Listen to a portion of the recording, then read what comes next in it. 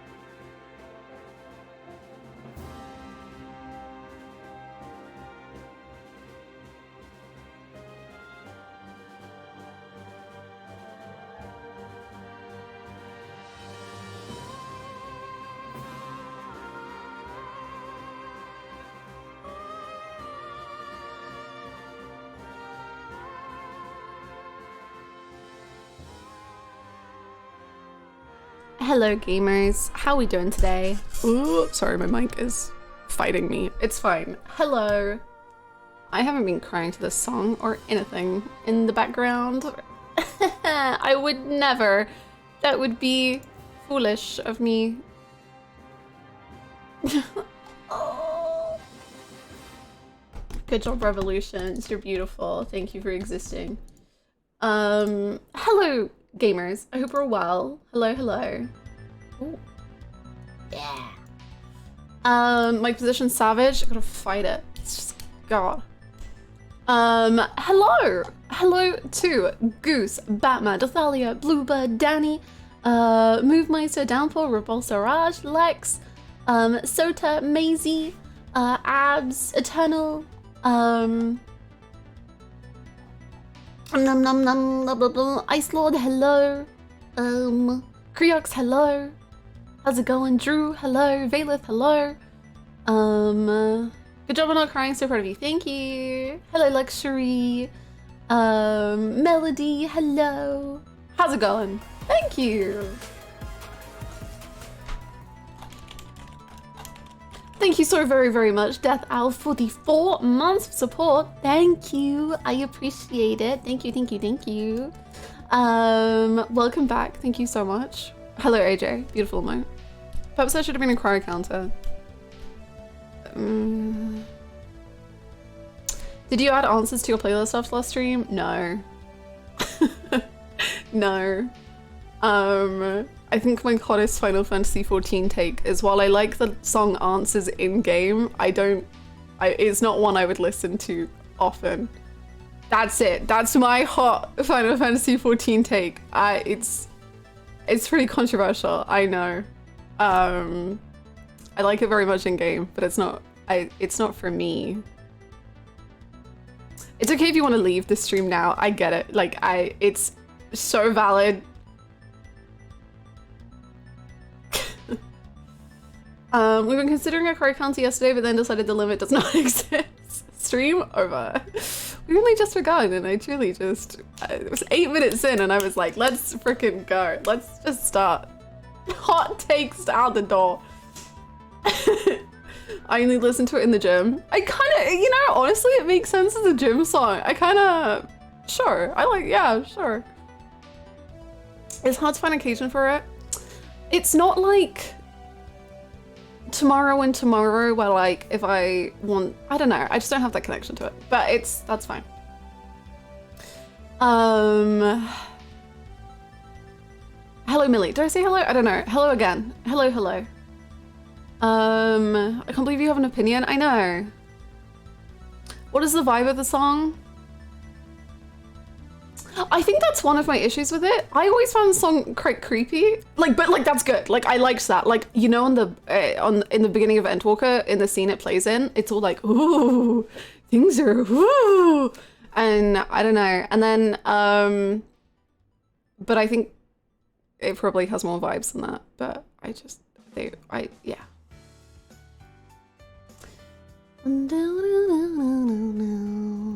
Revolutions is a good song. I think that's why it was my starting song, because I had to listen to it. I love a Lost. True. Any G poses yesterday or too much? No, we're not there yet. I can't physically do it. You know, yesterday after stream was a lot.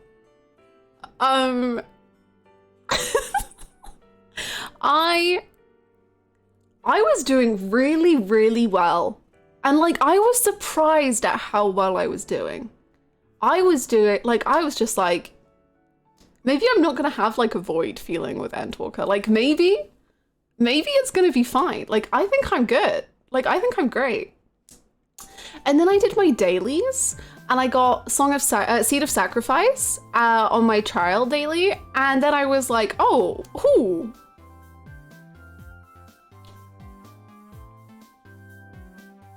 Oh, never mind. I feel overwhelming pain and agony. And then I cried and I got a migraine, and then I tried to go to bed at like 10:30 and my throat hurt and my head hurt from crying, and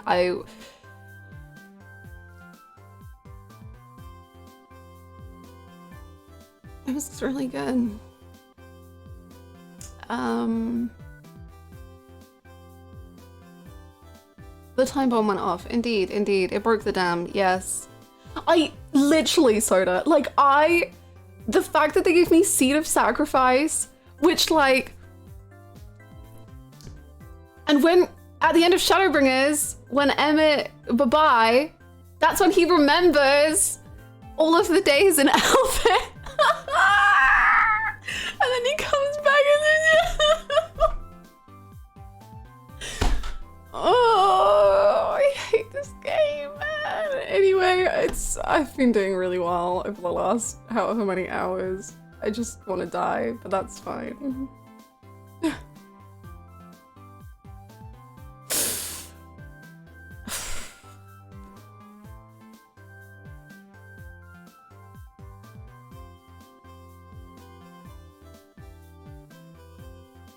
So you didn't get good sleep? No, I didn't.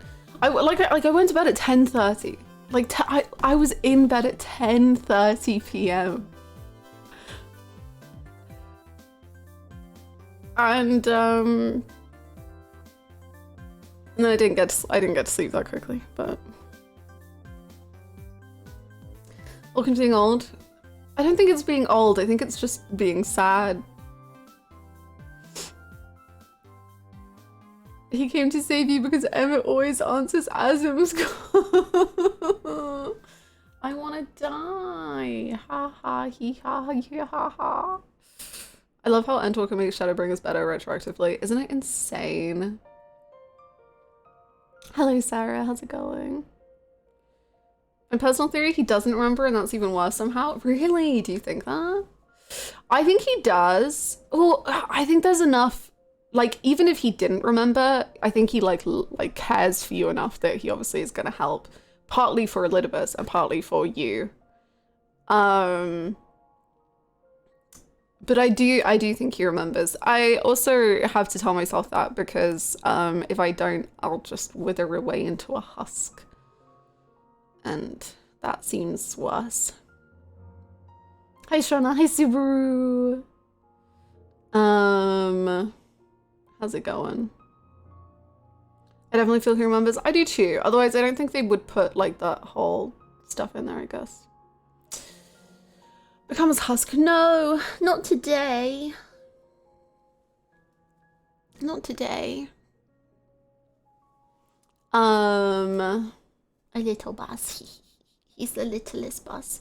You know, my one sad thing about Elpis and stuff is I really wanted to see, like, everyone. I wanted to see the whole convocation. I wanted to see Elidibus. I wanted to see La Habrea. I wanted to witness them. And I did not get to. And you know, it's fine. There was a lot of story that they had to fit in. Swords and Gathering is when I eventually play 14, the pain will never end. Yes. We all want the Elidibusy, exactly. Not Gaia. Well, we've seen Gaia, you know. We've seen Longriff. But I would love to see her again too. Like, I wouldn't say no. I'd love to see Meteion and Gaia, like, together. That would be really cool. But I more mean the characters we haven't seen, like, fully, I guess. Although I think you could probably say that the Warrior of Light in the trial is probably what Elidibus looks like. I don't know. Where is the brush? Oh no, I put it over there. Damn it. Okay, never mind. No, we just need permanent help. How much is there of 14? Endless quantities. I don't know. You can play it a lot quicker than I play it, that's for sure. In my headcanon, Azim's real name was Persephone. I love this headcanon, and I also, before even playing Endwalker, created an alt account with the name Persephone. So...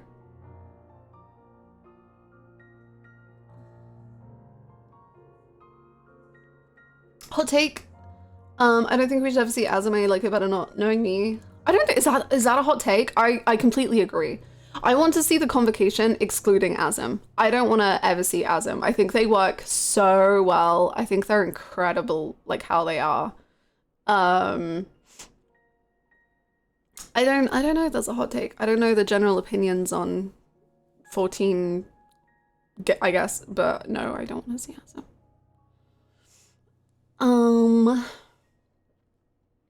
How many patches will part? So Shadowbringer, Endwalker, or more? Yes. So there's A Realm Reborn. It's like done in like chapters, I guess you could call it. Like, A Realm Reborn, Heavensward, Stormblood, Shadowbringers, Endwalker. That's a hot take. We need to call it down ASAP. Yeah, pretty much. I agree. I don't think that's a hot take at all. But maybe I don't know anything. That could be just as true. No. I'm gonna be upbeat so quickly. Hold on. 2 seconds. You can keep hearing my voice the entire time. Oh wow. What am I doing? I'm just grabbing a brush. Ah. I'm on the way back. Don't worry. I'm still here. And I left to make another tier list. Yes. I do kind of want to change my tier list actually. But it wouldn't really do anything. Like the tiers aren't changing. I want Emmett in his own tier. And maybe Meteion should move actually. Meteion maybe shouldn't be in the tier that she's in anymore. Meteion is in the tier with the twins called My Little Angel Fluffy Little Babies, and I'm like,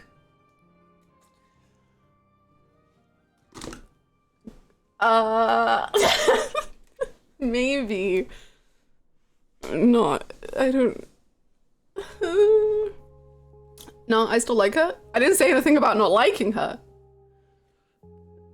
I love her. I don't know if she's I don't know if she's akin to Alice and Alfino anymore, but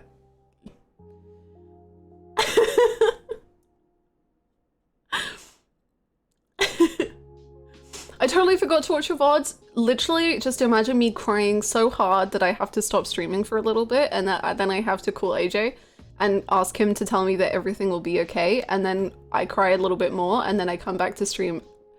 You don't have to imagine, because that's exactly what happened, but there you go. ACG, thank you for the follow. How's it going? We have many comments about you putting her as a profile picture. It's very funny to me that I decided to put her as my profile picture. It's not her fault.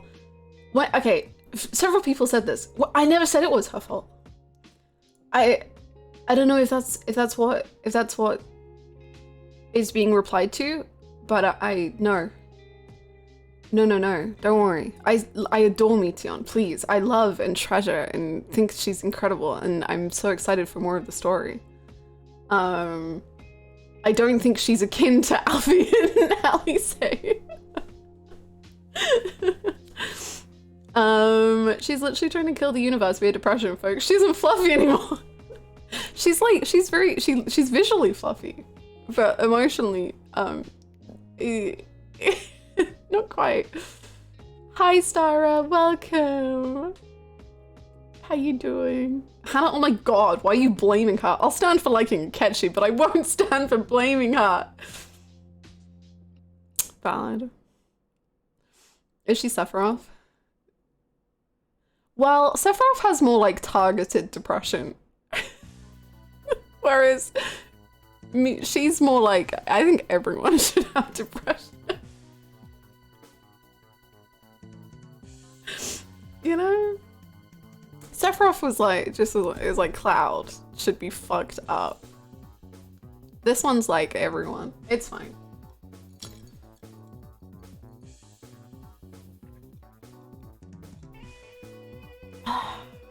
Everyone. All of them. And she transformed into a bird.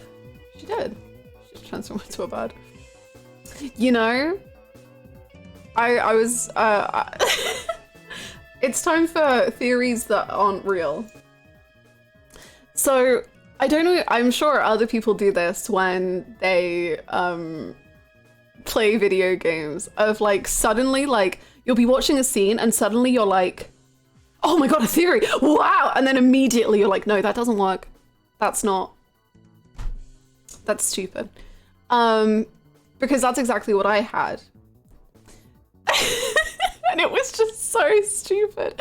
And I was crying and I was like trying to keep it all together. And I was like, oh my god, a theory. And then as I was crying, I was like, that's not a theory, that's stupid.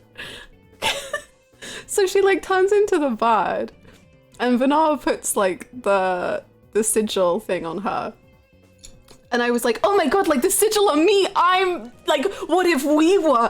Oh, and then I was like, no, that's not true. That we're not, no. I'm literally witnessing that that's not true. Like, what? No. And then crying. It was very funny. In my brain, it was very funny. I didn't externalize any of these thoughts, but just know that I was really going through it in multiple ways. Anywho.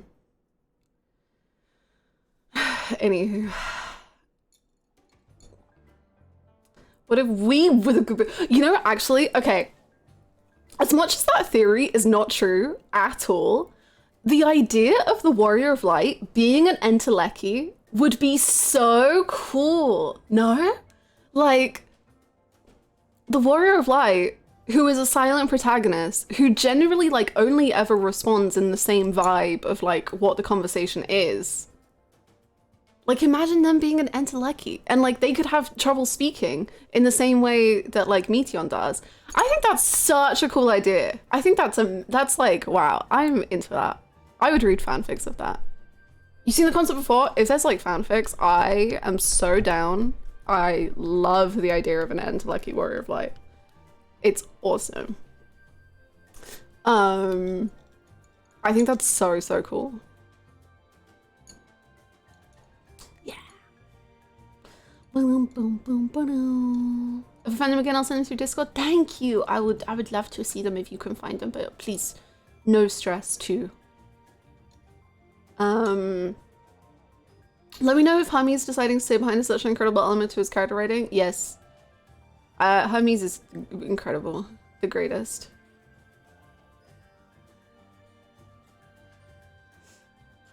I think you have the most gushy cry out of anyone I have ever watched. It's a lot. I don't know how to comprehend things normally, I think. Hey Revy, how's it going? Hermes, I just want to talk, my dude. Hermes, I want to talk to you and sit you down and give you a hug and be like, are you okay? You don't have to tell me no because I know it. Let me just treasure you, you poor little man. I love him so much. Also, I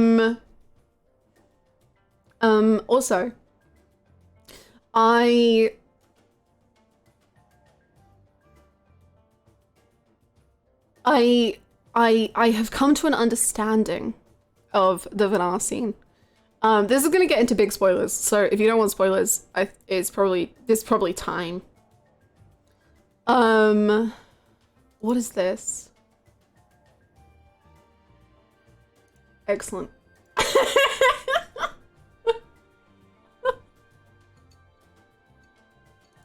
Look at him go! He's doing so well.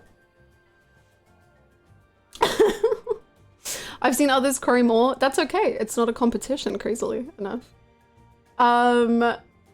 Spoiler time. Okay. Oh no, the chat hasn't updated.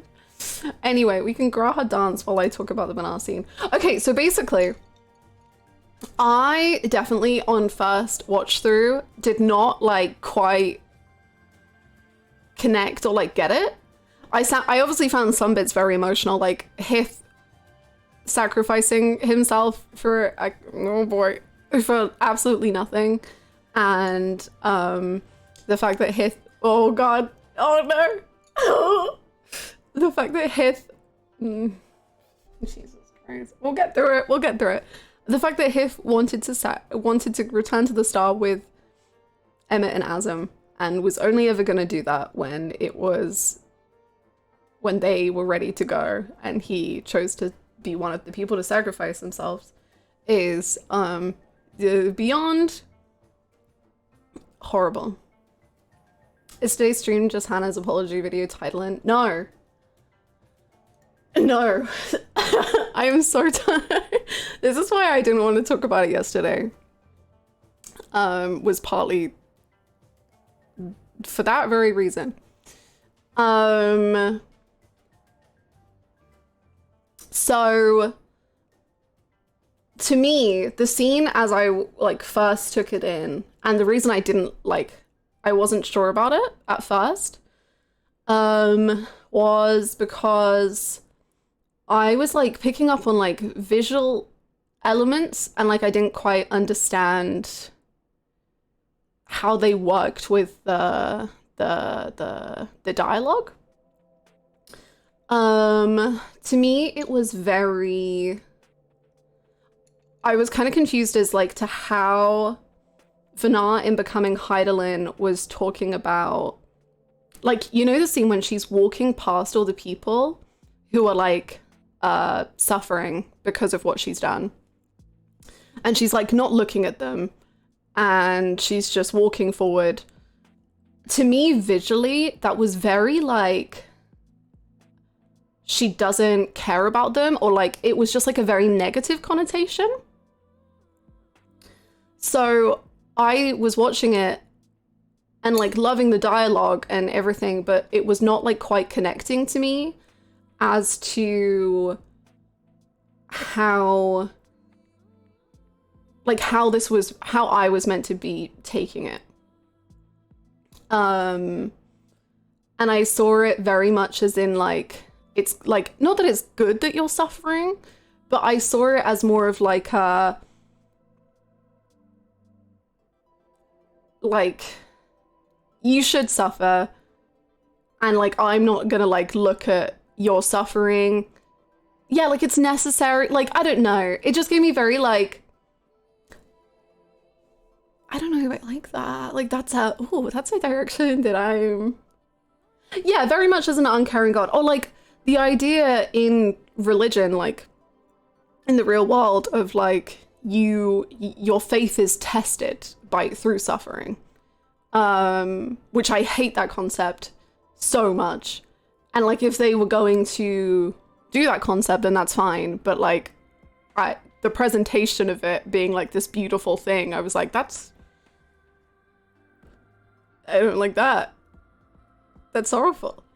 So that was how I understood the scene. And I was like, I don't think I've connected with it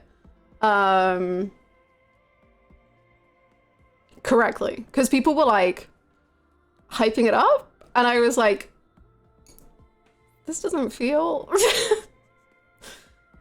I don't think I get this. But now, after much talking with AJ and some others and just pondering on my own, I think I understand it a lot better and I like it a lot now. I see it very much now as like Venat and Emmett are like kind of two sides of the same coin, and how Venat chose to sacrifice every one of Aetherius and kill them and sunder them in the same way that Emmett chooses to sacrifice and kill for his people. Like it's just they're the same but in different ways, and the way that their hope individually plays into that is so beautiful, and it's so good. And like visually I understand it better now, of the idea of like Venat saying she birthed all of this awful stuff into the world, all the pain and plagues and suffering that she birthed into the world, and like she has all the the muck that is like coating her, and she's like all coated in black, and I see that now as like all of the sins that she has done, all of the horrible, horrible things that she's put on the world, but the eyes of like her hope shining through.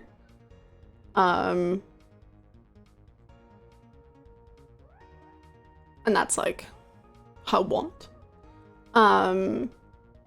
So no, this isn't an apology video to Hydaelyn, because I still think Hydaelyn's awful in the same way that every single primal has been presented to us. But Venat is incredible. Like, Venat is an astounding character. She is... Wow. Wow. Wow. Venat sacrifices her people for the sake of everyone else. Emmett wanted to sacrifice everyone else for his people. It's a juxtaposition in our favor, but still an incredibly horrific act. Exactly, yes. That's a really, really good way to summarize it. Yeah.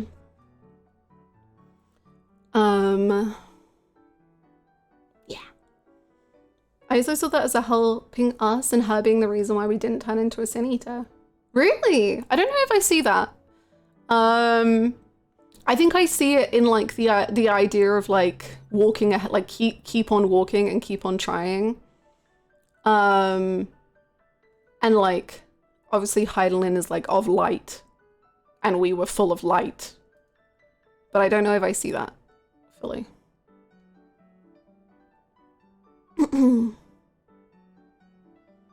For me, she didn't actually birth those. It's just that by making them incomplete, we are destined to always suffer. Well, then that was still her. She still sundered us like that.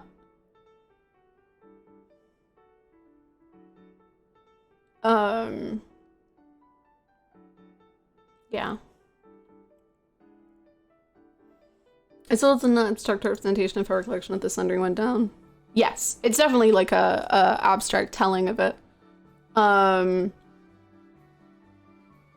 For sure.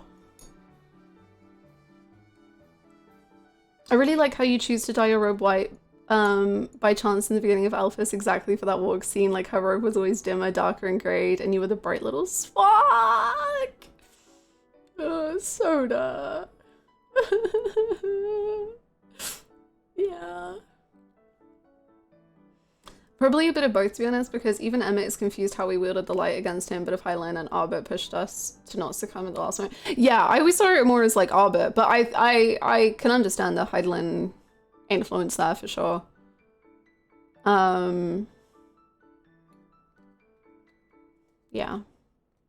And even when Hermes was complete, he was suffering. Yes, but it's more like the way that they, at least from Venat's POV, there is absolutely suffering in Aetheris. Like, there's constant suffering, but they don't talk about it and they ignore it, and they are so willing to sacrifice new life for all the old people, and to choose these really awful directions, and like the whole part of them wanting paradise and stuff, and that's what Venat, I think, is. Like, Venat is not saying there is no suffering. I think it's like the complete like attitude to it, I suppose.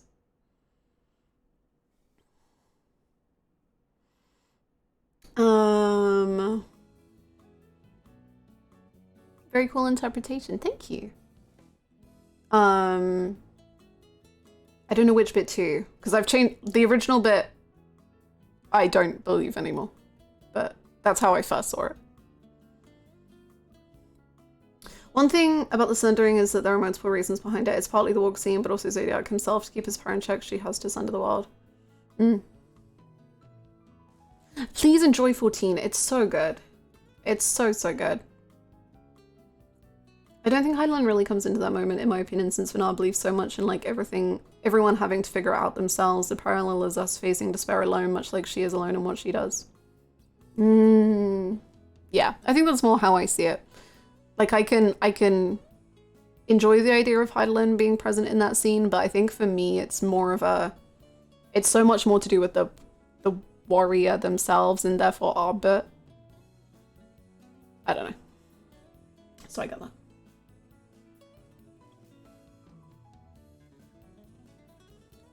So anyway, Venat is such an incredible character. I think it makes Hydaelyn more interesting. It's so good. Now that I feel like I understand the scene more, it's really, really good. Venat, heart and soul, here forever, for real, so true.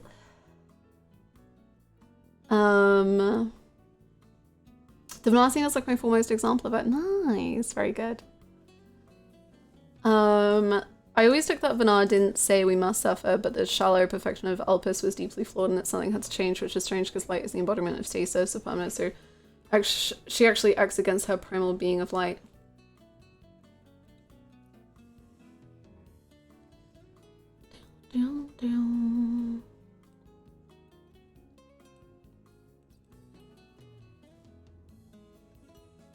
I got her the tail in the convo. Yeah, sorry, I was just explaining my opinions on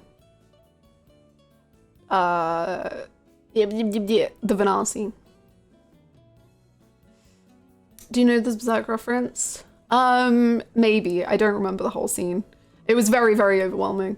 So I don't remember it all, honestly.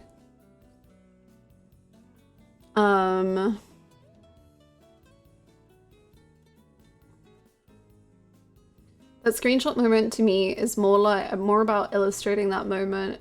That screenshot moment to me is more about illustrating that both Venat and we are struggling to walk forward, and in that moment are both in our rock bottoms, just trying to move towards brighter future. Yeah, that's it to me as well, I think.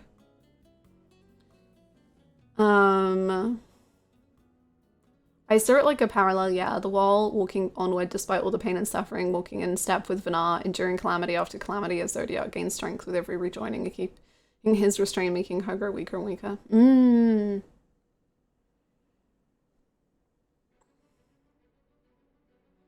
Technically, you could argue that by knowing about the wall and keeping the timeline exactly the same as we get to the point of the wall, she's acting in tune with stasis and by ensuring nothing changes.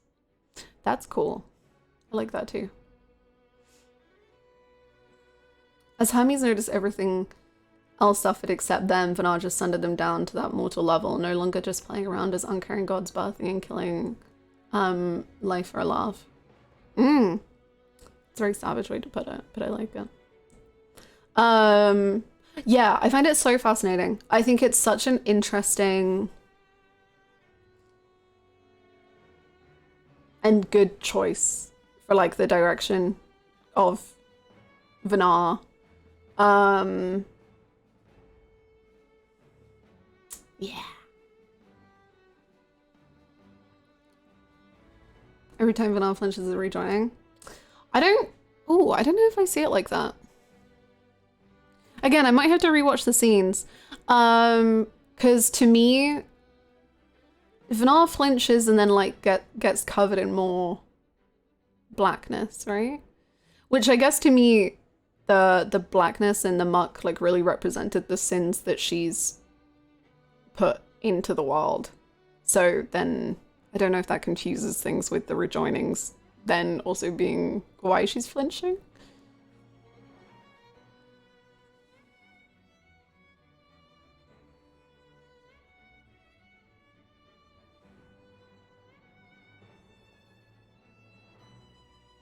I think I read that the black is originally meant to be blood. I think it represents the same elements, like the blood and the black. I think it's the sin that she has committed to the world, you know, no matter how it's kind of depicted. I think that's the message of it.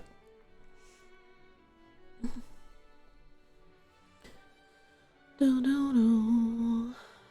all the ancient society is a utopia for them. Everything they saw as lesser was subject to their whims, and Hermes saw the unfairness and it drove him to extremes.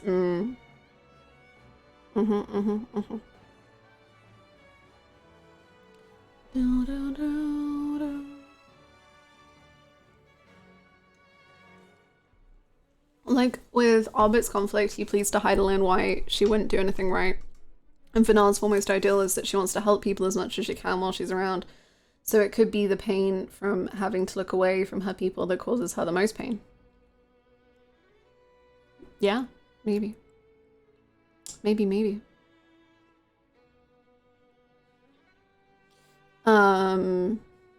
But yeah, anyway. Very good scene. How have we been talking for 40 minutes? Holy shit.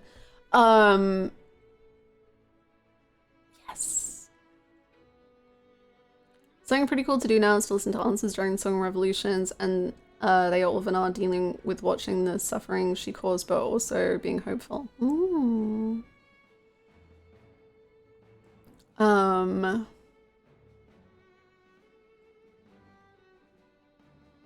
I think it was meant to be ways to imply how struggling on getting hard with the rejoinings.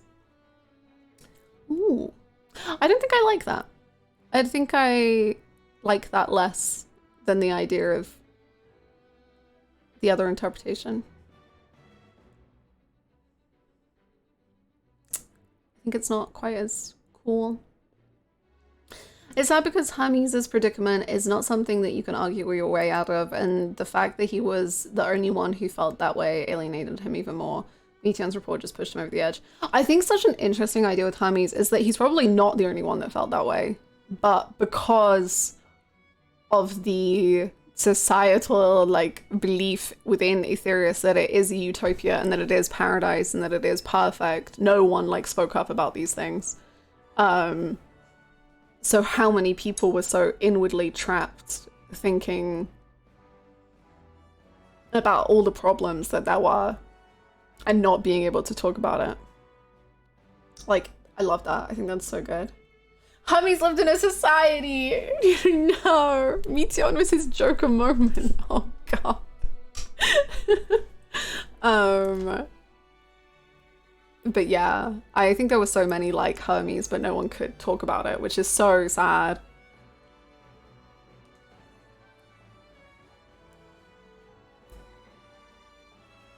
Elpis was kind of an outpost in the middle of nowhere filled with scientists, so it doesn't actually seem representative of the rest of that society, for sure.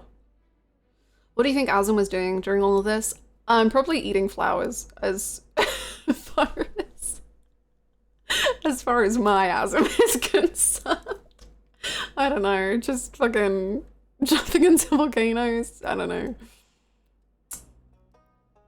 Making friends, just chatting around, I don't know. Licking rocks. She's having a great time, man. She's having a blast. Literally, she was in a volcano.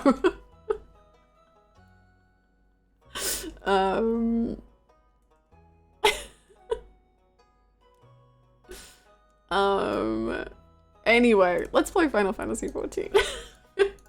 I think we're starting level 88. I'm pretty sure. I assume so. You ever think where fucking Zenos is? Is he still on the moon? Did he get back down? Is he doing okay? We haven't seen him in like 5 levels. What's going on, Zenos? Is everything well? No, it's not. It's never been well with you, but like, is everything well? Oh my god. Fuck, we left Zenos on the moon. I really hope someone like rolled down the car window for Zenos and like gave him some water, because my guy has been abandoned for too long. We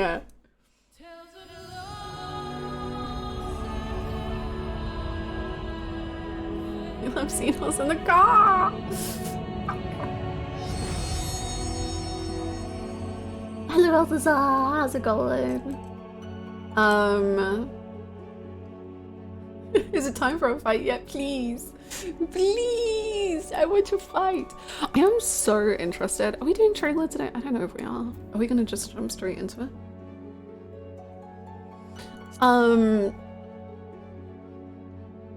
I find it, I'm really curious like how Zenos is gonna tie into this. Like so curious.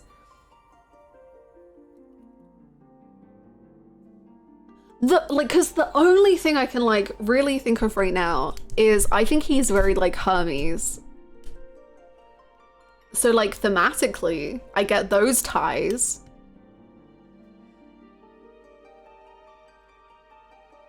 But like in the actual plot,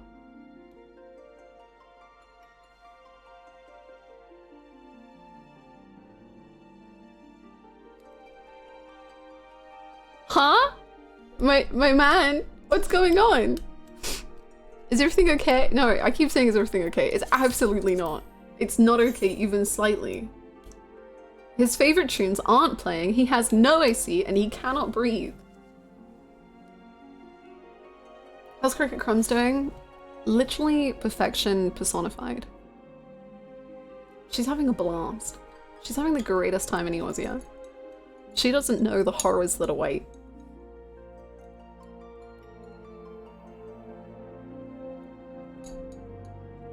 Can we point out how Hydaelyn and Zenos are the perfect antagonistic duo? They're so perfect. So true. Cricket Crumbs. Did you see what Cricket Crumbs looks like, Yuli? I love Cricket Crumbs. I am going to show everyone an image of Cricket Crumbs because you must see Cricket Crumbs. Please hold for Cricket Crumbs. Please await Cricket Crumbs.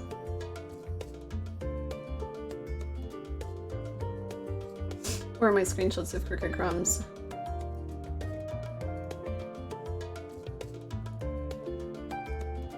This is my new alt Cricket Crumbs.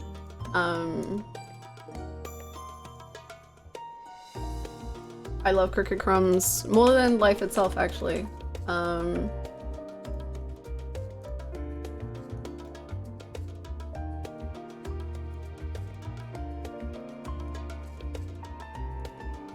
She is my everything. She is my angel. She is...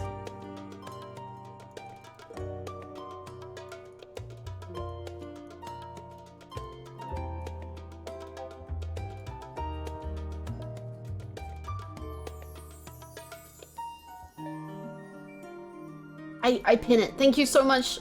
Thank you, Lux. I've pinned it.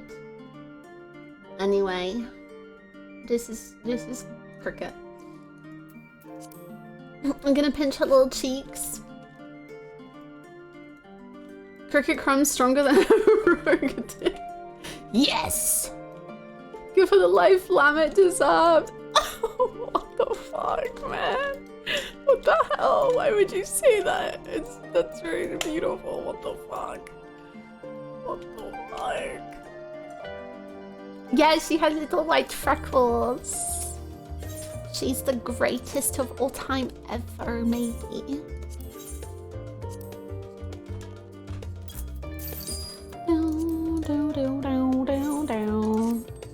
Speaking of the greatest of all time ever, not Orion J. How's it going? I hope you're so well, King.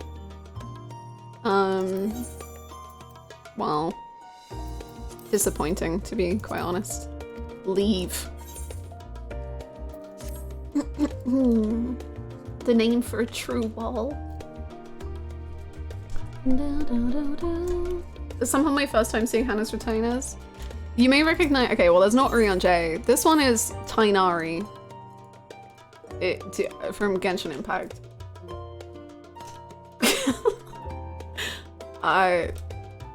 Sure. Anyway.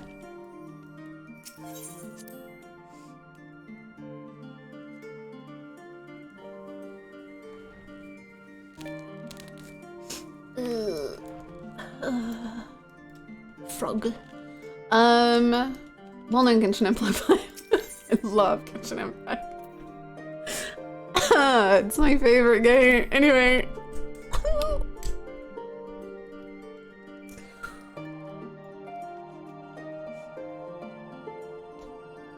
See, imagine if I was Cricket Crumbs right now. Imagine if I was Cricket Crumbs. This scene would be so much better. It would be near perfection, and I'm ruining it. How can I? What are you doing? Gods. Larval autopter. You're right. A tiny meeting. Every Tatsu and Kryl scene as a Lalafell is just schemes and mischiefs. Oh, that sounds so cute.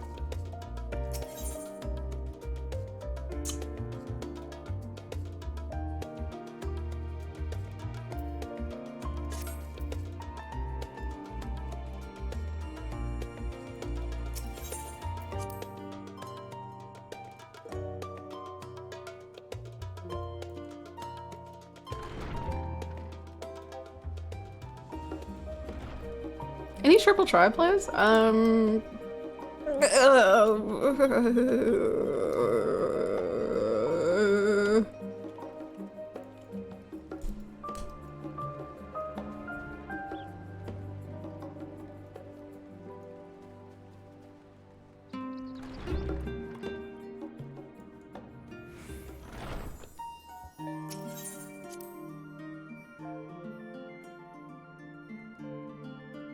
I don't like it. I don't like it.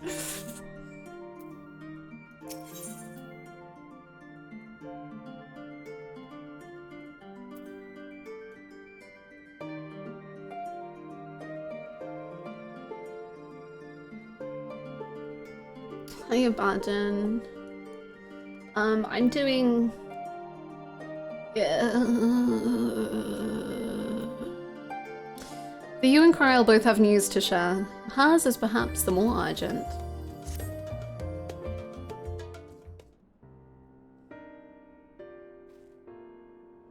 So, have you learned more of the final days? Then the journey was well worth the risk. No doubt your newfound knowledge will be a great boon to us all. Unfortunately, during your time on the First, events here have taken a turn for the worse. The Scions are running themselves ragged, trying to contain the spread of blasphemies, but it's a losing battle. To try and ascertain the where and why of it, Alice and Alfino have been travelling all over. Of all the regions they visited, Locus Amonis was one of the worst affected. Tancred, Estinian, and Graha took a detachment of allied soldiers there to offer aid and succour to those in need. But the province is vast. They only managed to visit a handful of coastal villages. It was an accomplishment worth celebrating still, but a drop in the bucket at best.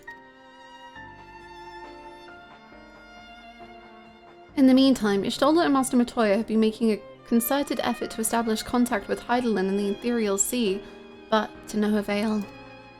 As for Tatu and I, we've been keeping a close eye on the Forum. From what we gather, they've been constructing a vessel to ferry people to the moon, an ambitious project that has likely been years, if not decades, in the making. However, since we've no sign of it thus far, I suspect it's still incomplete. You will also recall the proposal issued by Master Fortuno to the people of Radzat-Han. Following their discussion, Vitra declared his support for the plan and urged those who wished to evacuate to accept the Forum's invitation. So far, so good. But that's where things get a little strange.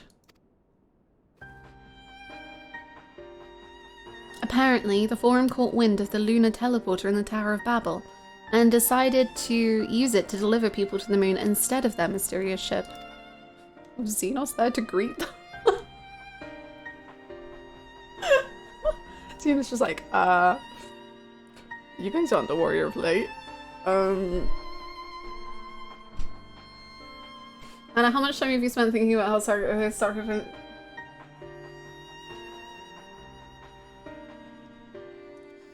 Jake, up your band number. It's over. Up it. It's done. You're out of here. Therefore, to secure safe passage for the Hanish refugees to the tower, Alfino, Alice, Estinian, and Graha travelled to Garlemald not long ago. I hope they're not too cold. Trouble is, the capital was hardly the safest place to begin with, and now...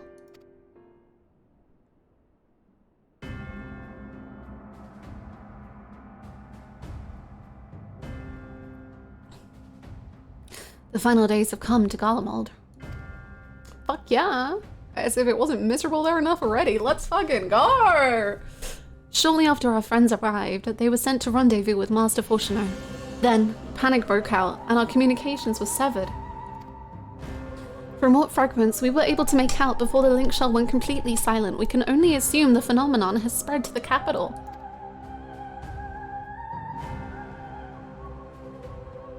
The others need you, Hackney. Please, you must help them.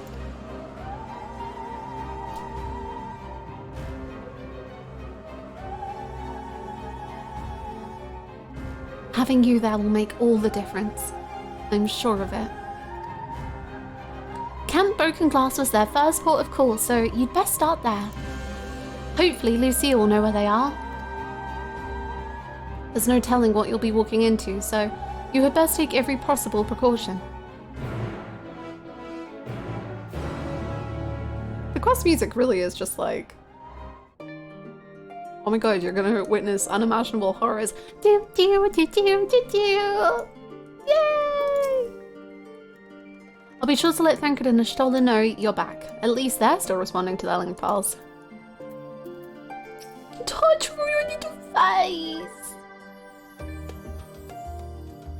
It pains me to send you off alone into unknown peril after you've only just returned, but 12 willing, you won't be alone for long. Look at her little face. She is.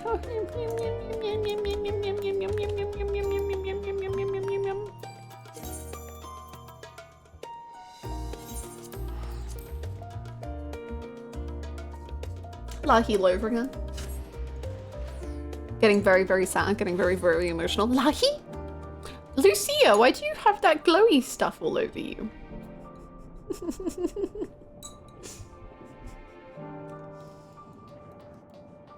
Why?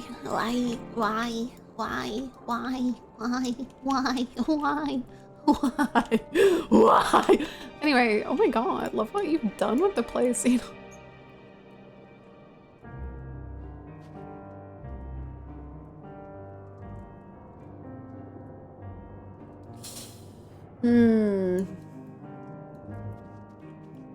Are our old friends here? Are they still here? Emmeline? Zena? Zena? Sicard. Sorry, I misspoke. Sicard, are you here? Switched on the mood lighting?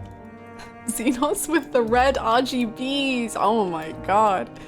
Zenos really just prepared for the Warrior of Light. My god. My god.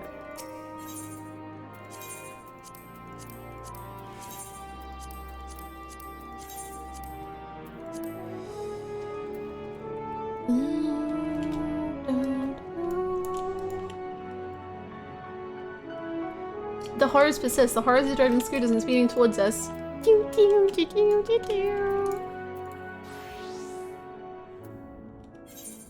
Hold on.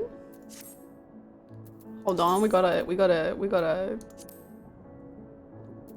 we go this one? This one. Maybe this one.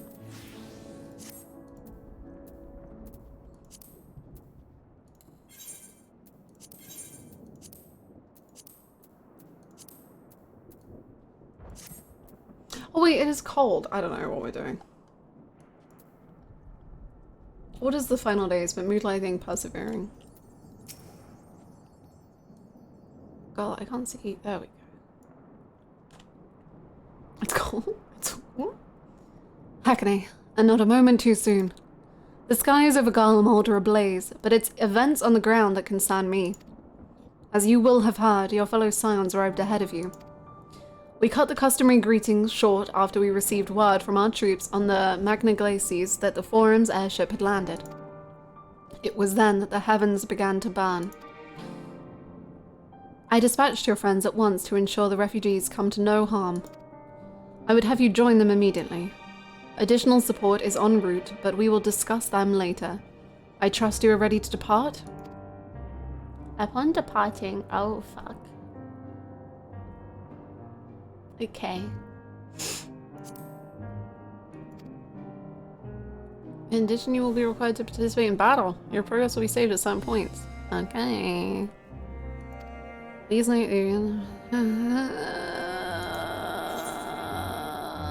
yeah.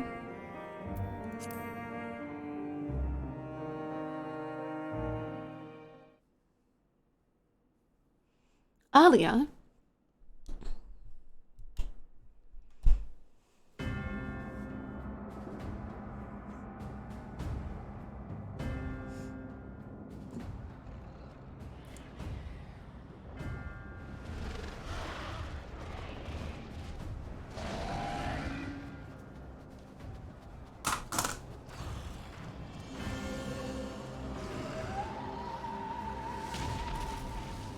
No, I don't like witnessing the horrors. No. No. No. We were promised an escape. Not the same doom we fled.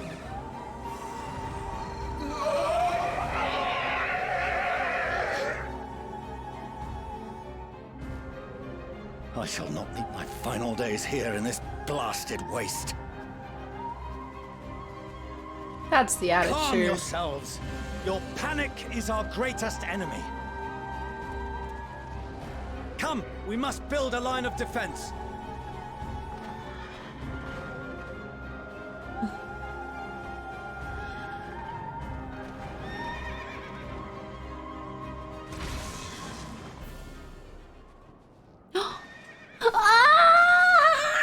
It's fine. How?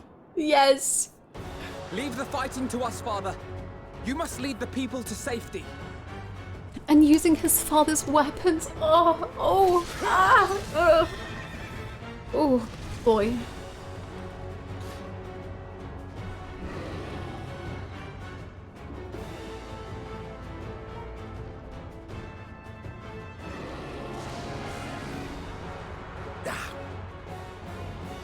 I can handle this pair. You? Shall tend to the refugees. Let us be about it.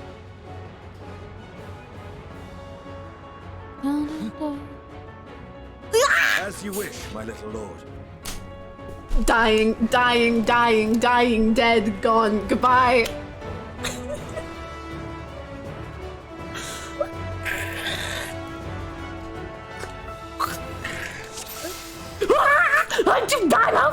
Oh god, okay.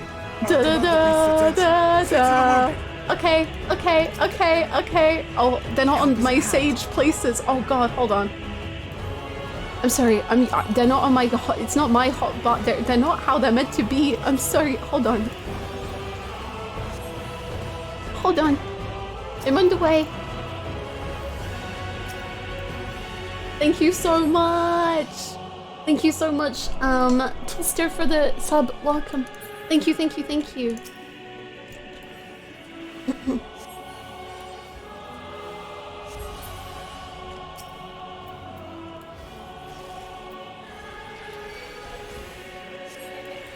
Leviadosis? Leave it to me. Okay. Sorry.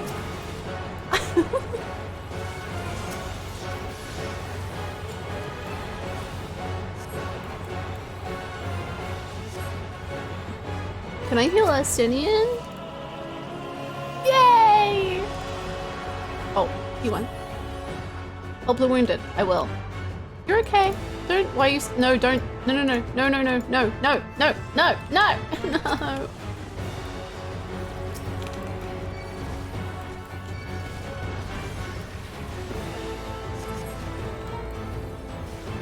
Those who can stand, come with me.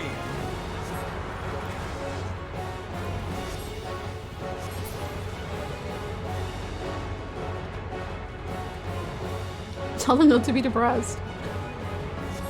Fush no, just tell them that they need to have a walk. Easy now. Deep breaths. Alfie. You're safe now.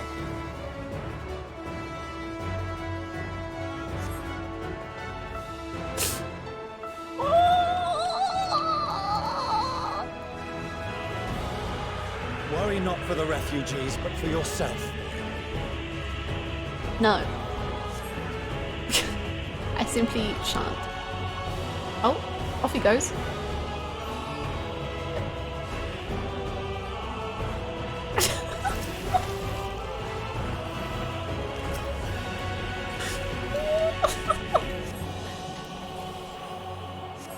If you take the lead, I'll provide support.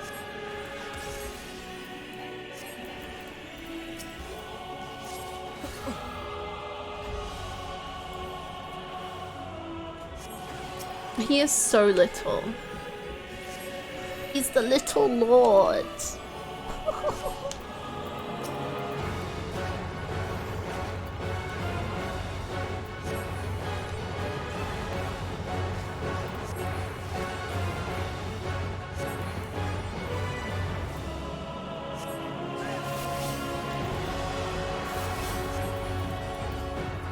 I'm healing myself. No, I was like, why is Estinian's health not going up? It's fine.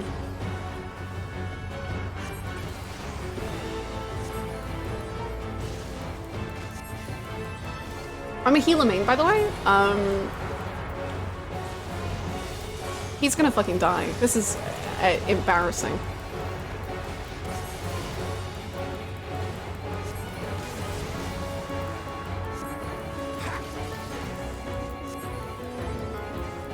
I'm starting to get the hang of those things. Yeah, I sure am, thanks. Estinian. Look away, Estinian.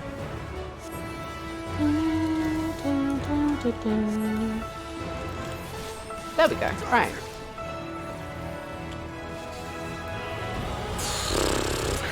Absolutely no stress whatsoever.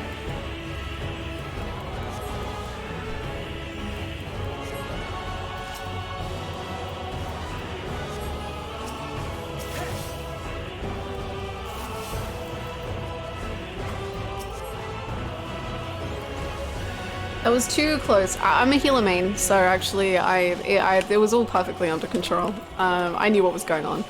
Don't worry about it. It's like hard, but not hard enough.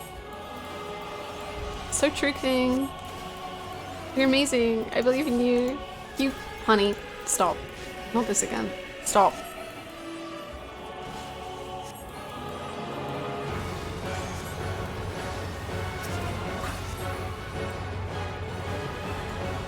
Little Lord adjust.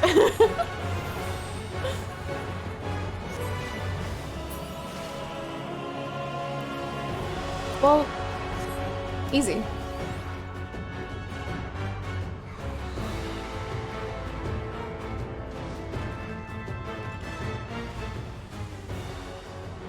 Dun, dun, dun.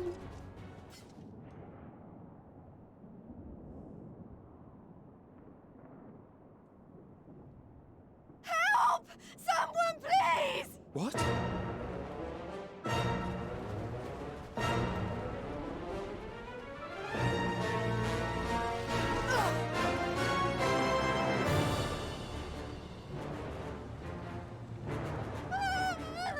No. Don't. I don't want to die. Forward! Let not a single fiend escape! Is that Euless? Wait, that's... Euless and the army. So, you've recovered then? In time enough to be of aid, for once.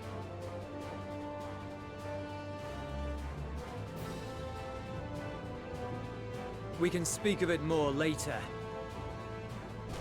For now, we must fight!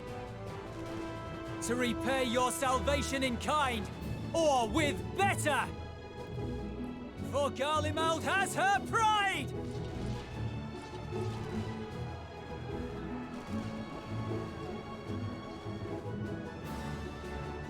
Aww. Of that I've no doubt. His little smirk. Oh my god.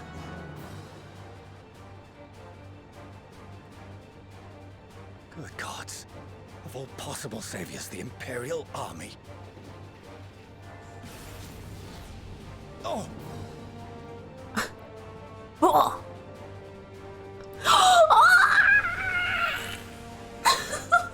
I had hoped to take all of them down at once. Think a withdrawal might be in order? No! Oh, sod that. You know who would never abandon these people to their fate. To be devoured by their former friends. That'd be beyond cruel. These beasts must fall here and now. I've had enough of this rabble. Come on. Well then, I'd say it's high time we threw caution to the winds. So long as you spare me the heroic sacrifices. Now, let's go! Babies. Oh my god. I can't believe there was a time when I was like, oh, I really hope there's just like a little bit of Alice and Graha interaction. I hope, wow, they're just the best duo. They're so good. Graha with me. Yeah, you boss him around. Yeah, you tell him. Oh god, this is gonna go bad though. Oh.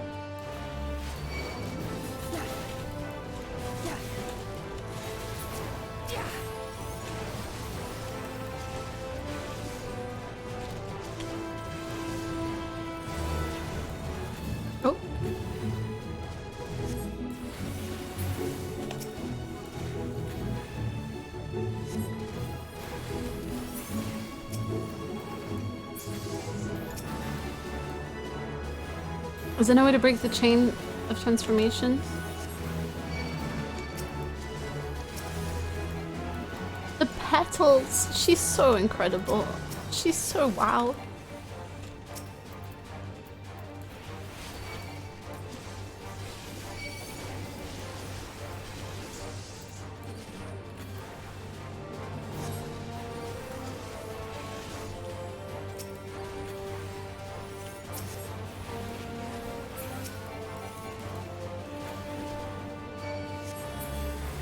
Oh, I did not mean to press that, but okay.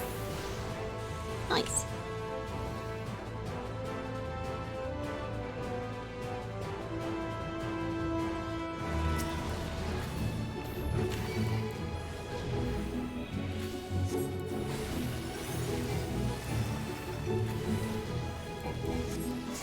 I'm fine.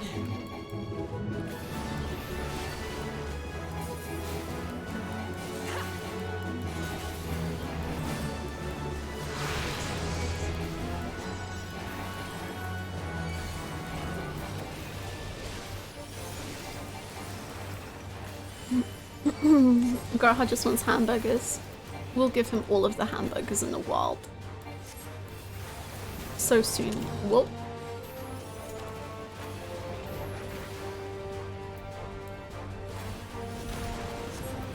Not today.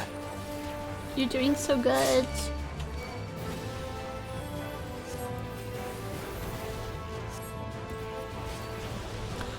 She said Sea of Eye Care, and I absolutely read that as self-care. And I thought she was saying self-care? I'm not backing down. This is my self-care. This is what I do to relax. Absolutely. Of course, my queen. Whatever you require.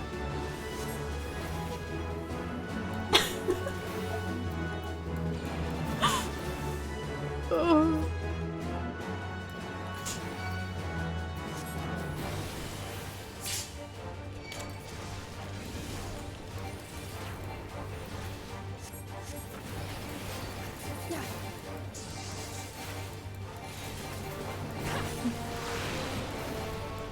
I'm not done yet. You're amazing. You're incredible. You're doing so good.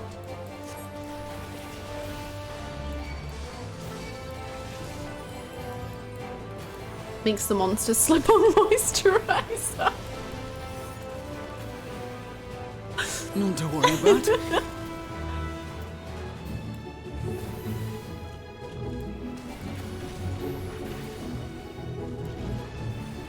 The air crackles with energy. Find cover!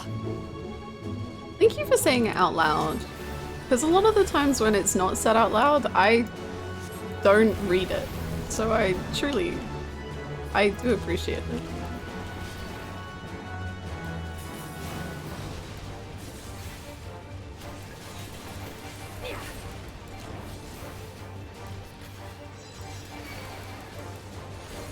As they say, turnabout's fair play. Do they say that? Sure. Absolutely. Oh. Go for it, queen. On guard.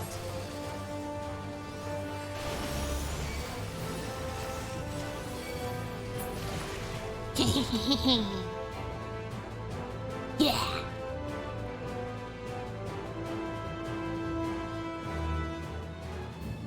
Look at them. They're so cool. There's not the barest trace of ether. Maybe there really is no way to bring them back.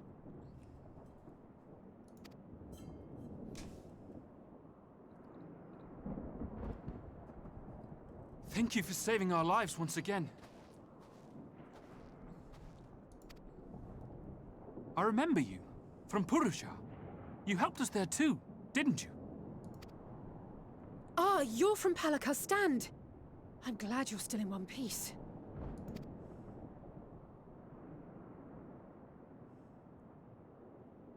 Or you will be, once I see to that injury of yours.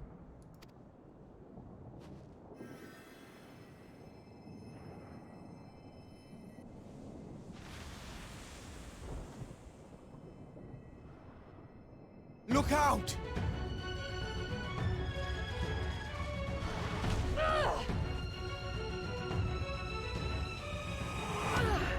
No, it's like the trailer. Alice, are you all right? Nah! The Growers! Oh! Growers! Quickly!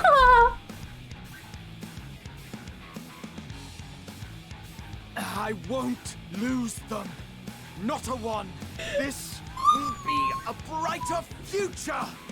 I won't let a madman's apocalypse ruin everything we've fought to achieve. Your voice, girl!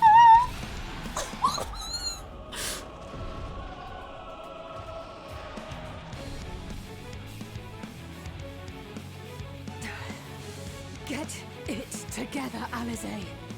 You're embarrassing yourself. And in front of Father, no less. You might never measure up to our champion.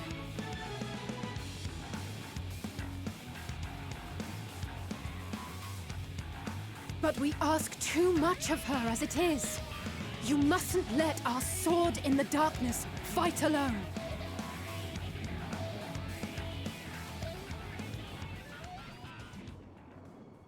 Hi.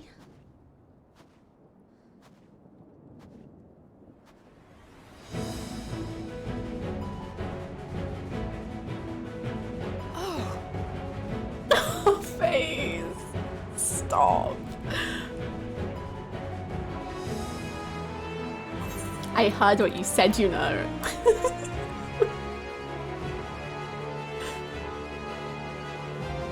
You've done well in my absence. Oh, does that sound sassy? I don't know. But I mean it so lovingly. I can look after myself, you know. Sorry.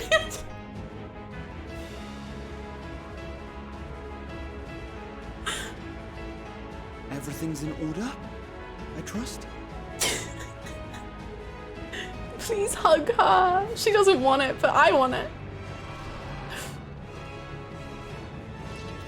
I've had enough of this rabble. Come on!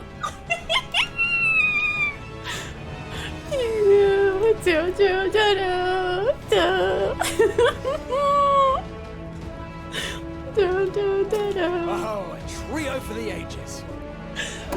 I'm ascending. I got.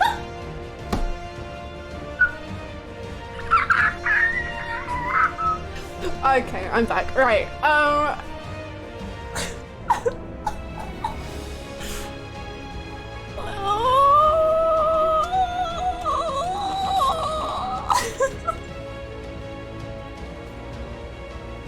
I just love them so much. I'm just shaking because I love them. Oh, I'm fighting as Hackney Hickory.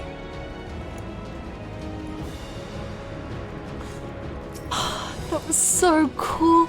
Graha in the Walls place in the trailer.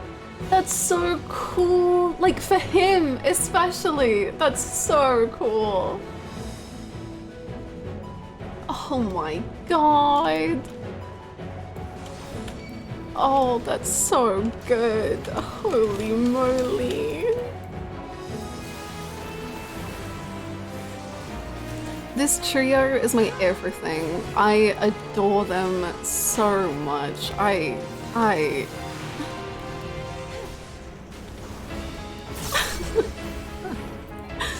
Oh my god. Okay, I'm fine. I'm not. It's a lie. I don't have tank stance on. Did I? Do I? Now I do. Maybe I did have it. I don't really know. What's going on? Did I press the wrong button? What's happening? Just the beginning. Okay, Graha. It's just the beginning of our story. I know. You're so right.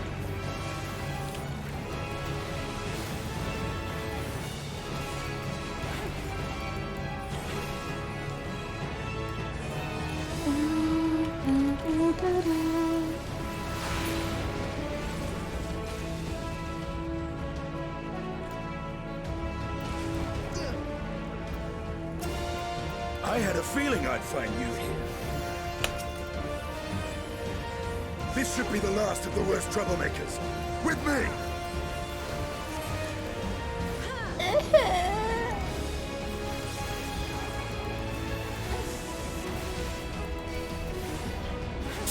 Everyone's here. Oh.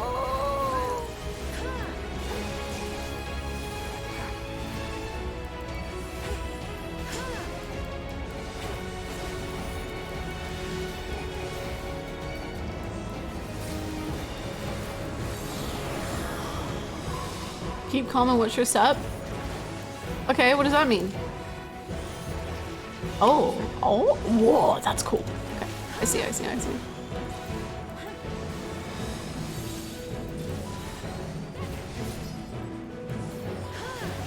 Damn you!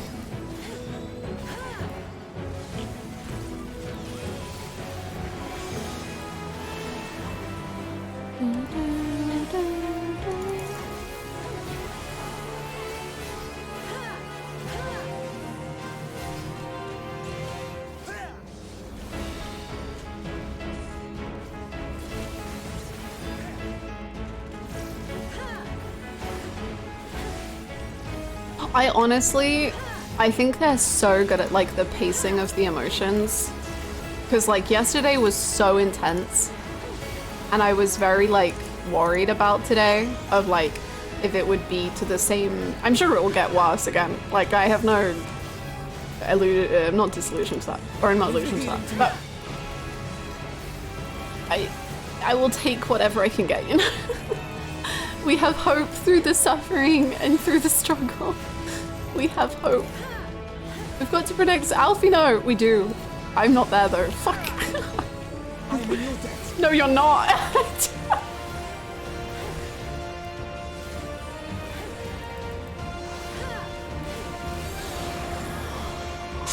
No, you're really not. I'll stand with you, Alice. I trust you. Oh, I trust you so much. You're perfect. You're perfect. Oh. Simeon. Stella.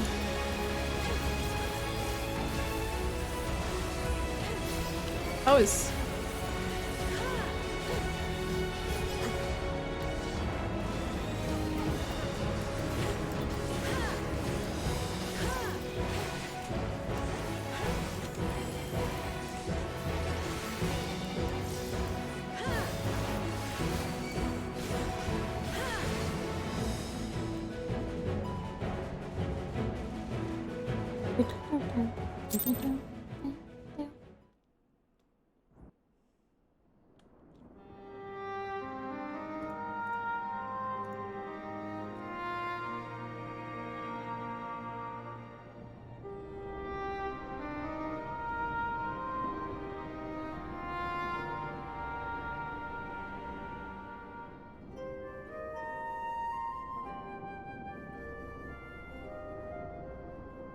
You must board without delay. The ship will depart ere long. Your offer to host us in Scion is most appreciated. But will the final days not soon fall upon it as well? Your hesitation is not unwarranted.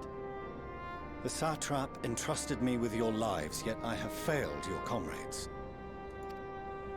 Nor are you wrong to fear that this corruption will continue to spread. I cannot promise you complete safety, even in my homeland.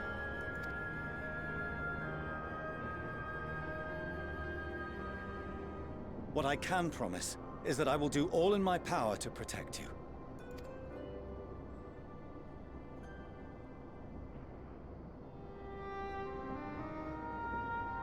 That power is not inconsiderable.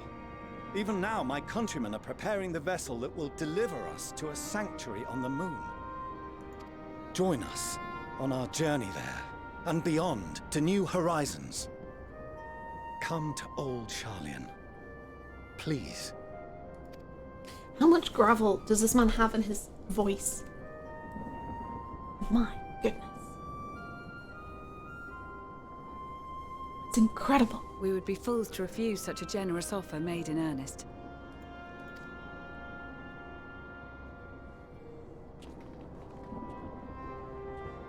I think you should go talk to your children. Maybe. It seems they've a new destination. Or your children will talk to you. The people of Radzat-Han have known too much suffering. The march to Garlemald will only bring them more, short though it may be. I quite agree. Fortunately, they have you to look after them. Yes. Well.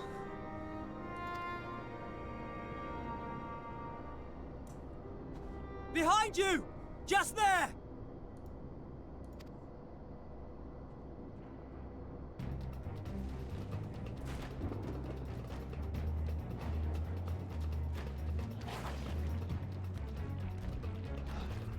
More of them.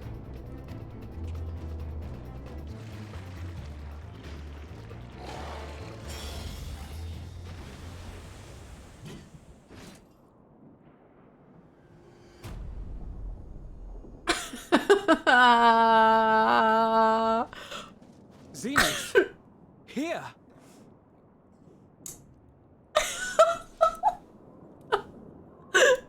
I'm so sorry, the odds of me. I'll replay it. I will replay it. It will be replayed. Where is Zenos? Hannah, one quest away from Zenos.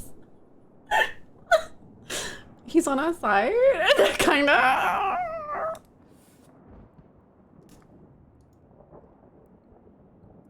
Rude to keep a girl waiting. You better apologize. What is that? This is Zenos. Ambush. I got a present for you. Ha! Die for me. They should be dead. Bird have Storm have airship. Persona. See you in hell.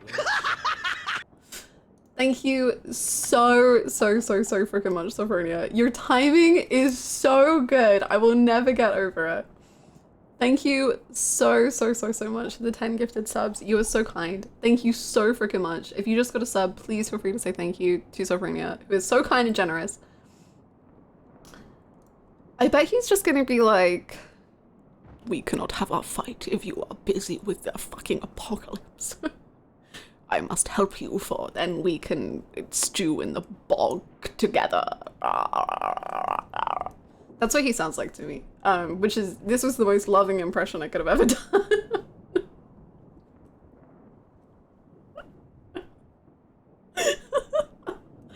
The fucking apocalypse.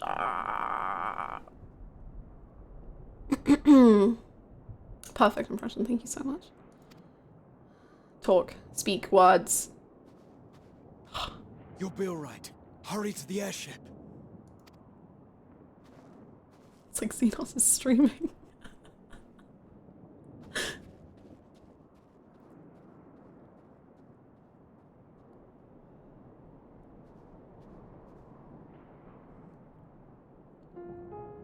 Why have you come? The Lightning is a paid actor? That was incredible. A heretofore unseen beast. 'Twas ripe for the slaying. Poor sport, alas. Unfit to temper my blade. Oh, for the love of... You cannot still be on about a rematch.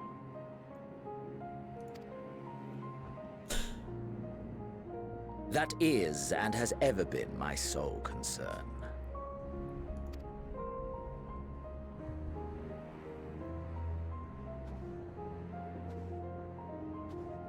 You, on the other hand, are fixated on a different quarry. Does that make you jealous?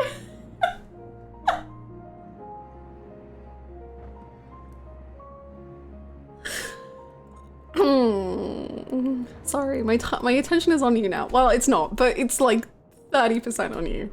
Your passion pales before mine, yet neither hate nor despair seems sufficient to recapture your misdirected bloodlust.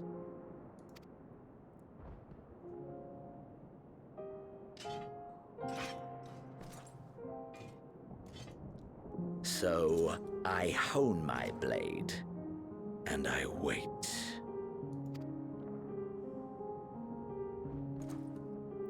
That's it.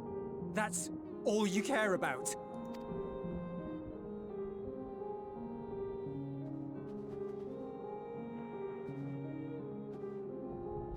Garlemald is in ruins. Our homeland, the nation you rule, is as good as gone. Along with so many of its people. Not just soldiers like us. Not only those who fought and killed for power and duty. Innocent civilians. Murdered by their own flesh and blood. Lost and confused as they breathed their last. While we who survived with our lives and minds intact were left to freeze to death. The Eorzeans tell me all this was your doing! You slaughtered your countrymen! You did! For what?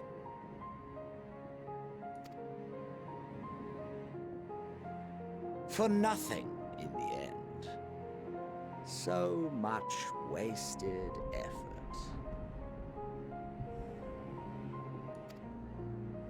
You. Please don't try to fight him. Bastard! Please don't try and fight him. Please For don't. your own sake, Ulus, you must control your anger. It will serve no one should it consume you and see you transformed.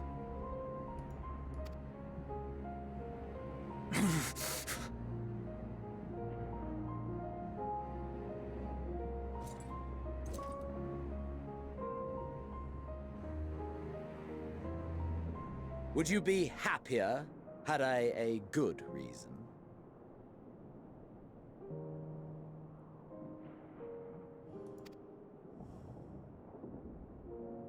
What?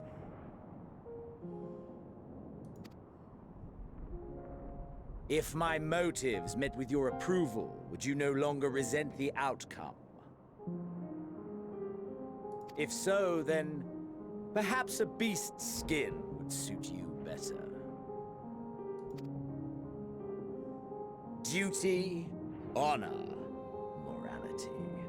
All constructs of convenience when put to proof. Surely the war taught you how easily power becomes the tool of the self-righteous.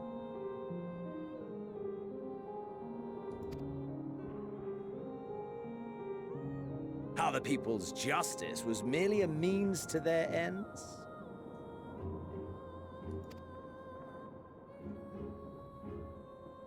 Yet you would ask me why. Ask any creature of this star and those above for answers, and they will tell you what suits their fancy. He's so good. Oh my god.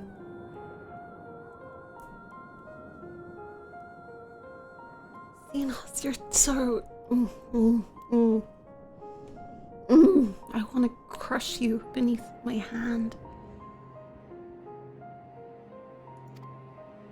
And they would be right to do so. What meaning there is to be found in the petty vicissitudes of your existence must be gleaned by you, and you alone.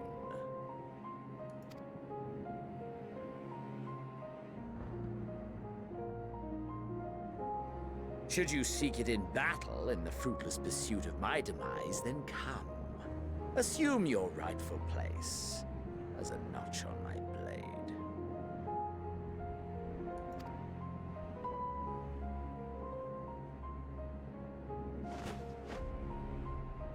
Don't do that. He will kill you. Please do not. Please. Good boy. You are a blight on the Garlean race, and there would be no more satisfying way to expunge it than by beating you to death.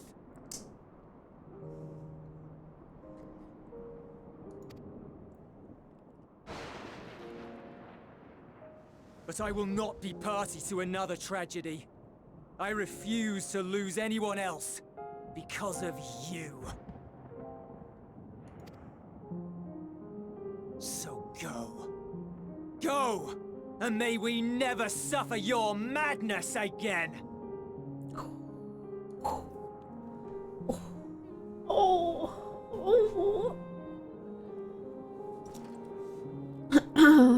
Zenos!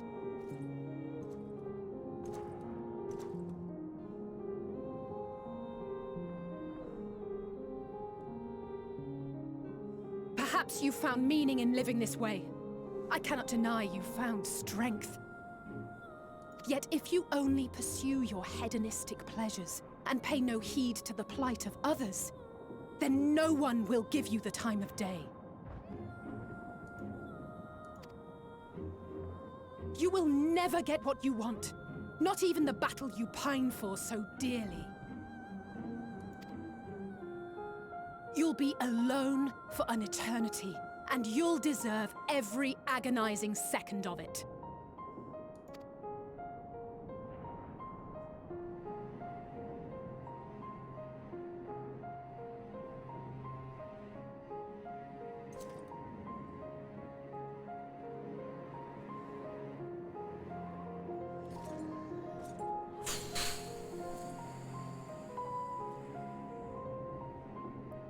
That scene was roar as hell.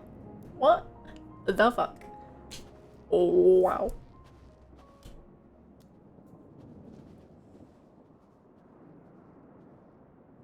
We're ready to depart.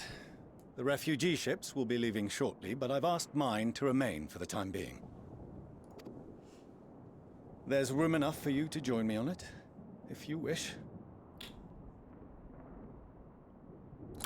He's trying.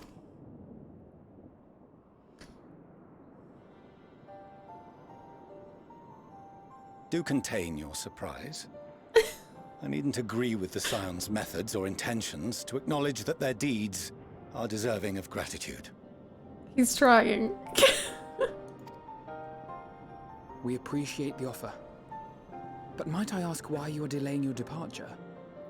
I presume it is not solely for our benefit. I must visit Garlemald ere we return to Scion.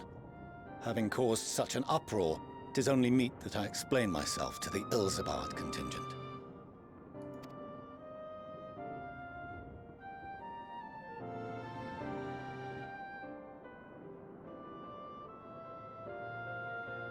Allow us to accompany you then. We should be glad to facilitate, given our familiarity with all concerned. If you would like to join as well, Eulus, we can speak of recent events on the way.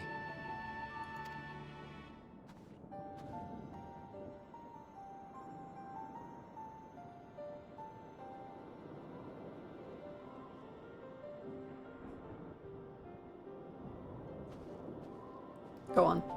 Go on. He'll be after your seat on the forum next. Yes. Yes. Yes. Yes. Yes. Yes. Yes.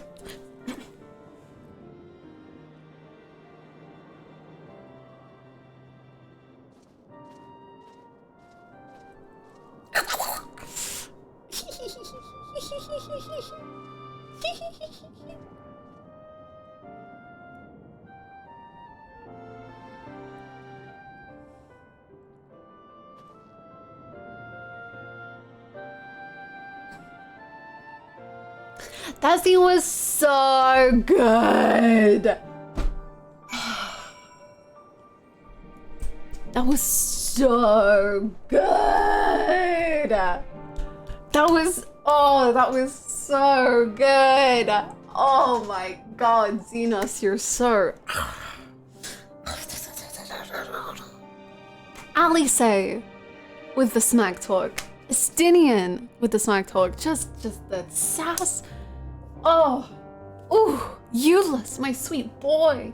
Zenos, your little brain is just so, oh god, it's just so, oh, him and Hermes, oh my god, I've been going on and on about how I love the whole like meaning of life and how Hermes was just lost and didn't know, and Zenos has one thing and that's all he cares about that saves him from the vile bog of the world, and it's just like wow. And then would you have been happier had I a good reason?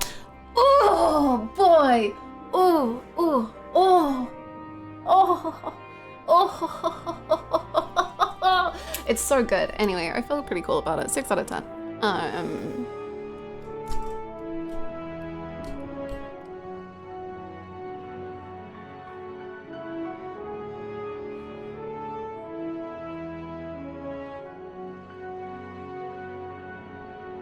Wow. 5.5 out of 20 down. And a single scene makes like 5 characters even better and they were already go, yeah, right? 6 out of 10, too much moon. Too much moon. I mean, I'm glad he got off the moon. That's nice. Good for him. This game is so good.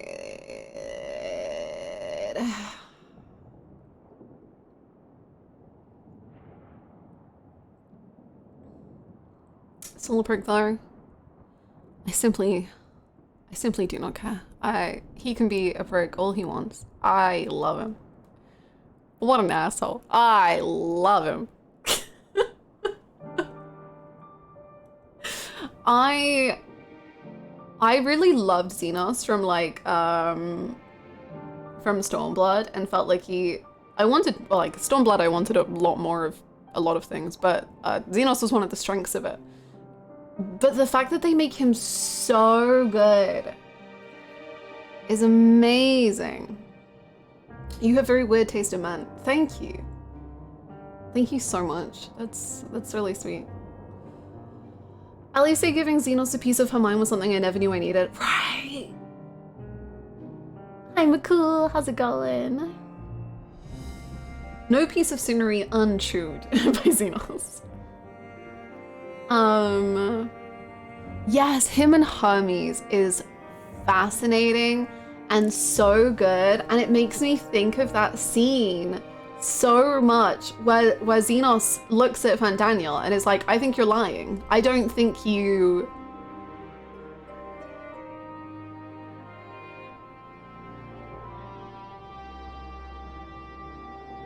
Like, I don't think you don't care. Like, I don't think you're... I forget his exact wording, but like... What you're fighting for, I don't think you actually like it that much. Like, it's just so good. It's so... God. I liked Zenos as a villain and as a fascinating disconnect from what everyone else was about in the Empire during Stormblood, but Endwalker Zenos is fascinating. Yes, I loved Zenos in Stormblood because I loved... And it was definitely because of the side stories as well. Like, I loved the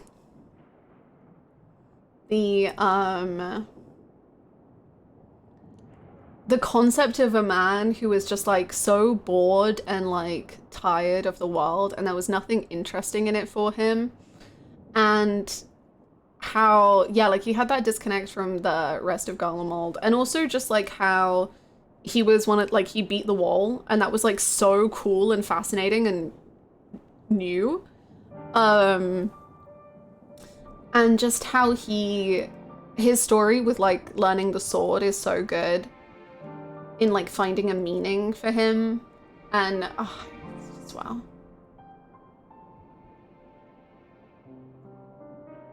Watching my love for Zenos evolve about after Stormblood, but I still enjoy him. Very happy to hear people's thoughts about his Endwalker scenes.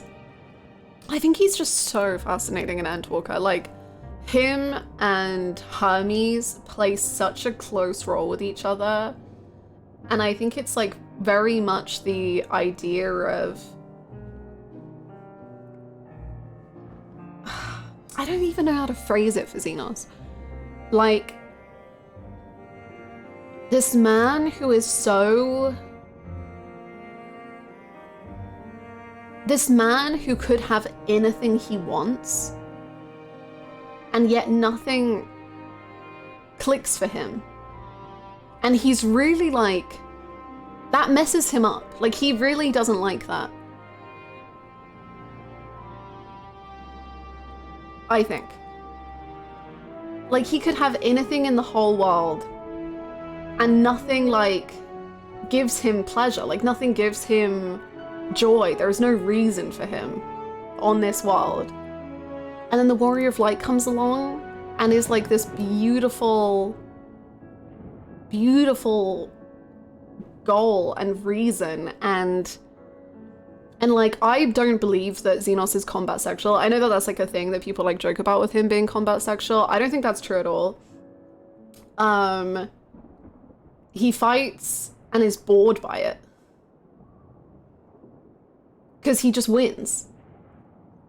So where's the pleasure in that? There's no one there to actually like really have a battle with anymore, because he's gotten so good at it. There's no pleasure in that, because it's not a real fight. Oh, he's just so good. Oh, I love him. Tepid Bog for life. Tepid Bog.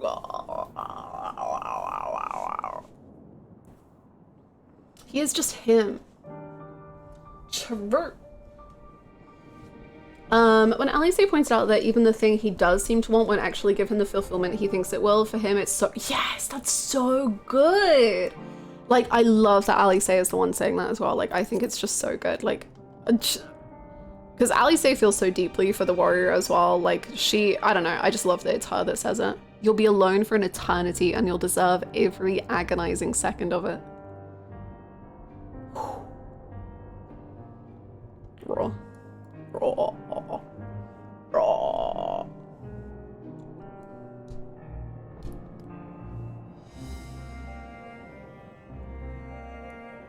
Is it worse to feel nothing like Zenos or overcome with despair like Hermes Fandaniel? I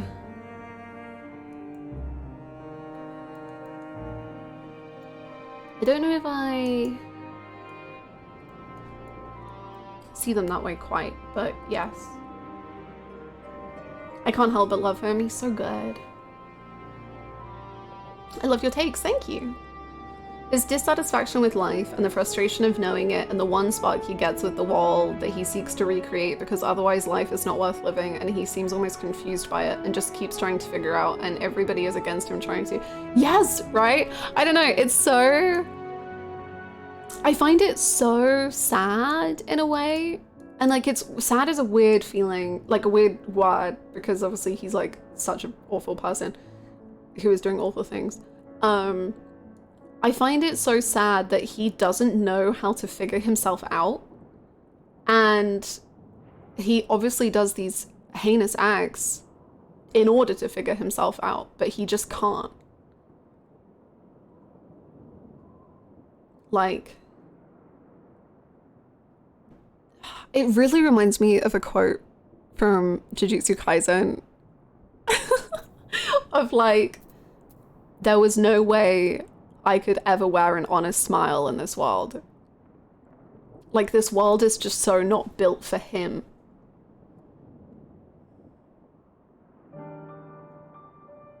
He has no place here. Is he the aberration? Oh, Hermes and Zenos, and oh my god, it's so good. Ooh.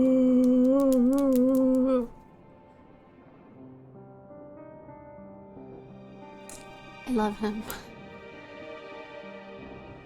I also just genuinely enjoy Zenos as a mirror to the wall, because the wall is a hero and willing to sacrifice themselves to the world, and then you have Zenos who makes himself a fitting, utterly selfish villain to go against the wall because he wants the satisfaction of filling that role and having that moment. I also love, one of my favorite Zenos bits before Endwalker is the line about, you want to bite down on my jugular and like drink my blood or whatever it is. And that line is just so fucking good because of the Dark Knight quests, I think. I think they make each other better. Because the Warrior of Light does have this rage and this anger and these more sick feelings about their role in the world. And like does hate their role sometimes and has so much fury towards it. And Zenos is the first person who sees that.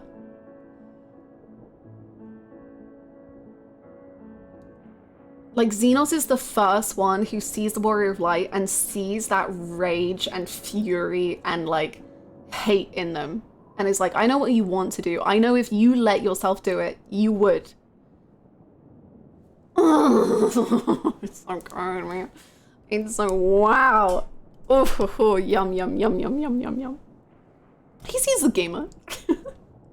Listening to you talk about Endwalker's story makes me smile considering how humble Ishikawa is, even though her storylines are absolutely spectacular. Right? She's incredible. She's so, so good. Also, welcome to chat.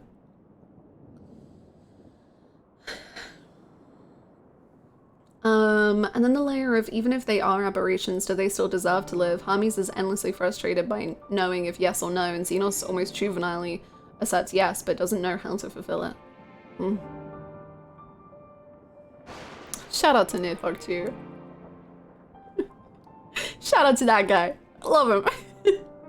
I don't know why I just find shout out to Nidhogg so funny. Shout out to him.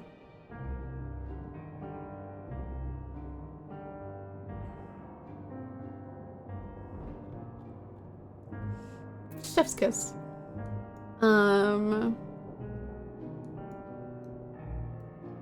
Anyway, that scene was fucking great. That scene was so good. That the final day should manifest here too, after everything these people have suffered, is a fate cruel beyond words. Nevertheless, with allies old and new at our side, there is yet reason to be hopeful. At the very least, I am glad our own members are accounted for. It's been a while since last we spoke. For some time I was not myself. Lucia and the others told me what happened that night, and about the events that took place while I was receiving treatment. It was only then I realized the lengths you and yours go to. I know I might never be able to repay you, but I'll be damned if I don't try. And most of all, I want to thank you. All of you. For everything you've done and continue to do for the sake of my people.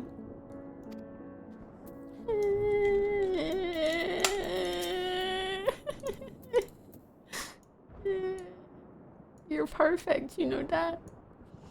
You're so good. You're wonderful. You had so many really cool lines in that scene and they were really cool. Okay, good job. Good job, man. It's fine. I'm fine. Oh. How do I put gravel into my voice? No.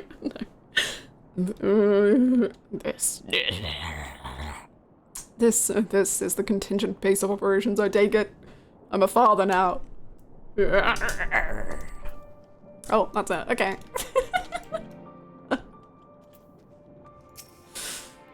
We couldn't save them all, but if we'd arrived any later, it would have been a massacre. Things were looking bleak until you and the first turned up. Yay! You were doing great. What do you mean? It wasn't looking that bleak. It's Denian. Hi, Grandpa. It's been so long since I've seen you. How are you?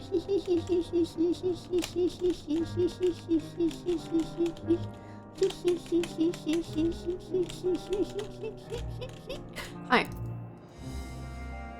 Though there'll be time later to discuss your journey to the first, there is one thing I must ask. Did you perchance speak with our friends in the Crystarium? I did. Lena and Becklug both warned me against overexerting myself.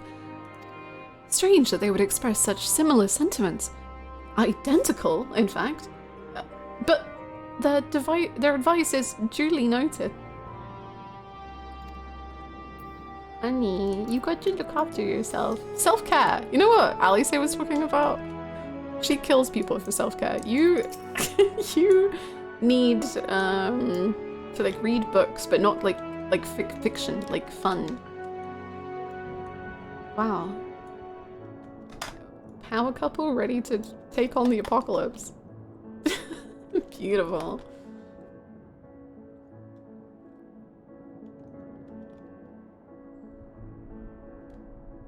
Have we ever seen Lena and Becklog in the same room?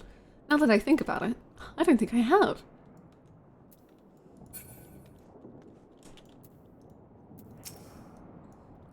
To see Zenos standing there so uncaring and unrepentant, gods, I don't know what came over me. I just blurted out the first thing that came to mind. Looking back on it, I stand by those words.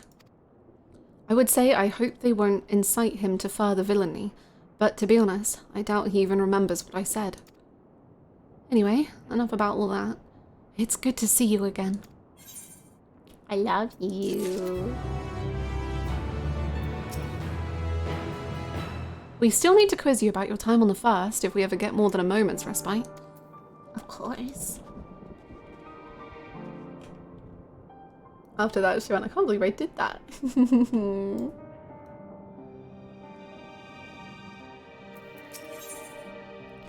Lucia is taking stock of the present situation.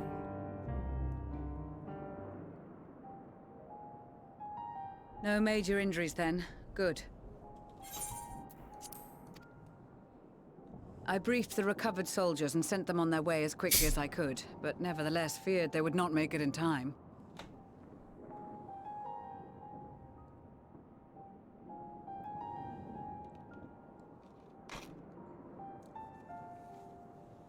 The additional support was invaluable. Your men saved more than a few lives. Oh.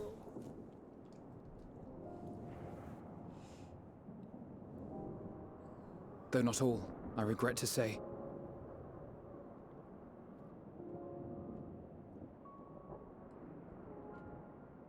I take it that I'm addressing Lucia Junius. I'm the Forum's envoy, Fortuno Leveilleur. How does he do it? And you are owed an explanation for these most dire developments. Dire developments? Sir!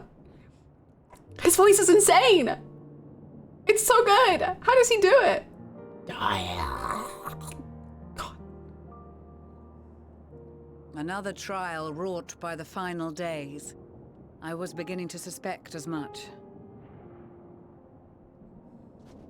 You doubtless feel some consternation having been forced to abandon your original plan. But trust me when I say you were right to send the refugees elsewhere.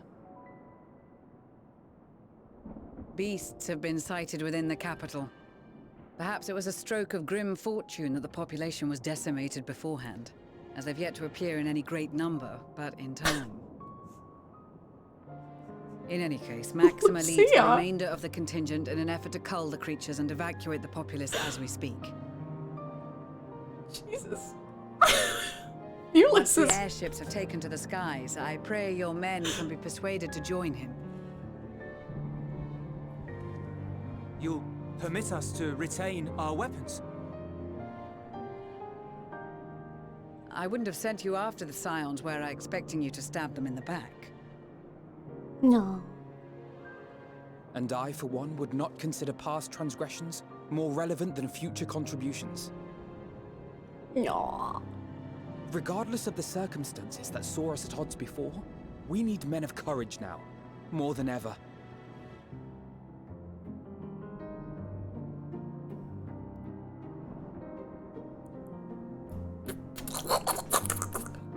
Yes.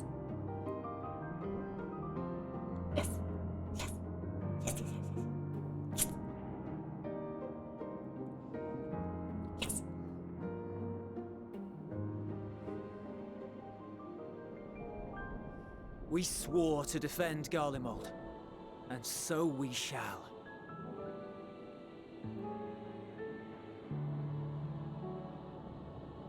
It seems you have everything under control. You will excuse me then, for mine own duties await. A moment, Master Fortuno. You did desire to express your appreciation for services rendered, did you not? I did. Though if you intend to again ask that Scion alter its course, you will find my gratitude insufficient. 'Tis nothing so onerous. I wish to hear the details of this grand endeavor of yours.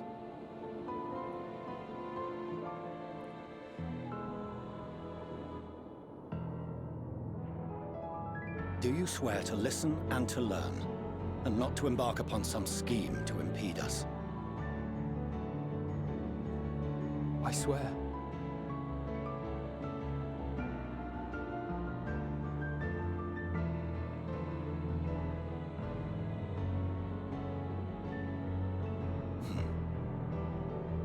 Any other, I would doubt. But you, I trust to keep your word. For not once have you broken it.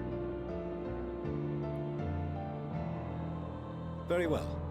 I will request that the Forum make you privy to our plans. You may await our summons at the Baldessian Annex, assuming the decision is in your favor. Does that suffice? It does. You have my thanks. Excellent. You can regale us with tales of your most recent sojourn to the First while we wait. I don't want to. I don't want to. Did you hear something just now? Are you making it up? Oh. Oh.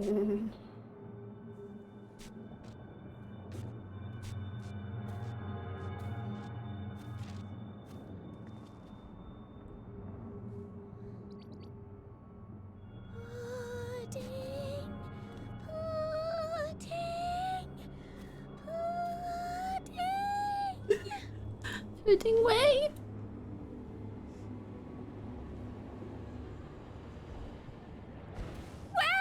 Where is this stars blasted pudding?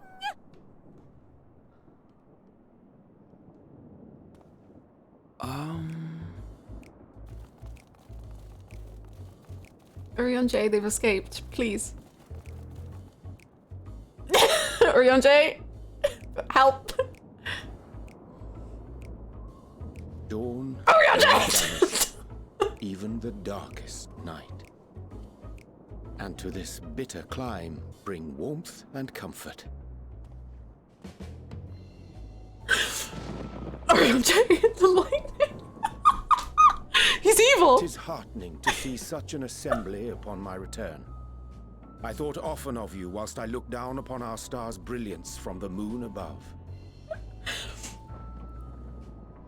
Yes, but what are you doing here? And dressed like that? Aren't you cold? Cover your goddamn shoulders, man. Verily, I fear for my health should I proceed to expound upon our purpose ere I procure more suitable garments. Then allow me to summarize. We're here because none of you lot are up there. How is anyone going to send word about any changes in the plans? It's rude, is what it is. At least that's what I thought at first, but then folks got to wondering if you weren't in a spot of bother, so we decided to take matters into our own hands. Come down here and help, if our help be needed. So she says, but it's also something of a convenient excuse to visit Etheris. Oriange made it sound absolutely marvelous. More so before the impending doom. I can't. I cannot. There will ever be a better time. What with the aforementioned doom? Marvellous, they say, yet not an ounce of pudding to be found. I can't. Must suffer Oriange's inferior works no more. Hey! Maybe consider the plight of present company before you go blathering on about pudding and doom? Ahem.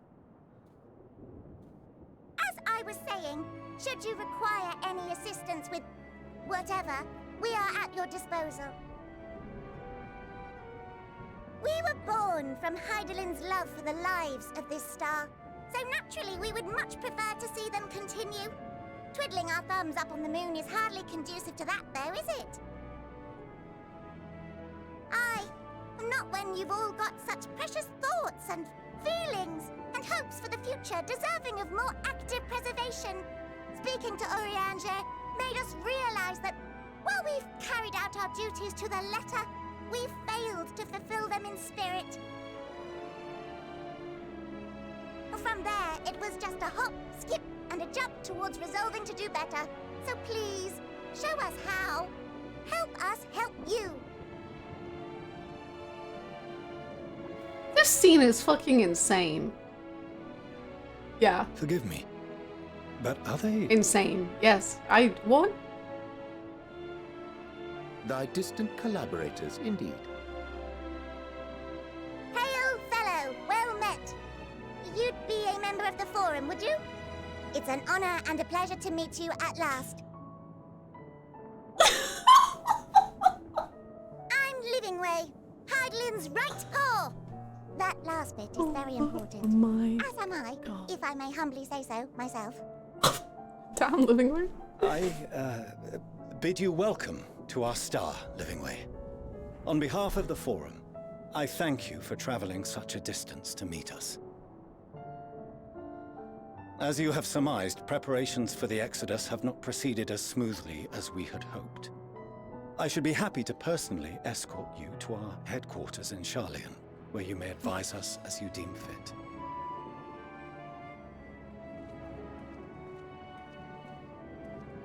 'Twas with reluctance that I set aside the great work of readying the moon for habitation. Be assured that I did so only after the Loporrits made plain their earnest desire to come hither, and I myself felt a growing certainty that their contributions here would prove invaluable. 'Tis trite, perhaps, but I followed my heart. Urianger. May thy disciples vanish this darkest of nights. Good to have you back. I love you. You're perfect. For a time, at least. Nevertheless, 'twas worth the journey to find present company well. Yay. Will thou attend us at the Forum and lend thine own wisdom? No, Puddingway. Oh, Puddingway. If that's all quite settled, yes. can we start moving before Urianger catches his death? Yes. Even I'm freezing out here. Is it cold? Oh, I dare say you'll warm up quickly once you're aboard the airship. Sat shoulder to shoulder with our fur-covered friends.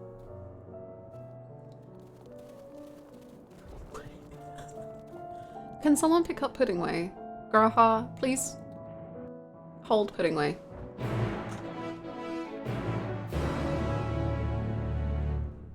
Imagine Puddingway and Yuritsa from Fire Emblem having a discussion. I long for these sweet delights. I like pudding. Wow. My furry friend, you seem at one with me. We are of one mind. I like pudding. I as well. I'm gonna write a fanfic of Yuritsa and Puddingway having a talk. I dare say Master Fortuner was as nonplussed as we to learn the identity of Hydaelyn's lunar custodians, as he will soon discover they have much and more to offer the Forum. Might I suggest we return to the Annex forthwith? We may yet have time to discuss thy recent adventures ere we are summoned to the rostra.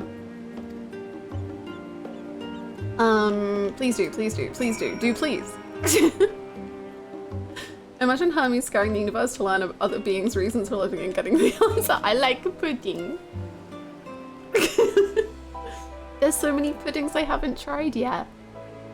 Thank you so freaking much, Loporrits, for the gifted subs, by the way. Thank you so much for gifting the little freaks, as the little freaks did occur. It was most timely. Thank you so, so, so much. You were so, so wonderful. I would much mislike if we dost not returneth post haste. Mislike, my god. Can you believe that Zenos was Zenosing?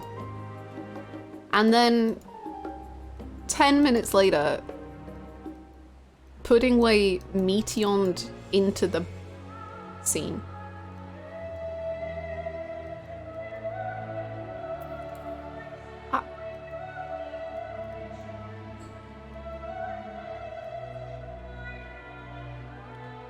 Zenos to pudding pipeline. The scene of all time. I wonder if Zenos and the Loporrits cross paths. Oh, they absolutely must have. Are you kidding? There's no way they didn't. Oh, is this from a yellow quest that I picked up?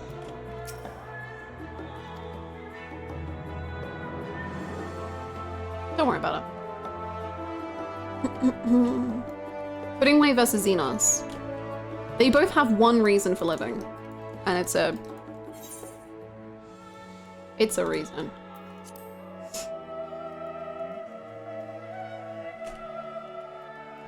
Good morning, we're not crying, so things are going well, right? They're going so well. Things are fine. Hello, Dom. I hope you're well.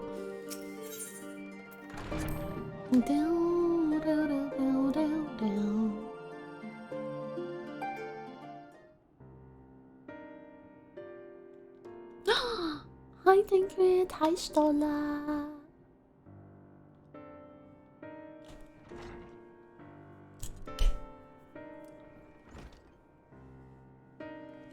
So anyway, guys, do you want to hear about the overwhelming depression that I have?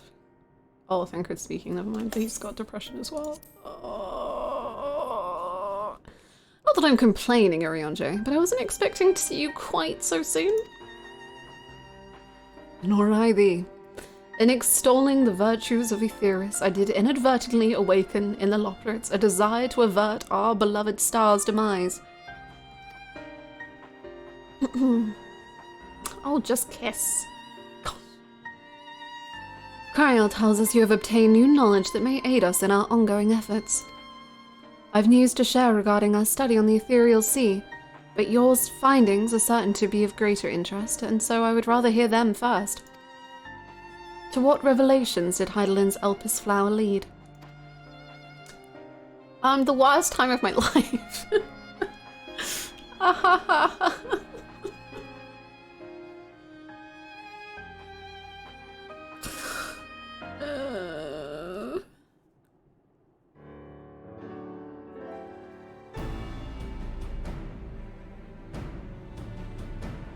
And this dynamis is what drives the final days.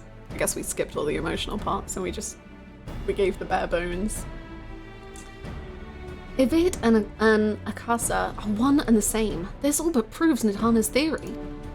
We're an entity, through sheer force of emotion, to channel this vast dormant reservoir into a raging river. Its power might surpass that, even that of ether.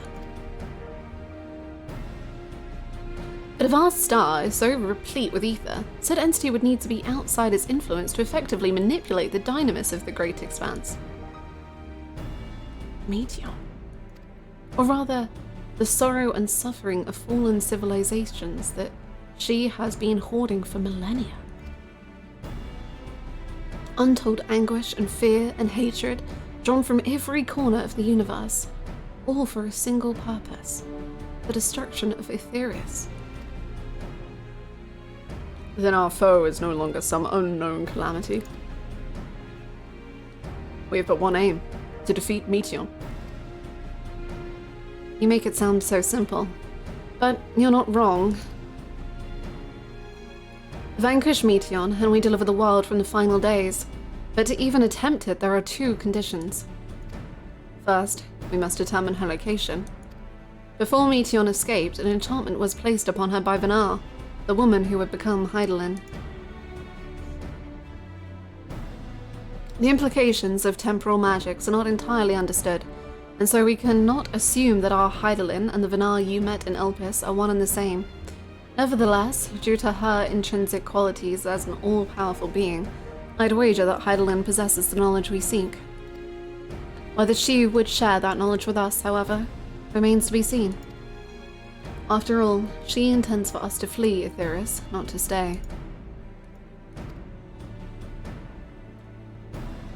Do you suppose she has abandoned her pursuit of Meteion? The Venat I know would never give up. That's my impression too. Otherwise, she wouldn't have used me as a conduit for her will, or provided clues such as the Elpis flower. I believe she has been waiting for mankind's answer to Hermes' question.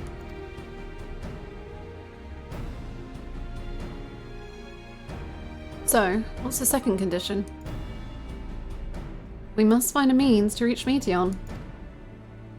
Delicious, delicious. Nom. Hello, Hispanic. How's it going? Naturally, our chosen method will depend entirely upon wheresoever she has made her nest.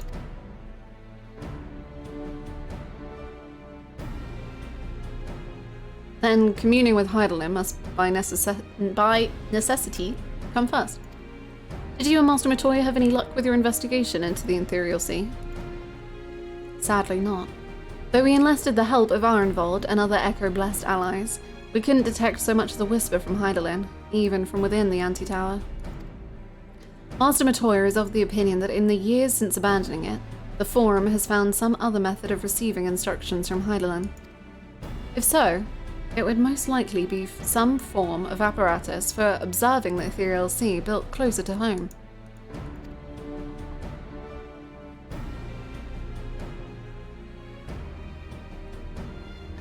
Sorry to interrupt. We've just received word for the Forum. Your presence is required in the Rostra, where they intend to discuss the Great Exodus. Then Father was able to persuade them. They're finally taking us seriously. Let's hear what they have to say. Yay! Good job. We're fixing the final days and the familial bonds that have fallen apart. Yay! After you left for Garlemald, I went to Labyrinthos and tried to reach Hydaelyn using the Elpis flowers. Alas, my attempts were in vain. I can only assume that she spent a vast amount of her power in the confrontation with Fandaniel, and is presently unable to communicate. Indeed, as her presence left my body, I could feel how faint it had grown. She's on Do Not Disturb mode. I hope you don't mind me staying behind while you attend your big meeting. The roster reminds me a bit too much of the supremely scary tribunal in Ishgard. You'll forgive me if I keep my distance. Father has granted us the opportunity we've been waiting for. Though we know not what information, if any, they intend to reveal, there's only one way to find out. To the Rostra. Master Meteion has suspected for some time that the Forum has been constructing a new facility for the purpose of surveying the Ethereal Sea. Of course, as the custodian of the Anti-Tower, which would presumably be rendered obsolete as a result, she has a few things to say about that. Nothing that should be repeated in polite company, you understand? Well, that was a much quicker response than I was expecting. Nice to know our efforts in the Magna Glacies didn't go unnoticed. At first, I wasn't sure what to make of Hermes and his motives. But it's like we discussed at the Great Work. When faced with the harsh realities of life, some seek the release of death. Others grow defiant. They fight. Either way, it's our right to choose.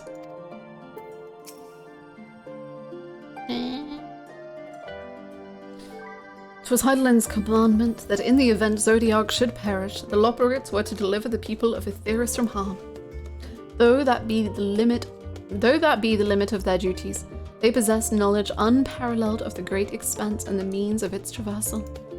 Should they be persuaded to assist in our efforts to reach Meteion, we would do well to heed their counsel. After sending Graha and Estinian back to Garlemald, I stayed in Locus Simonis for a time. Being an imperial province, it was already in turmoil before the onset of the final days. You wouldn't believe the difficulties we had overseeing the evacuation of villages we visited. I have faith the detachment we left behind will continue our work and shepherd the people to safety. To what safety can be found in a world coming to an end. Yay! To think the crystal tower of the first is capable of such feats, ascending one's soul into the distant past. The events you witnessed and helped shape may yet hold the key to forestalling the final days. I'm reminded of dear friends in a future I unmade, whose selfless efforts saw the 8th umbral calamity averted. In this timeline at least. Too much has been sacrificed for us to abandon Aetheris now. Yeah. Yeah, you're right, man. You're right. It's so true. Ooh. I hope that the bunnies will get seats. Or just sit on the desks in the forum, because they deserve it. They can just hang out and cause a little bit of chaos. And then someone gives pudding. Someone gives pudding way pudding. Someone gives pudding way. All of it.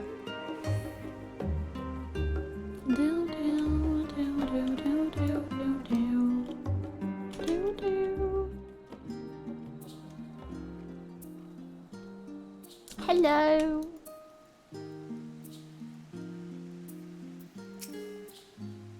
The forum is in session, and as such, the roster is closed to visitors. I'm not just a visitor.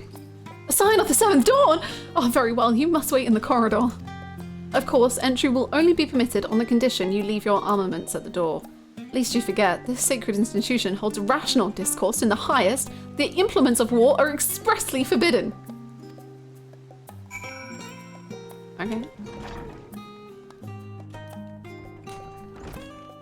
Whatever. You're with the Scions, yes. There is nothing more that I can tell you of the Great Exodus save for what you heard at the Forum's proclamation. Pray be on your way. Okay.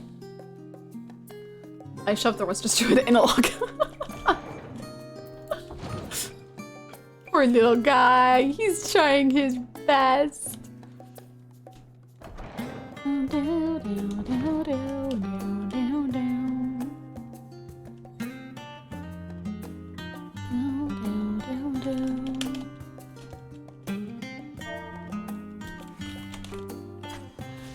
Oh my goodness. In order to accommodate the 99 members of the forum, the seating of the assembly hall is arranged in the shape of a spiral. Viewed from above, one is reminded of the symbol emblazoned upon the Scion flag, the Nautilus shell that keeps the water of knowledge. God, they are just obsessed with knowledge, my god. Golemold has cold.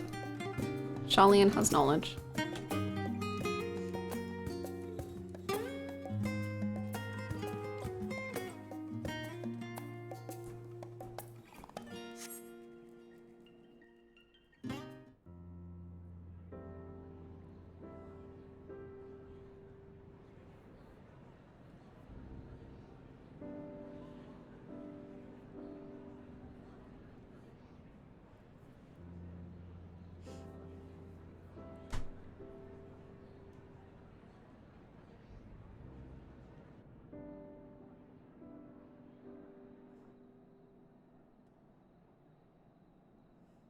There is a matter I wish to raise with you before we enter.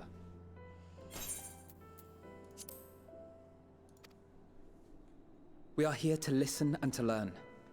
But if the Forum's plans are more or less what I expect, then I should like to make a proposal that will serve our ends.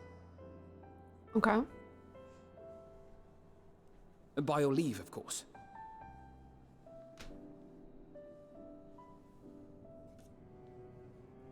I don't see why not. Your words and wits have gotten us this far. Agreed. I will present our queries so that you may consider the most advantageous way to advance your proposal without distraction. Thank you, everyone. We love you, Alfie. We will support you If always. I may have your attention, the ad hoc session will now commence.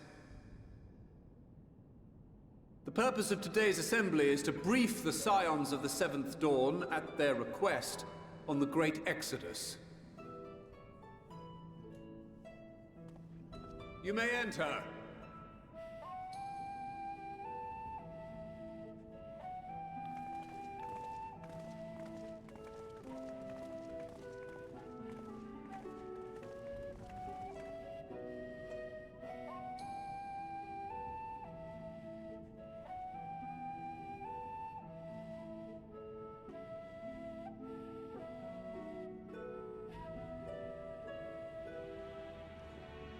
On behalf of the Forum, I commend your heroic actions on the Magna Glaciers. We shall not soon forget your service to us and the people of Radzat-Han. The Satrap, whom we have informed of the refugees' new arrangements, sings your praises as well. As an expression of our gratitude, we will endeavor to answer your questions as fully and openly as we are able. Then let us begin. First, it is the Forum's objective to ferry the life and knowledge of this star to the moon. Am I correct? You are. It is for this purpose that Scion has labored these many long years. We have collected biological samples and scientific records from across the star. When the time comes, they will be moved from their places in Labyrinthos and Numenon and conveyed to safety. Once that critical task has been accomplished, we will begin transporting the Scion citizenry, which has been categorized into groups. The earliest arrivals are to ensure hospitable environs for those who come after. Following our people, we will send those of other nations in turn, beginning with our allies. Radzat-Han was foremost among these, but since the final days have already come to Thavnair, we saw fit to include the refugees with earlier groupings. An ambitious plan. You have accounted for the safety of all nations and tribes, then? As many as we can. And how, pray tell, do you decide who to leave behind?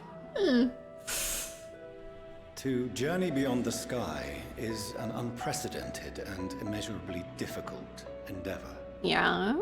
Introducing sources of inevitable conflict would condemn all to certain death. So who out of each conflict do you choose? And why?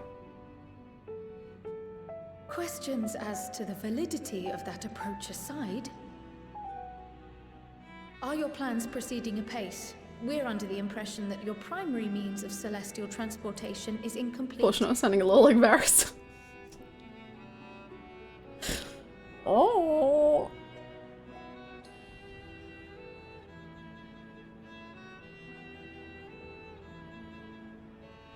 If only in that it does not meet our optimal parameters, that is correct. This Ark, as some have taken to calling it, is fully operational and could be launched even today. Okay. However, the final days have progressed more quickly than we anticipated. At present, the ship is incapable of attaining speeds sufficient to meet our evacuation targets. Should we put the vessel into service, as it is now, we will be unable to travel to the moon and back quickly enough to complete the necessary number of trips. Precious lives and knowledge will be lost. Well, don't you want to do some anyway? Seven hells. Is there anything to be done? The ether burner, the primary means of propulsion once the craft is in the space between stars, is undergoing testing to determine whether it can be made more efficient. Though cargo is being loaded for the initial phase of the Exodus, We are prepared to continue our experimentation up to the day before launch, should it prove necessary. Okay. What if the Scions were to solve your problem?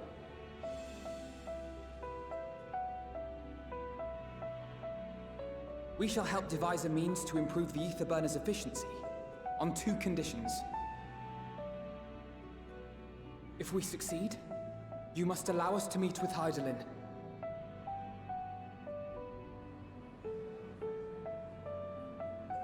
'Twas simple enough to deduce. You have a Concord, and so you would never have abandoned the anti-tower had you no other means of communication. One far more convenient, I suspect.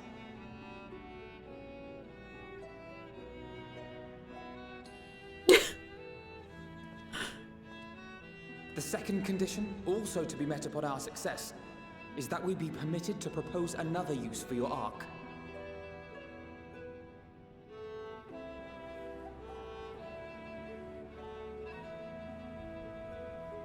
We would be at liberty to refuse this proposal. Of course. If we cannot prove its merit to the 99 here, who are we to stake on it the lives of all peoples of this star?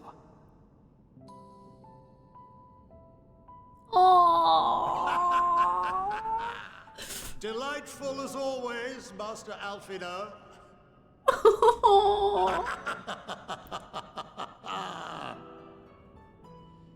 Oh, we couldn't have asked for a finer plan.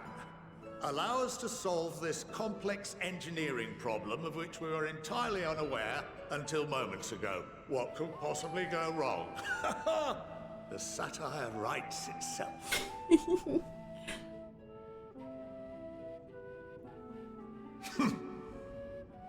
Yet, what field has not benefited from a change in perspective? When we are at wit's end, what we need is not the same dry theories recited ad nauseam, but fresh inspiration.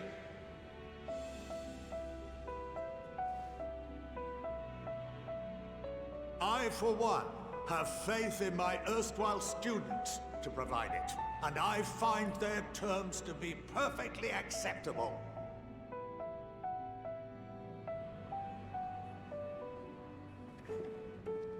Order! Order! We have no time to waste on debate. What do you mean order? No one was really... Order! In favor of agreeing to the Scion's terms?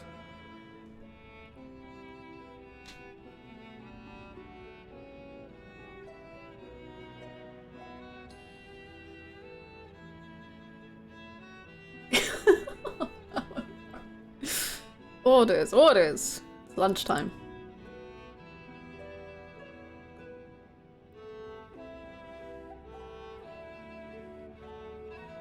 "71 in favor, 28 against.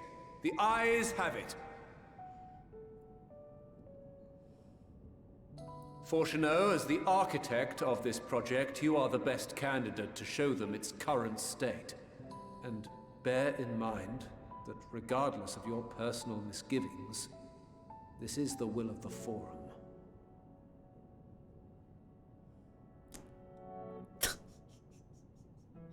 Very well.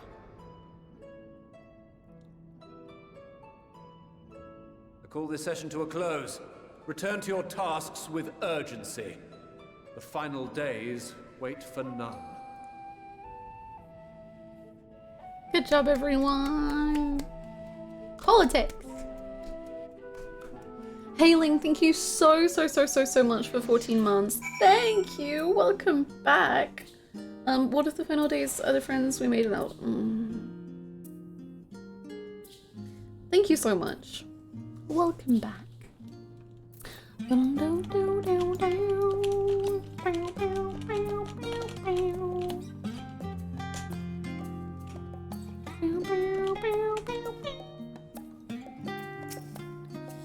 My affinity for espionage may have earned me the title of Archon, but I was completely unaware of the Forum's plans.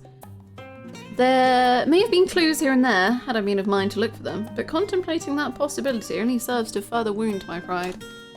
Not that anyone could have realistically surmised that their brilliant stratagem was to build a giant ship, fly to the moon, a still larger vessel in truth, and use that to travel to another star. Even now, the whole idea seems positively absurd when spoken aloud. There. You did great. I love that the shoe bill is just... I am the center of attention, actually. Of late, I have seen no sign of the Loporrits. You lost them. This being their first opportunity to experience the wonders of Scion, the potential for misadventure is nigh infinite.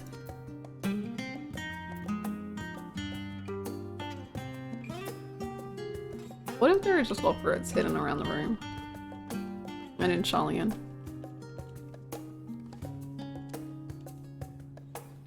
I don't think there are, but just the idea of it makes me so happy that I just have to check. I just want random little Loporrits hiding beneath the desks or something.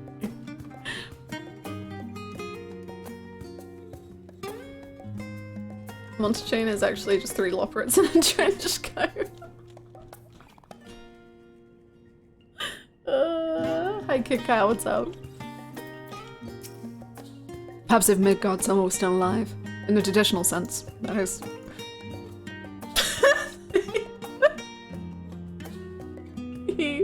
He could have offered to help the vessel attain the necessary speeds. And again, there's no guarantee his contribution would make enough of a difference to matter. In the traditional sense.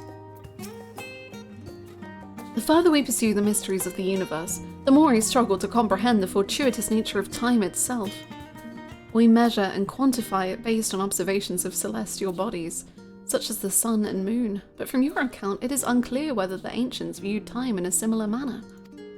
I mention this because while Venat knew the final days would reoccur at a defined point in the future, she presumably had no way of knowing exactly when. Even so, the completion of the Forum's preparations to escape the moon, aligning so closely with the advent of the final days, is surely no coincidence.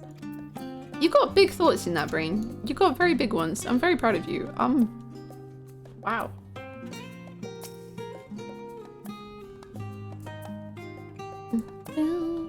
I'm a little vexed that we've yet to learn of the Forum's replacement for the Anti-Tower, though I expect that in time they'll share that too with us, and with Master Meteion, if they've any sense. Oof, I'll admit, bringing up the issue of the Forum's incomplete arc was more than a little daunting. They were, to their credit, quite open about the current state of affairs. What was even more surprising, though, was when they took Alfino up on his offer. While I very much take issue with the Forum's approach to selecting whom to save and when, they're not wrong for wanting to minimize potential conflicts. Fortunately, if this plan of ours actually works, the Great Exodus itself will become entirely unnecessary. Rest assured, I have every intention of honoring the Forum's decision. Gravel. Sorry about not letting the rest of you in on my plan. I was, admittedly, thinking on my feet for the most part. But since we require both the means of communing with Hydaelyn and reaching Meteion, in the spur of the moment, I saw involving ourselves with the completion of the arc as a way to work towards both objectives simultaneously. However, we must first keep our end of the bargain by solving the problem of the Etherburner. I'd like to think it's not a challenge beyond our combined expertise, or at least the expertise of our extended circle of associates. It might behoove us to learn how an Etherburner actually works before we attempt to improve it, though. Maybe it could behoove us. As Father seems so eager to help, maybe we can have him educate us about the Etherburner. Baby. Fortuno's ability to maintain a stiff upper lip is being sorely tested. Yay! As instructed, I shall take you to see the Etherburner. Meet me outside the Archeon. I trust you can make your own way there. Yay! So the Ark is being built in Labyrinthos. Hardly surprising. Where else could they conceal such a massive undertaking? I am most excited to see an intense gameplay. This is the most intense gameplay. Look at this.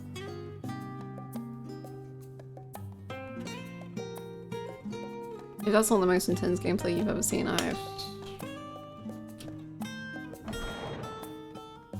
simply can't understand. Am I going the right way? I think so. Shoebook gaming. Best kind. Look at him. Look at his little feet. He's the best.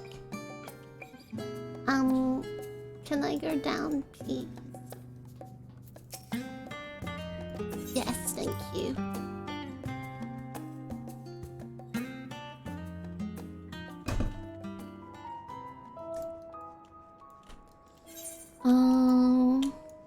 Okay, never mind.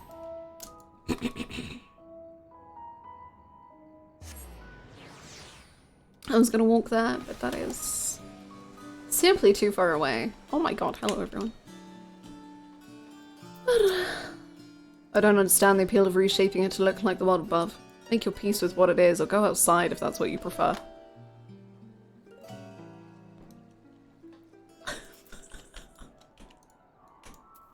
This Indian really just said, go touch grass. What the fuck?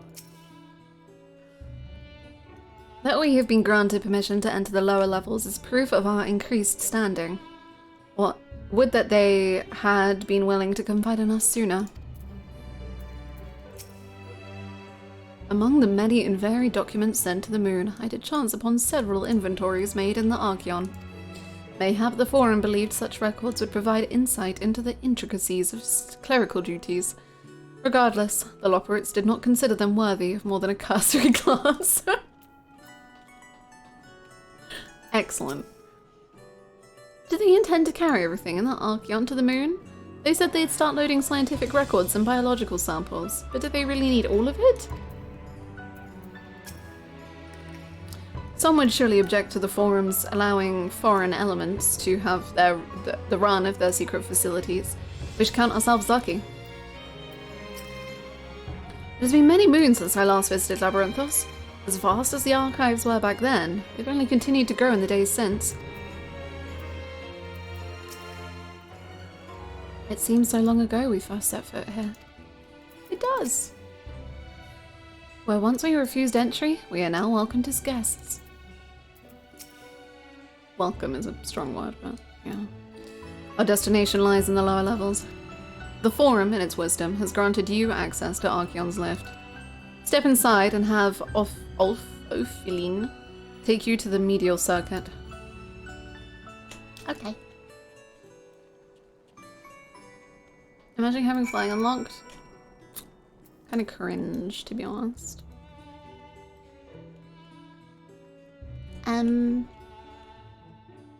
Not you, sorry. Hello. You wish to use the lift, yes? Yes. Thank you.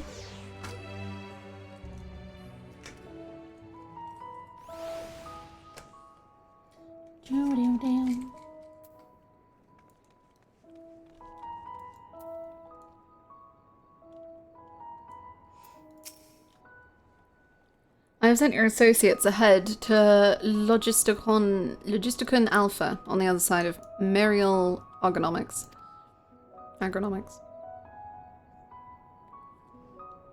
Actually, there is something I have been meaning to.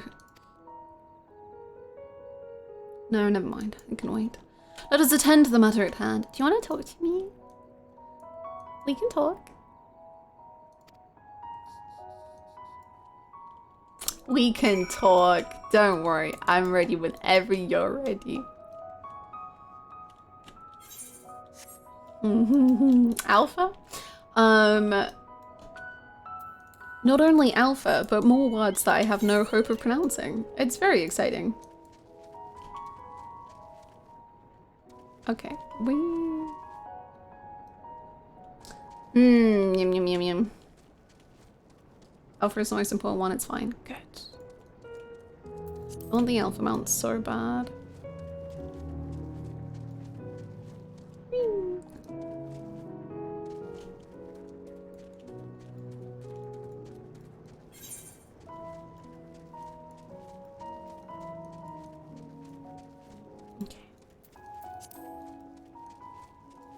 Avoid the evil tomatoes. Continue on.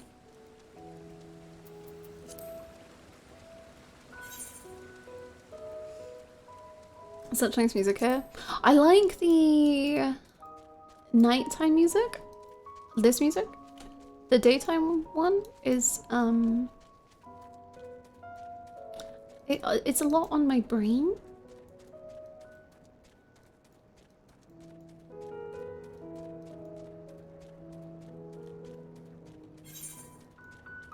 It's quite intense. What's happening with you?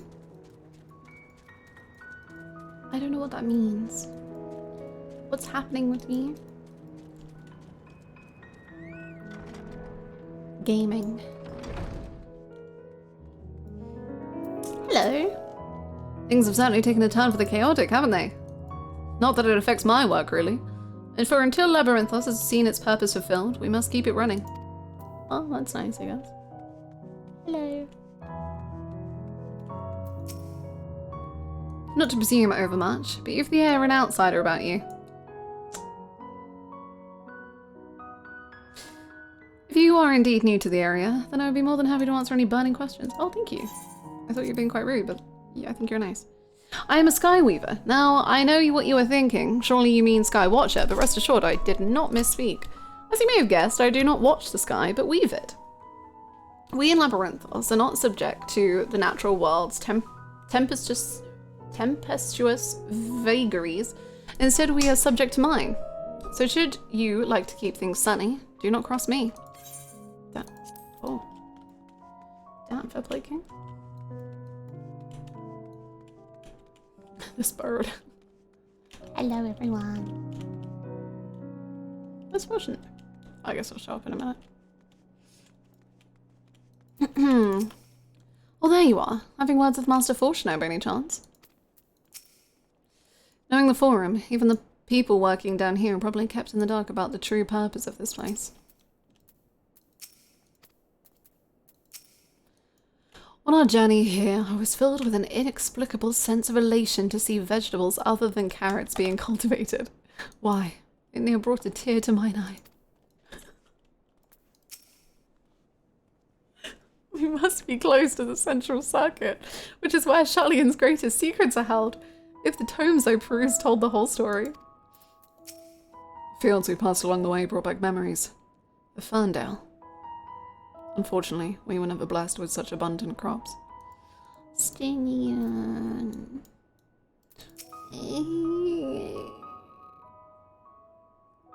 The further underground we go, the more surprises we find. I wonder what this place is actually for.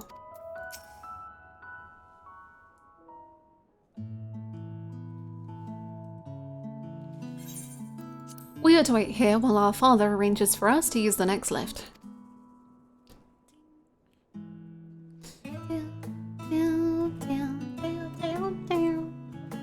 Love this music so much. Here, being Logisticon Alpha, where the atmospheric conditions of Labyrinthos are regulated.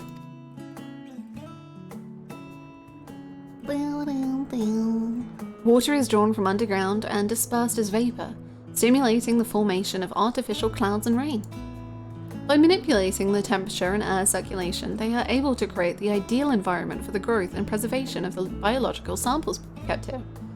Kinda reminds me of someplace else now. Hold on, how do you know so much about it? Why? Father brought me here as a child. What? And left me behind? Actually, you're the one who left me behind when you went off somewhere with Grandfather. The night before, I'd been asking Father how clouds are made, so he decided to show me. It was fascinating. I peppered him with questions the entire time. It is all too easy to take for granted the many interweaving aspects of the natural world, to grow inner to the wondrous.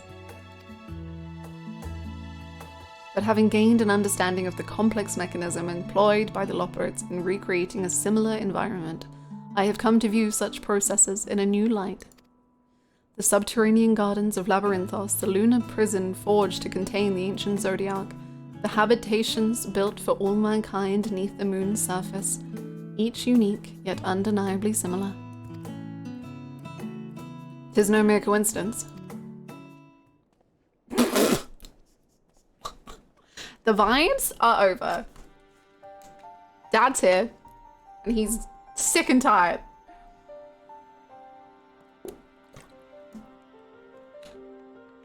Ever since Hydaelyn unfolded to us the grim fate that awaits Aetheris, every essential resource we could spare has been delivered to Labyrinthos in preparation for the Great Exodus. But that is not all. I've had enough of these vibes. Come on! It is also a testing ground for the technologies that will allow us to settle on distant stars.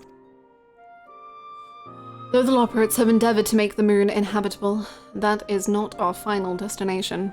Mankind must learn to propagate life where there is none, to thrive where all is barren. Alas, time is not on our side. I've arranged for you all to enter the central circuit. It is there that most of our preparations for the Great Exodus are carried out, the construction of the Ark among them. Though our plans have been made public, access remains highly restricted. You, however, will not be subject to said restrictions, and will have free reign to come and go as you please. Such was the will of the Forum, after all.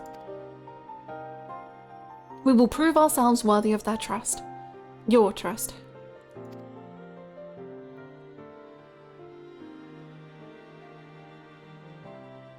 Then let us proceed. Papa! There's so many feelings in you. You just gotta feel them really. You gotta properly do it.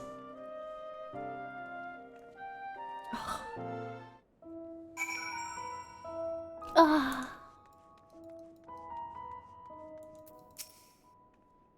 By decree of the Forum, the signs of the Seventh Dawn are permitted to enter the central circuit. Yay!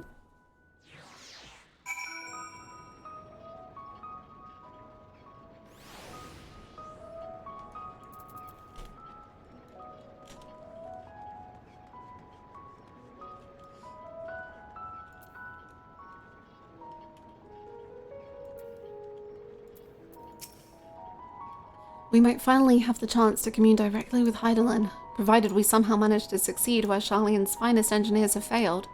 Still, it won't hurt to have a look. This is it, the central circuit. The sooner we can get a look at this ether burner of theirs, the sooner we can start working out how to improve it. I imagine the secrets kept here would be of great benefit to mine own research, but I will refrain from indulging my curiosity for the time being. The temperate environment here is not unlike that of Bestway's Burrow, though the diverse vegetation doth produce a far more complex bouquet of aromas. A welcome difference indeed, for I have grown weary of the scent of carrots.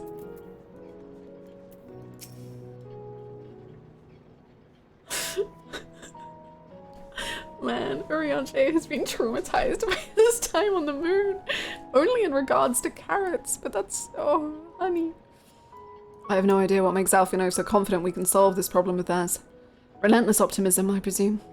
A not unwelcome trait in a youth, but less so in a gambler. Aye, let us resolve never to let him set foot in the gold source.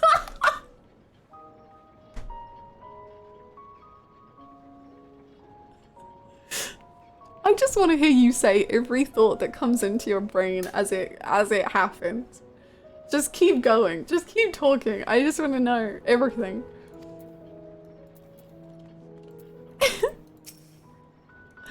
The farther down we travel, the more expansive the sky above becomes, artificial though it is. Would that the heavens elsewhere could be so idyllic. Please tell me we're almost there. Or is there another underground level we have to reach? The even more central circuit, perhaps? The ether burner is being constructed not far from here. Overseeing the work is Kokol Denkol, after whom the forge is named. Once the necessary introductions have been made, I shall leave you with him to discuss the particulars. This way. Okay.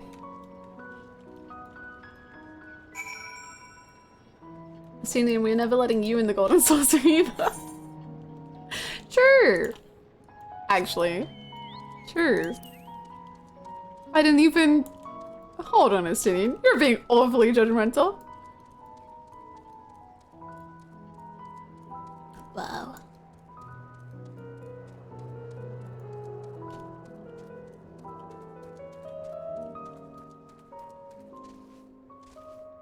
Road trip to the Golden Saucer. Let's go. Assuming go all in on every hand. He doesn't even know what the hands are, but he's going all in anyway.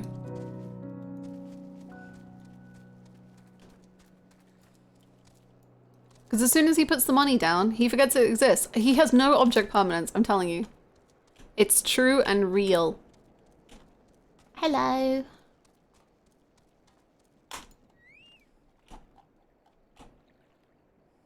Oh my god. You are so freaking stylish. What the hell? Whoa. He looks lost in thought, although it seems he's hit something of a stumbling block. It's all or nothing. Is he talking to himself? Perhaps you'd like to break the ice. Oh no. Insane music time. This is the man we seek. Do not try to startle him.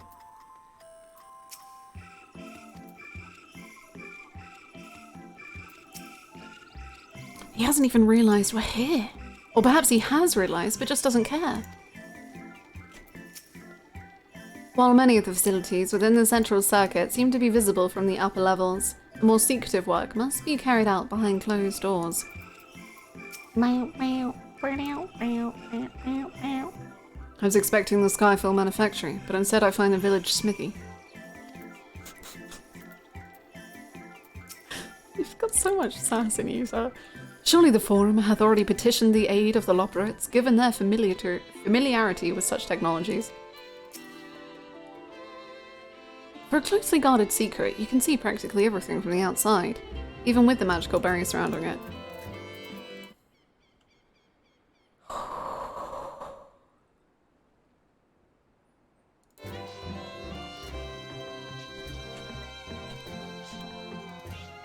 Hello, sir.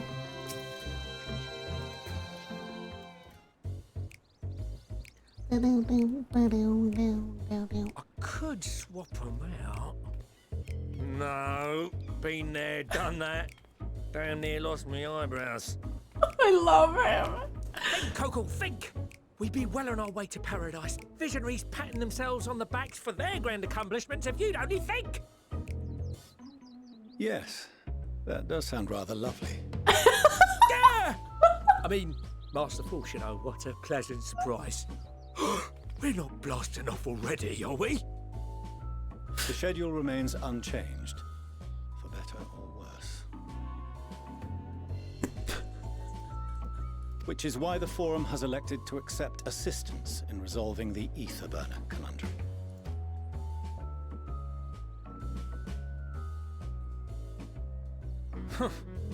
Not seen you lot down here before. Hello. There are archons among their number, but engineering is not their expertise. Nevertheless, the Forum concedes the slim possibility that they may have insights to offer. If not, you are at liberty to return them to the surface, by whatever means you see fit. You know how I said you were trying earlier? Now you're just trying my patience. Please. Stop. Be nice. I assure you that won't be necessary. Now, about your troubles with the ether burner. Aye, aye, I'll walk you through it. Suppose I could do with a change of pace. As the name ought to tell you, the ether burner burns ether, ambient or otherwise. What? And transforms it into motive force. Think of it like a giant bomb that never stops exploding. I prefer not to think of it like that. Even out in that black void where the ether's right sparse, It's strong enough to move our arc. And it probably won't kill you like an actual bomb. Probably. Probably.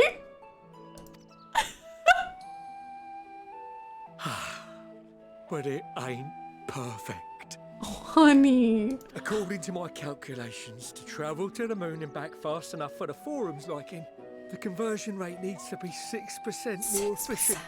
6%? Oh, God. A measly 6%, you say? But if I could have squeezed even another 0.6 out of it, don't you think I'd have built it that way in the first place? Hast thou consulted with the Loporrits? Yes, they too are conducting their own research, for lack of a ready answer. The moon's propulsion systems are considerable, naturally, yet they are commensurately massive. The moon's propulsion systems is not a sentence I ever would have thought to hear in this video game, but here we are, and it's beautiful. It is no easy feat to convert their technology into an efficient means of propulsion for a teeny tiny toy boat, as they say, and as I most certainly do not.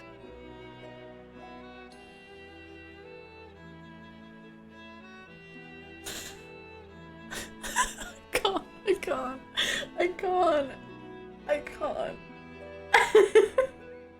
He's so sad whilst he says teeny tiny toy boat.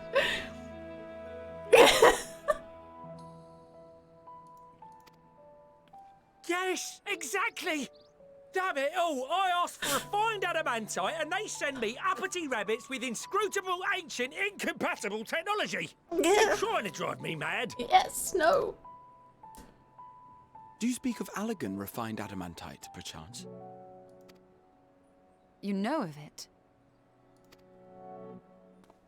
Only in the most general terms, I'm afraid.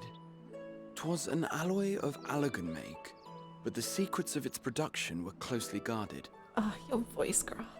God. As I recall, the record stated it was vital to Dalamud's construction and launch. Oi, that's the stuff. No material more conductive far as I know. Slotting some ends like blowing up a dam and watching the river of ether come rushing through. Ain't a living soul that knows how to make it though. We were fortunate enough to salvage some for the ether burner, just a wee bit, mind, from a chunk of Dalamud that came hurtling into the northern empty during the calamity.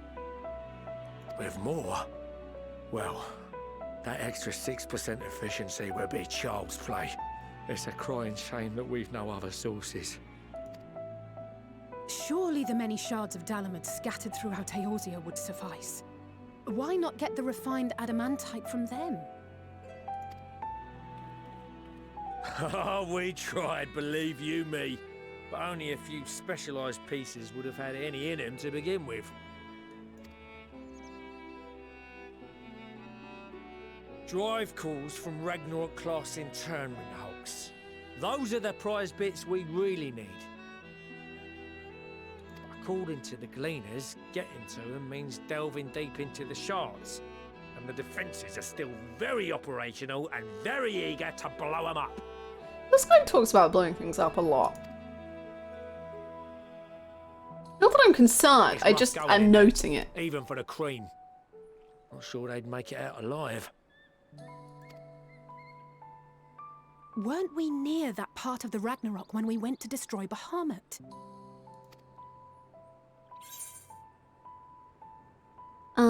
This sounds like a job for someone else.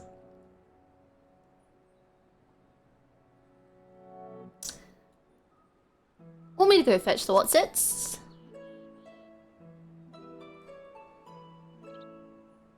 That may be for the best, though you doubtless find the task too dull for your liking. Oh. I'm not happy.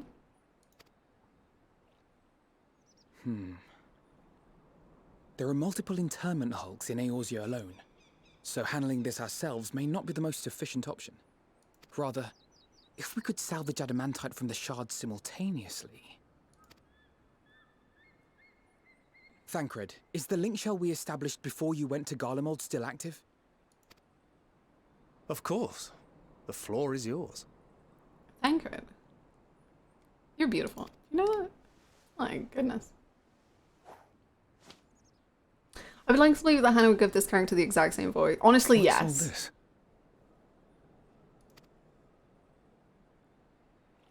Gathering firewood, so to speak. We alone can accomplish little, but joined by others, we may yet build a bonfire to carry us heavenward.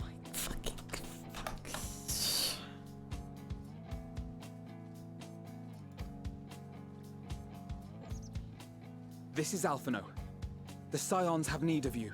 This is Alphino!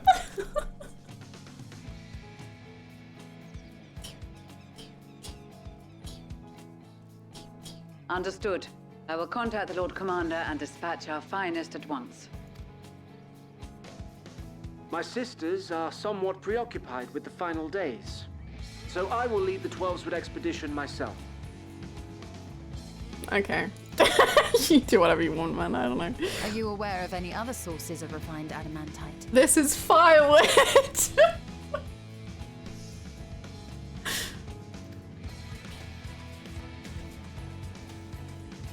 Logically, such an invaluable alloy would have been utilized solely where absolutely necessary, in components intended to conduct or collect surpassing amounts of ether.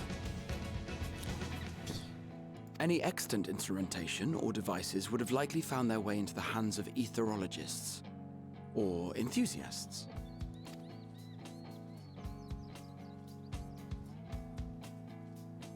Magical artifacts of Allagan design? The Eastern Alliance will send word to one and all. Are there other ways we may offer aid? No shards of the Lesser Moon scar our soil, but our stake in this cause is no less for it. Is there anything in Othard that might be of use to you? What did you say? Oh, you got friends in far places, lad. Anyway, if you're offering, I wouldn't say no to one of those Far Eastern sacred relics. Some of them can hold enough ether to summon a whole damn primal. Combine a source like that with the ether burner, and 3, 2, 1, kaboom! I gather you heard his explosive enthusiasm. Might you secure us a suitable relic? It shall be done. I know little of machines, but I promise we will do our utmost to gather the materials you need to finish your starship. I am glad for the work, in truth. Better to busy oneself than wait and fret over disasters foretold. Then why are we all still standing about yapping? There's plunder for the taking, and I'm a born plunderer. Madeline, please. Please. I'm begging for you to have one word. I'll be an old Charlian before you know it. Start mixing the grog. Let's go grog for everyone, lads! I'm certain that can be arranged. Thank you all, and do be careful. Grog? My golly, sir, we have the finest wines just available. Like grog! That's all I want. Aye, just like that. Our refined adamantite is on its way. Alfie, no! There's yet much to be done.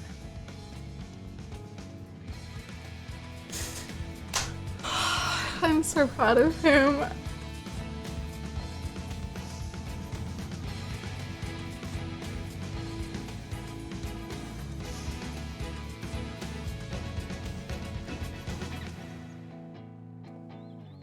I'm gonna have a discussion with you, sir, right now. We're gonna have a talk, because I'm so proud of your son, and you need to be proud of him too! Please! I'm begging you.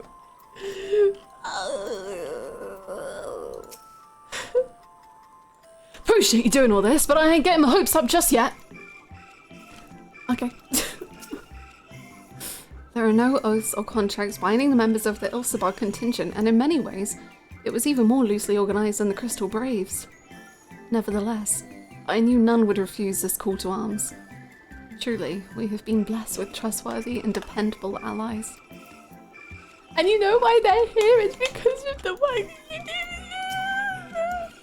Though Bamu is long gone, the internment hulks are far from safe. It could be much worse, of course. They won't have to fight their way past Mericidian dragons, nor is there any danger that Elder Primal might be summoned again. Even so, I dare say there are still a fair few elegant creations and contraptions remaining to bar our friend's way. I only hope that Grandfather watches over them.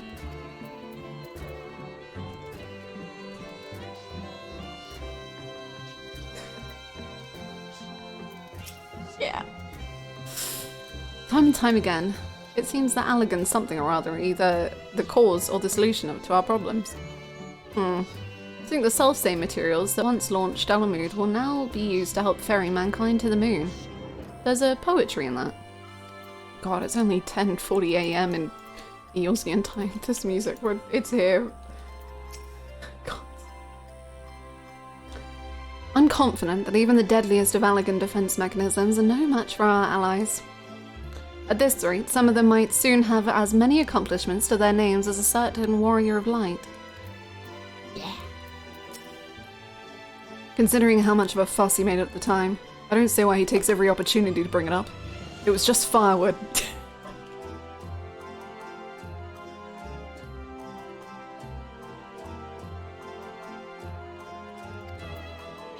Poetry is idiot! Poetry!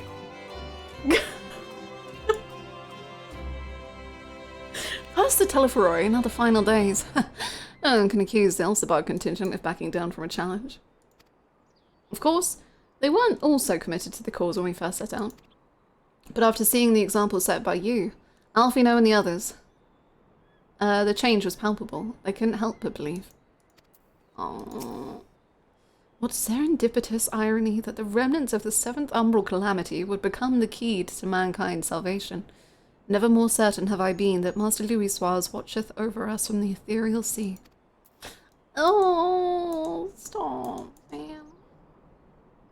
It defined his life. Have safe travels home. It was a groundbreaking moment, dude. Please.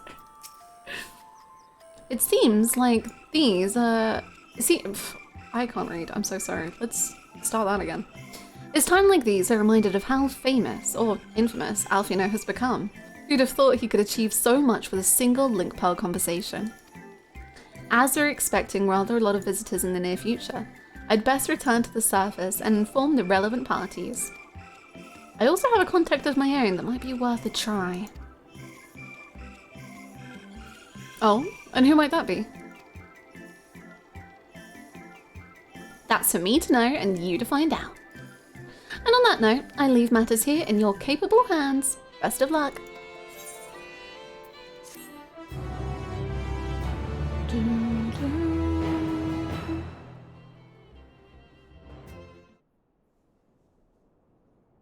Meanwhile,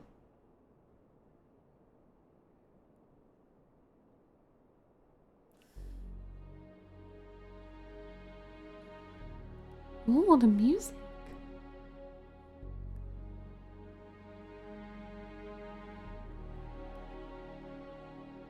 Our course of action is clear. We must harvest refined adamantite from the shards of Dalamud and procure arcane relics of Allagan make. Summon the best and brightest of our immortal flames and form an expeditionary party at once. Call upon the Sultan Sworn and Brass Blades for support as you must. Papashan, send word to the guilds. We will require the expertise of master artisans if we are to have any hope of identifying and recovering these elusive materials. Viergeist, we have need of your stone torches. They are to assist the immortal flames in scouring the ruins and to help secure the surrounding areas. I trust I can count on your support. As commander of the Stone Torches, my son Zimberk will personally see it done. Pippin, I would have you lead the raiding party. Assemble your finest, and with Tizona's blade clear the way. Lord Loporrits, You're a little you bitch. take charge of the search for Allagan relics. Surely you know of some being traded on open or clandestine markets, or sleeping in collectors' vaults. Of course, I ask not that you do this out of the kindness of your heart. By all means, profit on the transactions. I wish you the joy of it. You're a little fuck. I fucking despise that you're here, but do as you must. The final days descend upon our world. If circumstances are truly as dire as they say, Uldar's best efforts may be for naught. And yet, when we Eorzeans rose from the ashes to rebuild our broken realm, did we not learn one simple truth?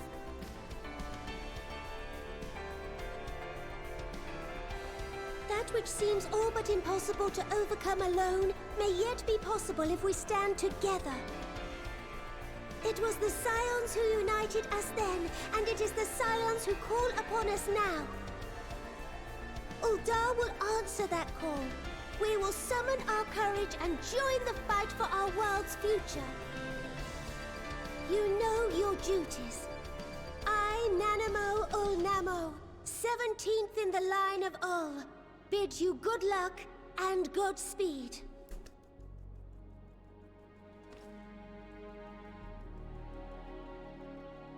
You're so cool, Nanamo. Oh.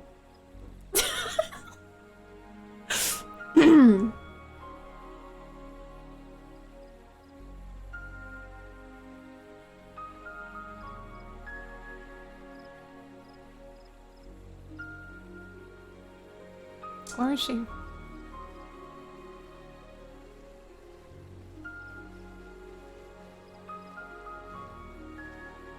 She's busy. She's busy. She's busy. She's busy. She's busy. He said she was busy. It's totally cool. I miss her. We fielded a goodly number, but our ranks are heavy with healers, and an abundance of restorative magics will be of little help in destroying Dalamud's defenses. Still, it has ever been thus with Gridania. We must steel ourselves for a protracted engagement.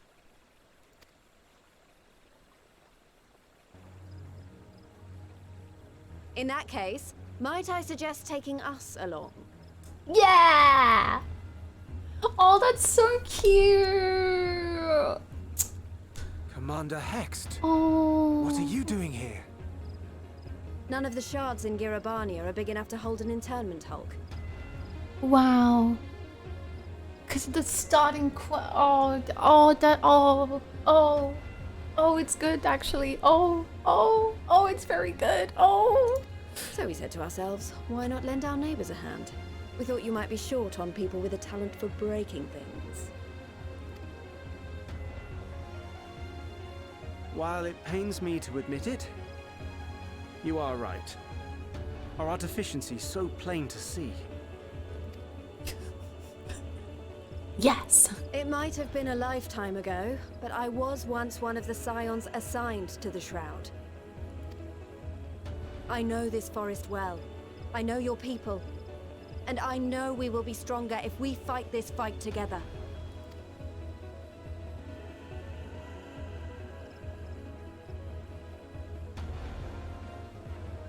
Then I will impose upon you with a clear conscience. Come, let us speak of how to integrate our forces.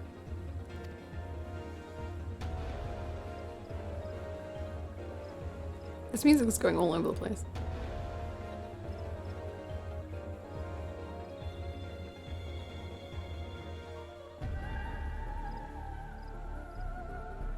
I won't let it all be for nothing.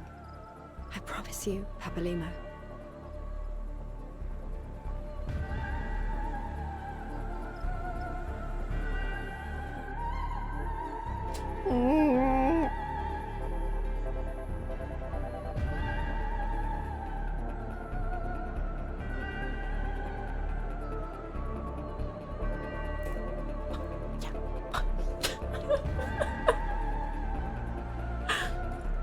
Oh no, actually I take it back, no, it's emotional, actually no.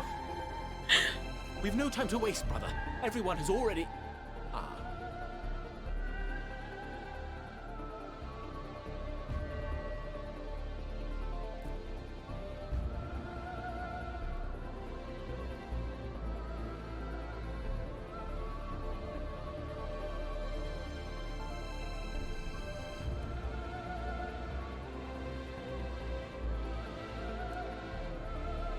Oh, that is such a beautiful shot. Oh my god. That's so beautiful. That was a roar.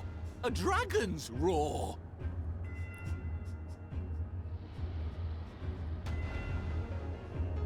That was a roar! A dragon's roar! Maybe! Oh golly! I love him. I adore him so endlessly.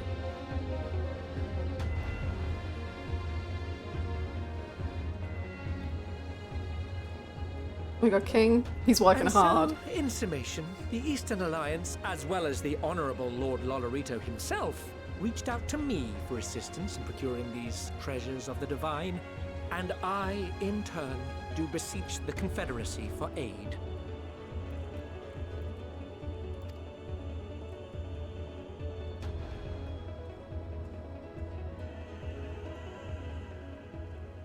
Hmm? Is that... Hancock? What a surprise this is. And a fortuitous one at that. I have a favor to ask, you see. That's so funny.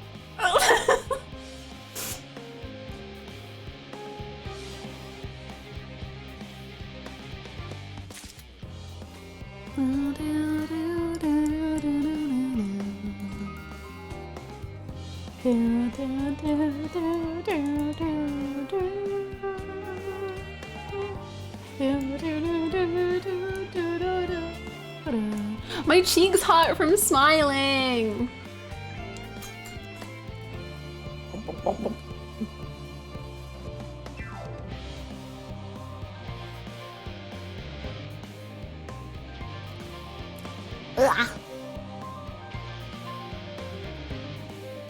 It feels like a dangerous thing to say.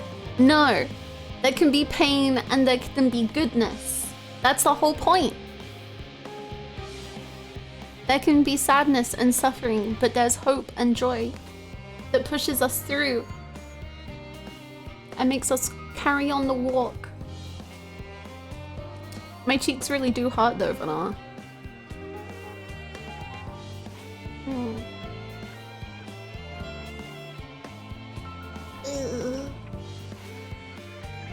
I'm gonna go to the bathroom. Enjoy the music. It's so good. Okay, IB.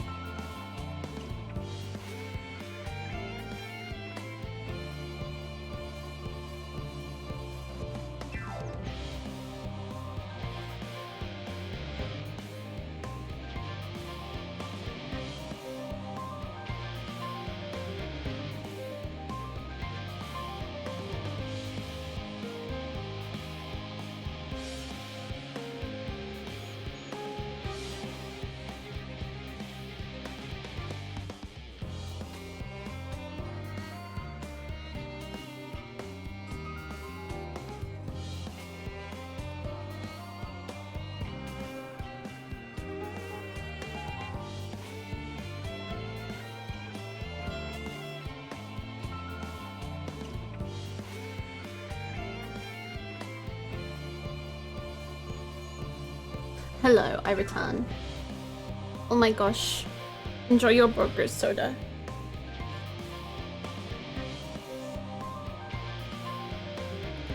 I hope Grahar has one too. Welcome back, Pink. I'm ready to forge ahead. I think we're all saying what we've said. Yes. Okay. Alfie, take it away. No job too small. Alfino is resisting the urge to pat himself on the back. Thank you for the welcome backs.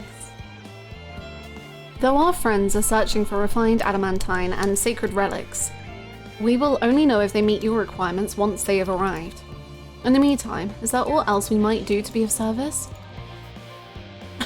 You've already done more than enough. If I had to say though, I could use someone who knows a thing or two about Allagan technology. You there, the lad with the red eyes and matching hair. You seem to know more than the average scholar.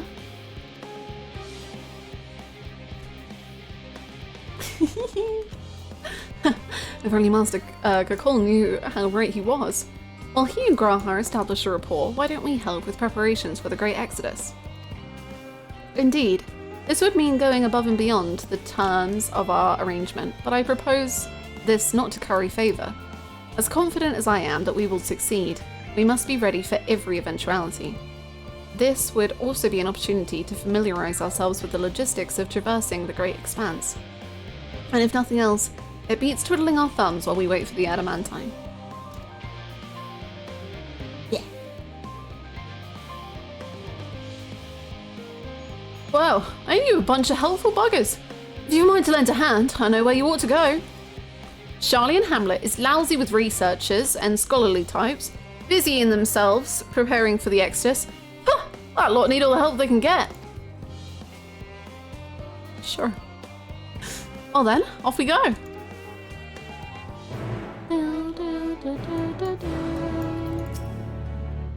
I'll admit, without refined adamantite, I ain't got a bloody clue how else I could get the ether burner performing any better. If you lot don't come up with the goods, we're buggered. Oh, good. I shall endeavour to provide Master Kakul with whatever information he should require. You'll do amazing, sweetie. You'll do so good.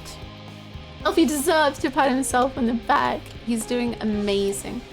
And I am so proud of him. And he makes me very emotional because he's just so good. And wow, and yes. I guess we just loop the whole way. Yeah. God, it's like the firewood. Oh. I love that they keep bringing it back and like what it symbolizes and the bonds that we can make and just, oh, it's so beautiful. Anastinian. Why does he keep bloody going on about it? It's only firewood. But it's important, Estinian. It's what the firewood means. Yeah, it means fire. Yes. Yeah. He is a part of it.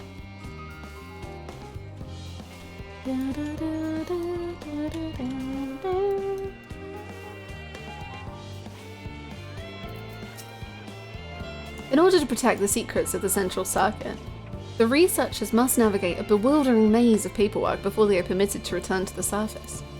I suppose it's no different than any other aspect of Sharlayan society. We do love our bureaucracy. It's very much a mirror of the city above, which is perhaps how it came to be called Scion Hamlet. What a quaint little settlement this is. A shame it is hidden underground. I don't mind a bit of heavy lifting, but I draw the line at paperwork. So much as wave a sheaf of documents at me and I'll put my lance through it. I miss you so too. As surprised as I was to learn the Forum plan to send everyone to the moon. Well, not everyone, Thancred, please. Get it right. Not everyone is invited. I can't imagine how the common folk must feel about it. Do my senses deceive me? in the shadow of yon corner. Huh. One can but hope this leadeth not to mischievous undertaking.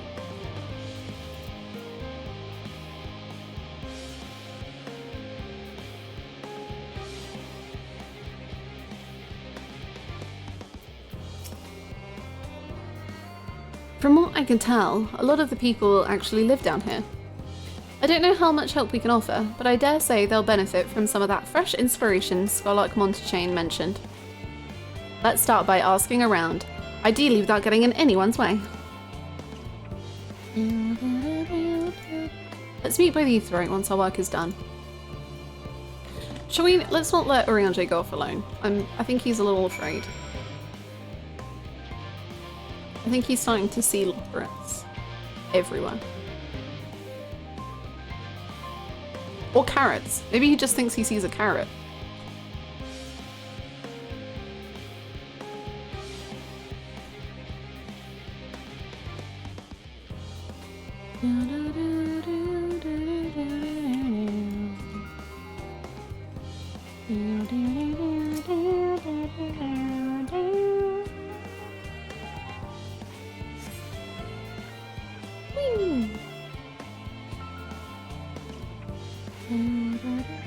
I can't stop seeing carrots.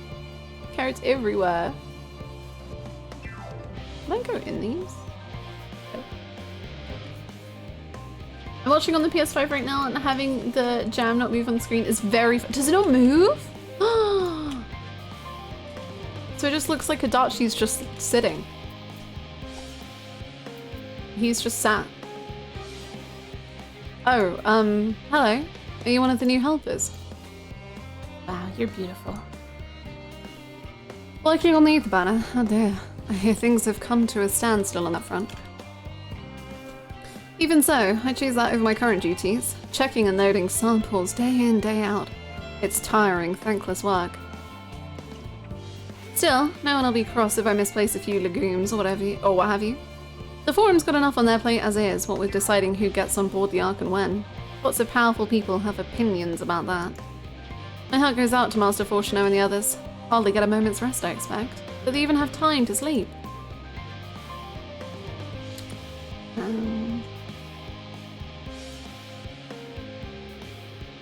One must always be learning, even during periods of rest? Sir!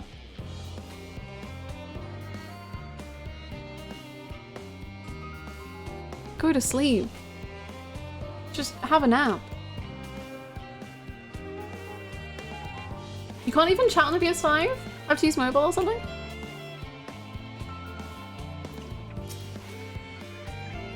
Helping with the Ark, even with all the power of Master Kukul's managed to squeeze out of the Aether Burner, it's still not enough apparently. And now I hear the final days have arrived. Horrible creatures running rampant all over. If only we'd begun the exodus sooner.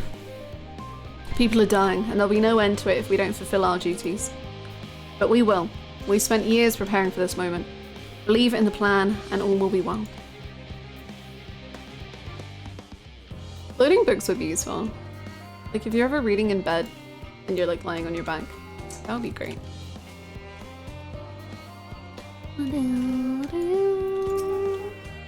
Offering to help, that's very kind, but I should be able to organize the rest of these documents by myself. It's mostly lists of the things we'll need once we arrive on the moon, and then whichever star we choose as our new home. My duties largely concern the maintenance of living conditions, so I'll be a lot busier after we depart. I hear that our lunar collaborators have come down to assist in our efforts. I'm looking forward to finally meeting them in person, after having communicated with them in such a limited capacity thus far. To be perfectly honest, I've not even the slightest idea what they look like. I do hope they're not enormous looming giants. Why, I would much prefer something small and fluffy, like that behatted rabbit that ran by.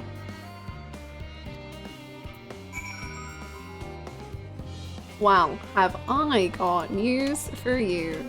You're gonna be overjoyed. Can it be a spider? You know, one time I had...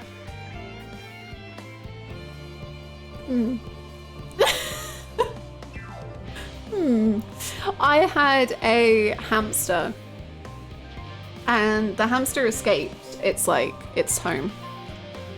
And so I set up like lots of like little like things to like trap her. But she was a freaking escape artist. She was incredible. But one time in the night I was sleeping and then I felt like a little crawling, and I thought it was like, I don't know, like my mum waking me up or something, but I was like, what the fuck is that? Like, it's so like, ooh, it doesn't feel like, why is she not just shaking me? Why is she just like, ugh. And then I opened my eyes and then my hamster was just sat on me.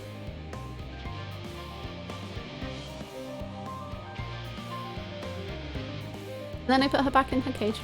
It was great. Every time I hear someone having a hamster, they've always escaped. I've had only one hamster I've had escaped. I thought it was gonna end differently. No, only a happy story. Only a happy story. She was a very good hamster. But she was an escape artist. She freaking knew how to get out of anything. I have more fun hamster story. Actually, I have one main hamster story, which was a horror story but with a happy ending. Oh my god, not the fun. That's horrifying. No. It would appear the Loporrits have infiltrated Sharlayan's most heavily guarded facility. How? I know not.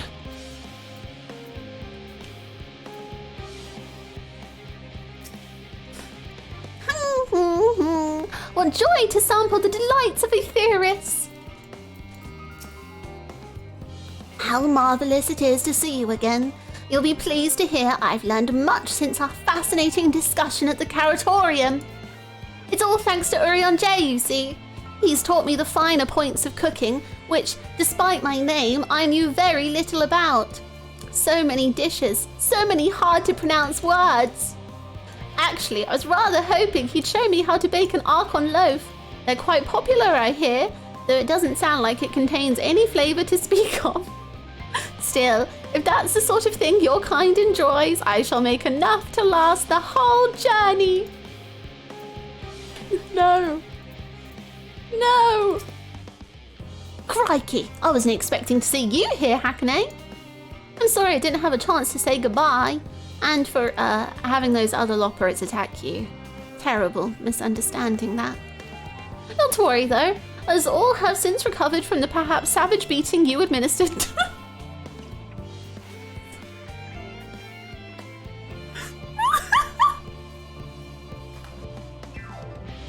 They bear you no ill will.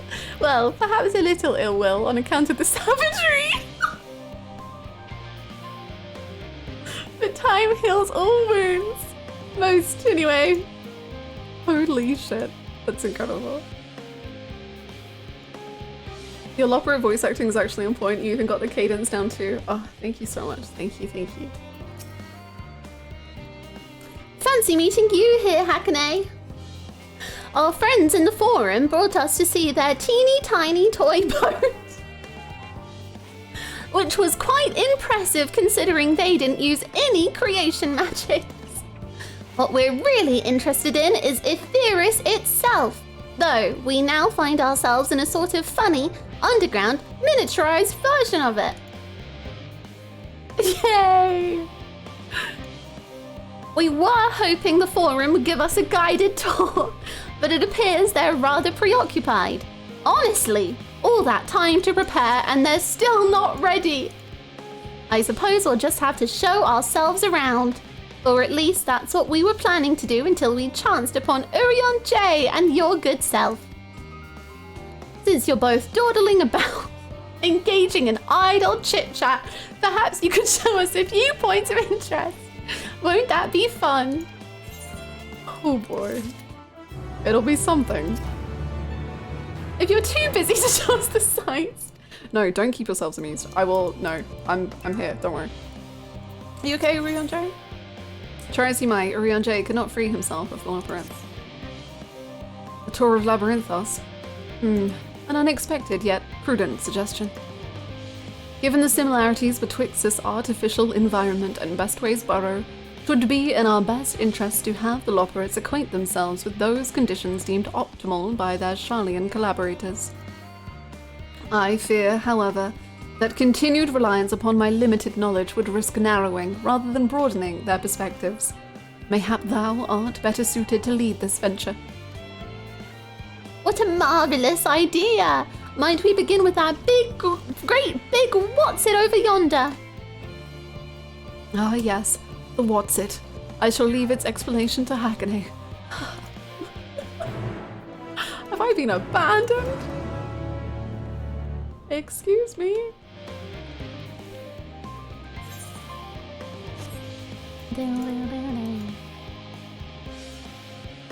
A big what's-it? Is it edible? I'm just imagining a gigantic what's-it. Yeah, oh, I miss what's-its.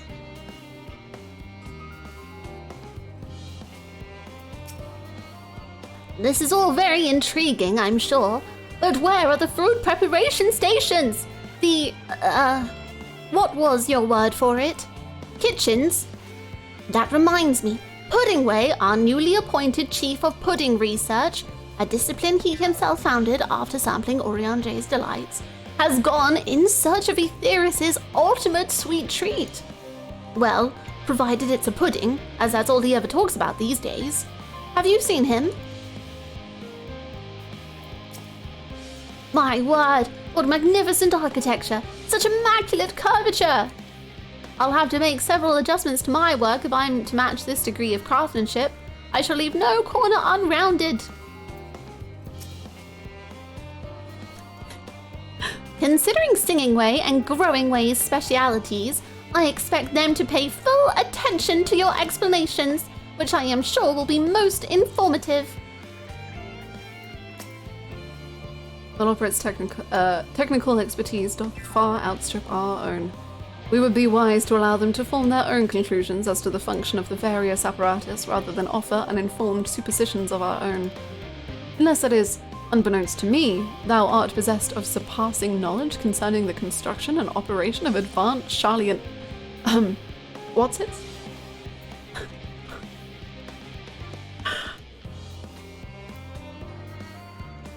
I can't tell if I'm being sassed, but I kind of feel a little sassed. Goodness me! To build something so large without creation magics is positively stupendous! Perhaps you could direct our attention to its most important features.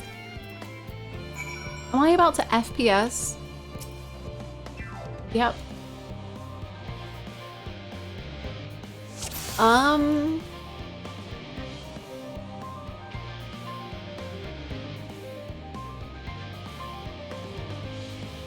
As if... Wait, what? How is the axolotl here? Whee! How are you here?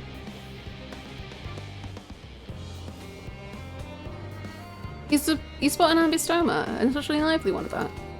It would appear that the concept you observed in another time, another place, was approved for life in the wider world. Somehow. I think that they just want a cute little axolotl in the game, but that gives me hope that I shouldn't have. Whoa, holy moly. What's this mushroom-like thing?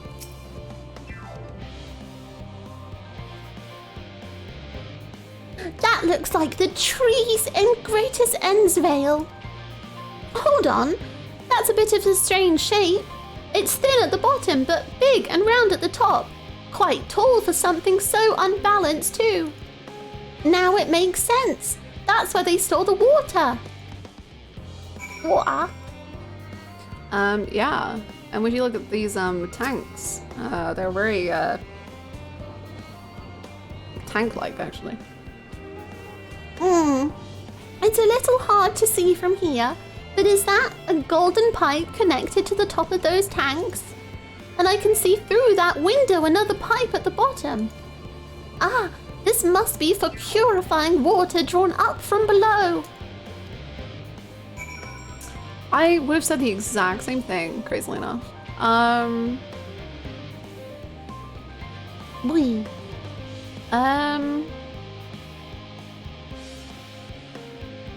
And this like metallic tube, it is pretty metal. Is that water I hear from inside that great big tube?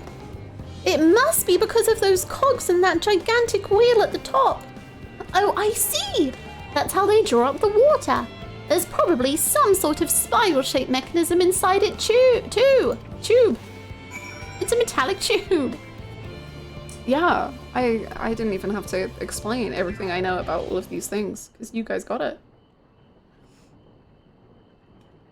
Tubular.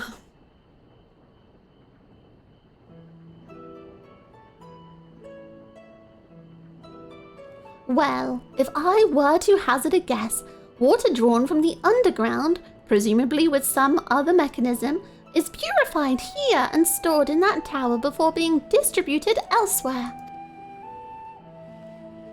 I'm right, aren't I? I knew it! A design brilliant in its simplicity. I dare say it would take us only a moment to install it in even the harshest of environments. For us Loporrits, that is. Indeed. Securing a reliable source of water is of the utmost importance for any fledgling settlement. We have read, however, that peoples of Aetheris sometimes make their homes in arid deserts and such. How are they able to survive?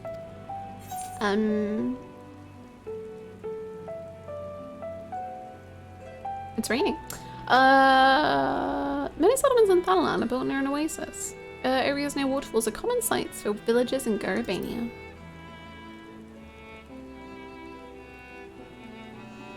So wherever you choose to live, you're never far from water.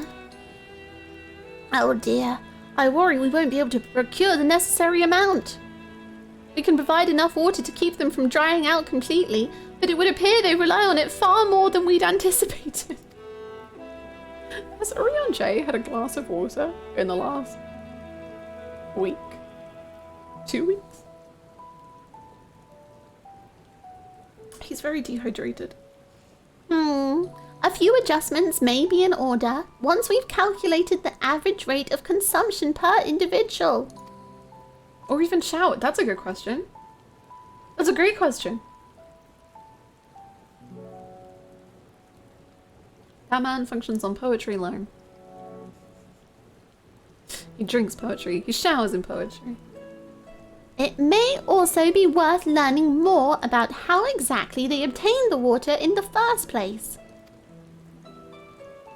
Master Alphino spoke of the machinery responsible for that feat during our journey through Logisticon Alpha, did he not?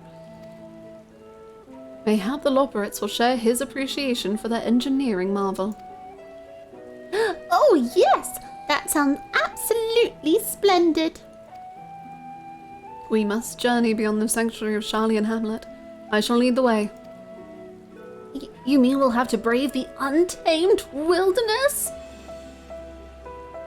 A valid concern indeed. We could not help but notice the many dangerous-looking creatures with big, nasty teeth lurking beyond the safe confines of this settlement. We were not escorted here by burly custodians. Were we not? I dread to think what could have become of us. Regrettably, to many a hungry predator with the aforementioned big nasty teeth, Loporrits may appear to be a potential and rather appetizing source of sustenance. No! Might I impose upon thee to assist in securing safe passage to Logisticon Alpha? For my part, I shall act as an escort to Living Way and Cooking Way. They're my favourites. I entrust Singing Way and Going Way to thy care. Absolutely. No worries. A more valiant protector they could not wish for. Godspeed. I just came in, I didn't know they added voice acting to this scene. Hello, how's it going? If it's all the same to you, I'd rather not be eaten by some horrid beastie. I can help with that. Come along, Growing Way, to the water extraction what's it? Okay, little ones. Be careful. You've already abandoned me, and thus I cannot protect you. Come back.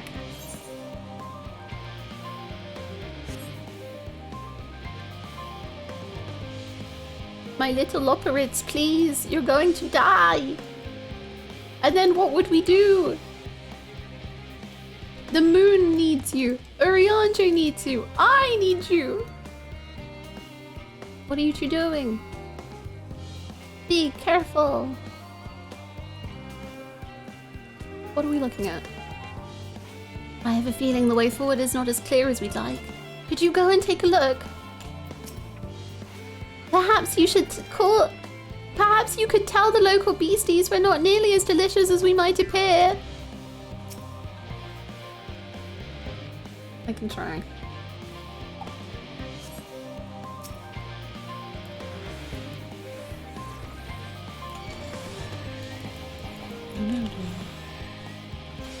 God, it was very weird going from the controls on Alfie to this.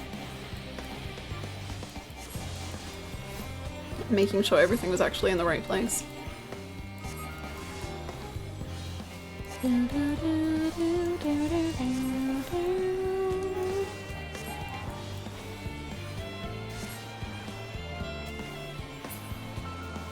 on then. Thank you so much. I really hope this water extraction water is worth these harrowing experiences. All part of the fun, some might say, but I'd rather not be burnt to a crisp if it's all the same to you.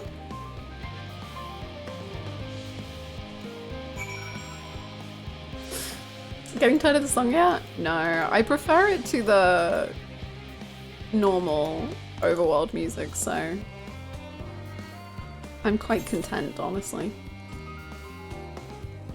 I do find it funny though. I did think because the song was playing, I was like, damn, we're like gonna go do stuff. Like, it's time. We're freaking moving. You're moving Loporrits to the next location, that's for sure. In many ways, valid, growing way. I don't really mind the music loop too much. Yeah, me neither. But I just prefer it. Let's get moving. That building looks nice and solid and safe. That was all very exciting, but I'd rather not do it again. Wait, how exactly were we planning to head back later? You've done well to see those two here safely. They can be a bit skittish at the best of times, so I'm pleasantly surprised they didn't run off and get themselves killed.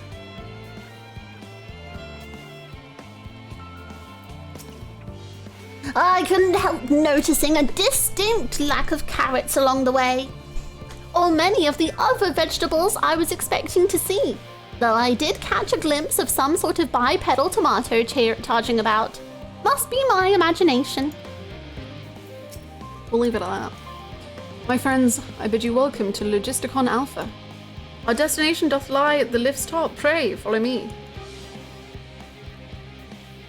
Urianger, you should give one a piggyback and then also put one of them on your shoulders, and then that's it. I just think that would be cute.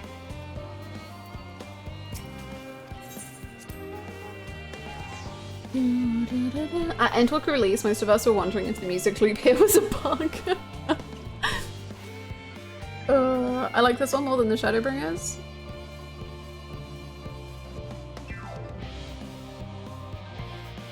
Is there a song in Shadowbringers that loops? I don't remember.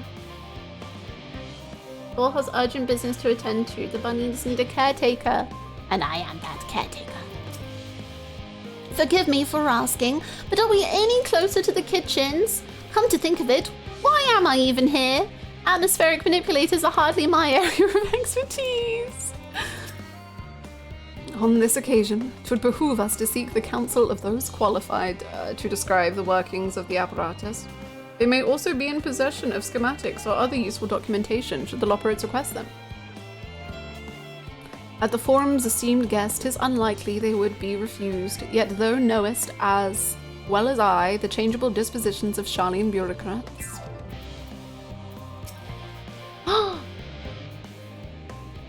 Oh no, what if?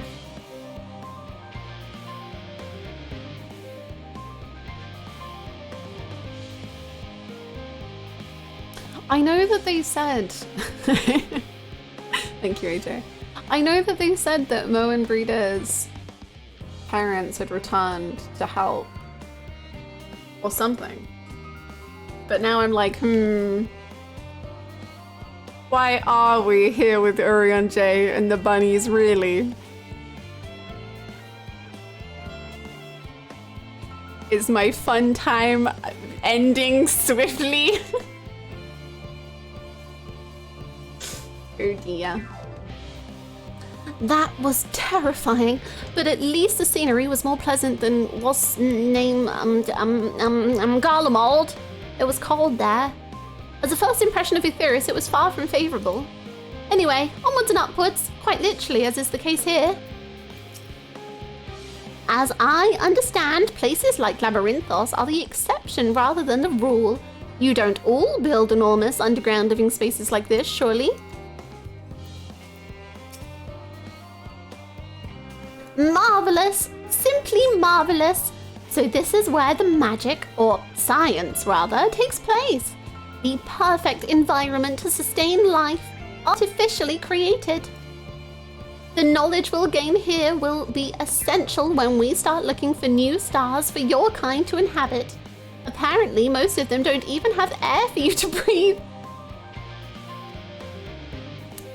You're all very lucky that Aetheris just so happens to provide everything you need to thrive. It's a shame about the impending doom. Or did mankind turn out the way they are because of the available resources, I wonder. Either way, it's nothing short of miraculous, and I cannot wait to see more of it. This was a delight, singing away. Doom!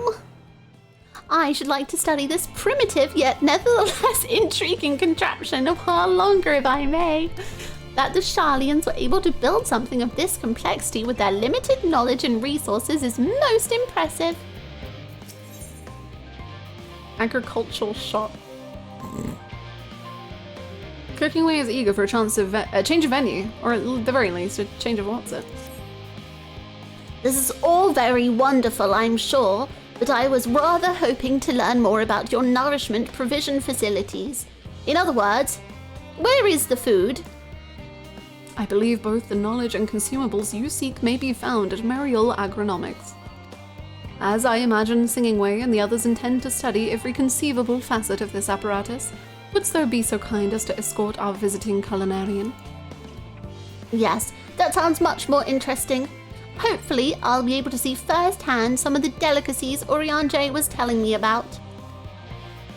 Even his incredibly vivid, if a bit too verbose, descriptions cannot compare to sampling them myself. Not to mention Aetheris will soon be no more, so I must learn all I can while there is still time. Let us brook no further delay! It would appear I have inadvertently taken upon myself the more demanding duty, entertaining 3 inquisitive Loporrits to thy 1. Yet be that as it may, 'twill be my pleasure to impart what little knowledge I possess to our would-be saviors.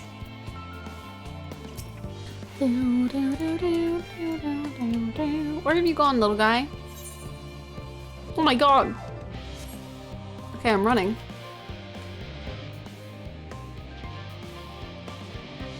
Get this bunny a burger.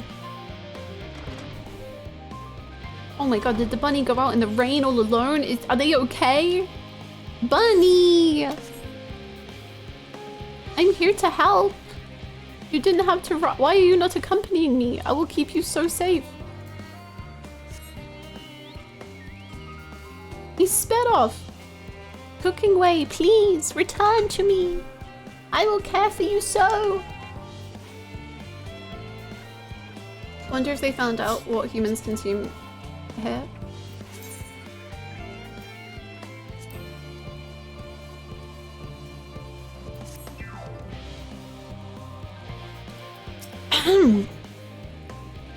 This is the place, yes?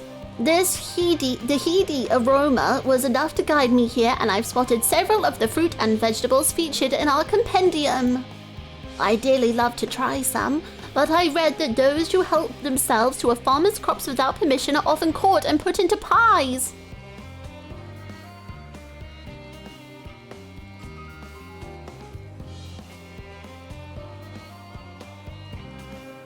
Perhaps you could ask whoever's in charge if they would be willing to part with a few samples.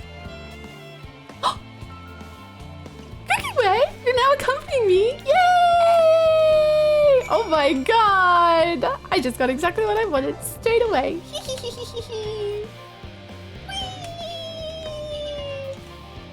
Also, please ignore the 600 rabbit pies I have in my inventory. It's fine, okay? Just... I can't believe the rabbit pie joke started in Stormblood in this stream, and now look where we are.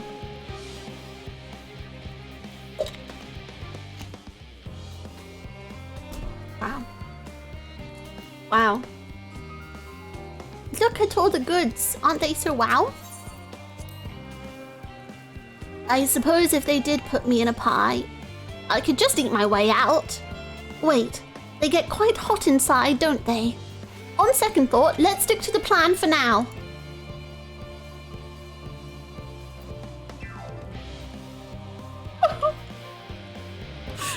Oh, baby.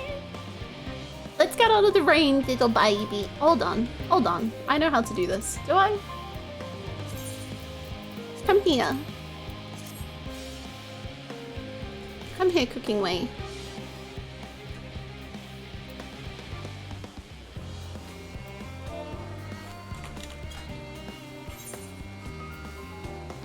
Go. Thank you.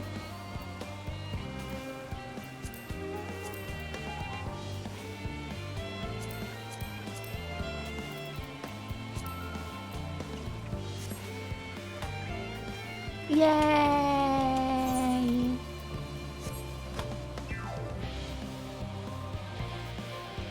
Jeez.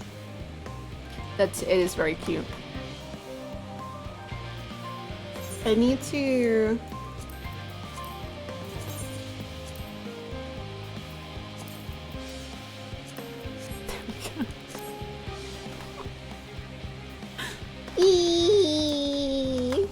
And all the sparkles! Oh my goodness, paid actors. Wow. Come on, Cooking Way. Come on. Under the umbrella, Cooking Way. You'll get a cold. There you go. What a fine mess this is. I've dropped my umbrella. Ah, it's you, the one who climbed down the mine shaft. I'd show you around if I could, but I'm rushed off my feet preparing for the Exodus. And I'm not the only one. We've all got to find ways to do what we do down here up there. First on the moon, then on whichever star the Forum decides will become our new home. It's all so sudden. So unreal. Don't you want to go to the moon? Well, it's better than the final days.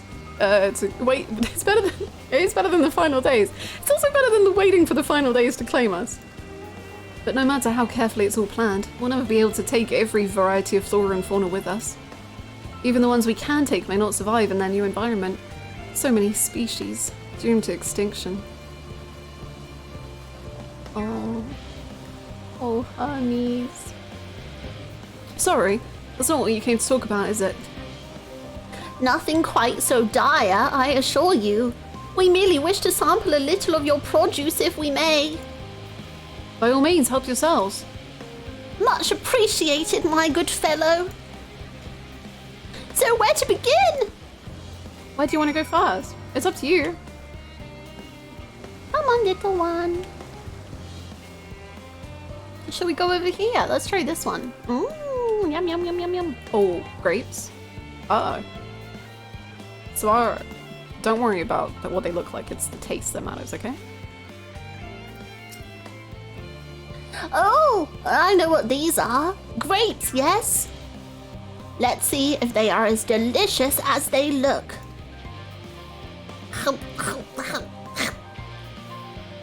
So sweet, so sour, The taste is much like a ripe philosopher's carrot, and yet the texture is entirely different. The contrast between the outer skin and the fruit within is most peculiar, though far from unpleasant. Yes, I think I'll try another.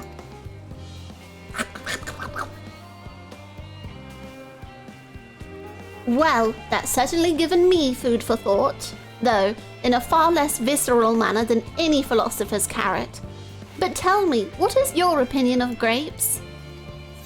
I'd brave an erupting volcano for a try.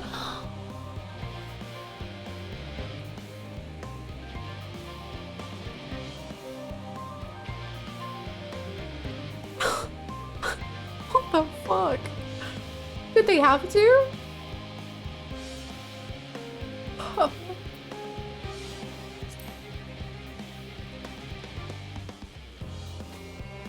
Yes, they are rather Moorish, aren't they?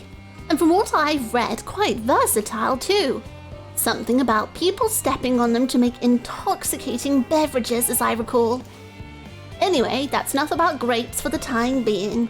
On to the next treat. Where do you want to go?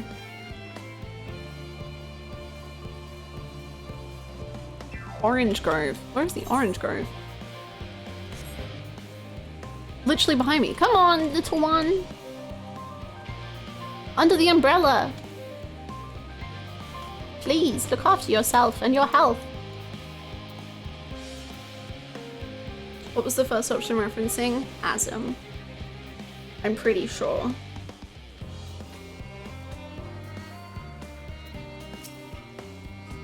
Orange by name, orange by nature. What came first, the fruit or the color? Who cares? Let's eat.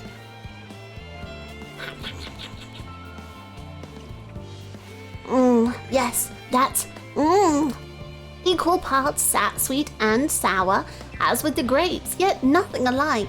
I may have to consult Orion J about expanding my vocabulary. I simply cannot find the words to describe. I was gonna say, I love that they are describing everything as sweet and sour.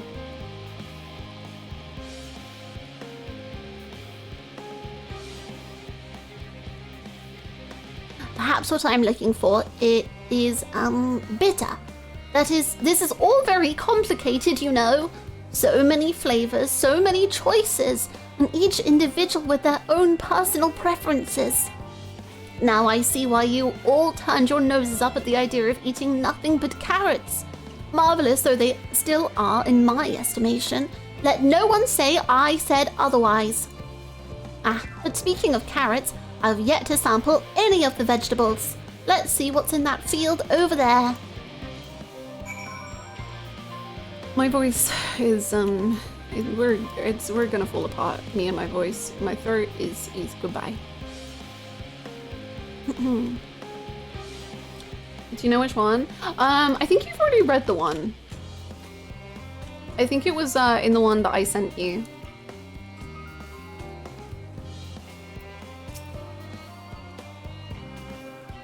That color, that texture. Are they some sort of enormous round carrots? Close.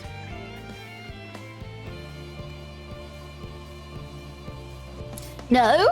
In any case, proper non is less of a concern than the taste. I think it's like a very like offhand comment. So it's totally valid to not like remember it. I think Hith talks about it or like mentions it in the game. But then in the side story, I think it's just like a passing comment about like Azim's up to her shenanigans.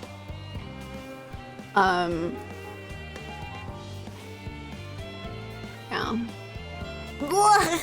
It's so hard and flavorless. I may as well be chewing on a piece of wood.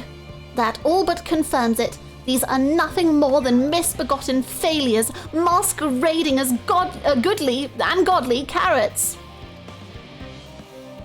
Stop! Stop! Can't you see those are pumpkins? And no one with any sense would try eating them raw. You're supposed to cook them first.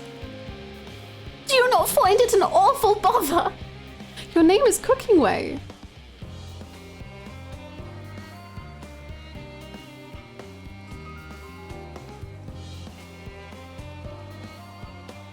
Far from it.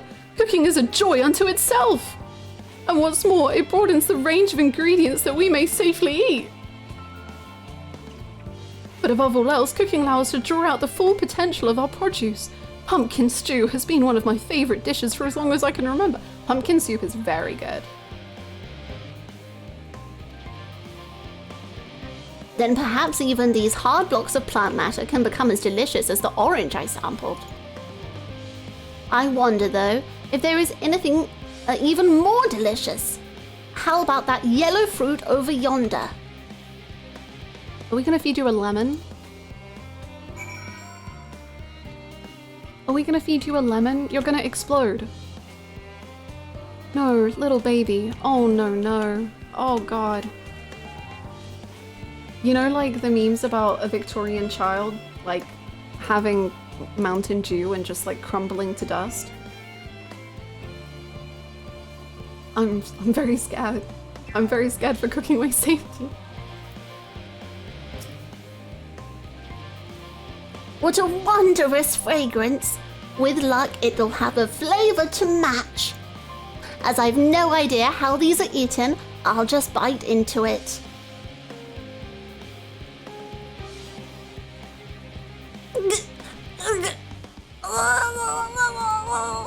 My tongue! Is this poison? Oh, lemon? You mean it's supposed to taste like this? How could something so similar to an orange be so revolting? It may be some time before my palate recovers from this ordeal. As such, I had best call an end to this round of sampling. Let's say our farewells and return to the others.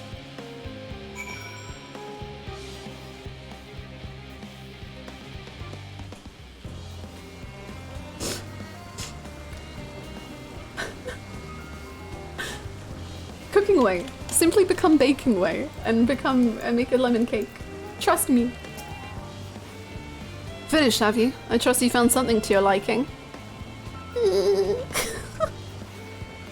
I'm rather enamored with the grapes and oranges. Less so the pumpkin, though I've learned the hard way they're not to be eaten raw. Then there was the lemon, the deceiver. I still feel so violated. First time, was it? I'd hate for you to leave with such a bad taste in your mouth, in more ways than one. So I'll give you this lemon muffin I baked. If this doesn't change your opinion, nothing will. More lemon? Have I not suffered enough? Nevertheless, it would be remiss of me to spurn this opportunity to... Bit of sick came up there. Learn more inscrutable ways. Very well, Lemon Muffin. Do your worst. I love Cooking Way more than life.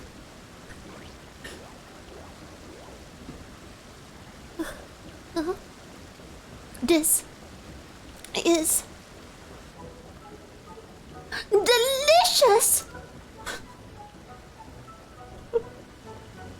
Although I still detect a hint of lemon, it complements the sweetness of the dough to create a perfect harmony. I never would have guessed its vile bitterness could be utilized so elegantly. My good chap, this is simply breathtaking.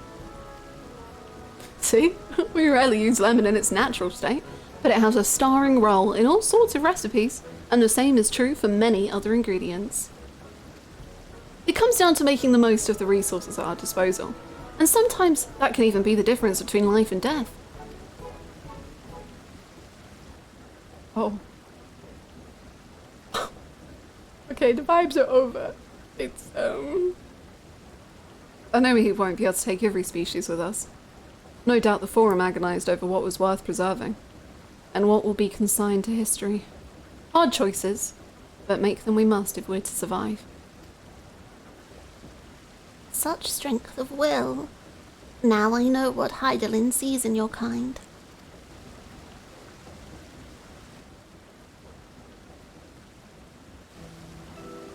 Mankind, the Loporrits, we were both born from the accumulated knowledge of the ancients. They learned all there is to learn about the nature of sentient life and the fates of the stars themselves.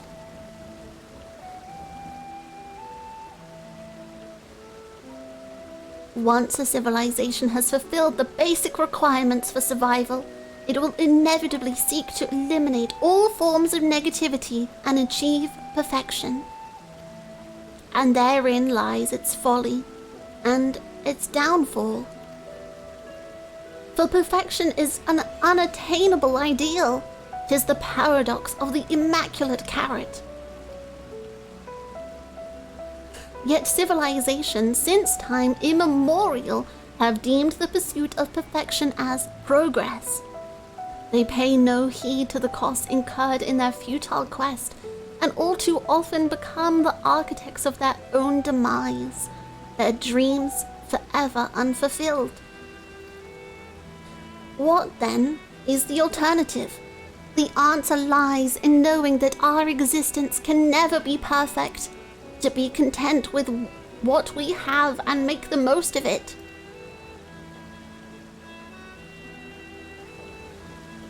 When life gives you lemons, make lemon muffins.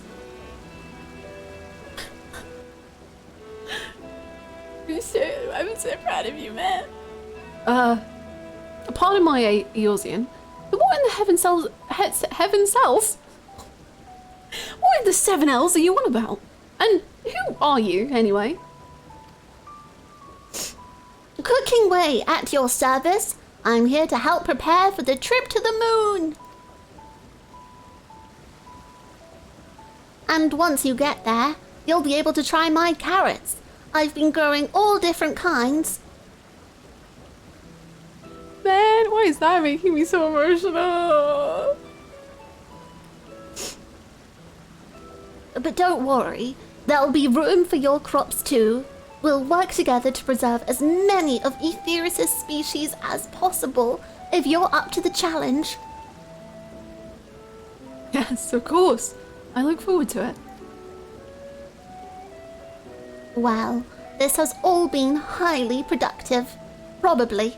Let's go and see if Urian J and the others have run out of machinery to inspect, shall we?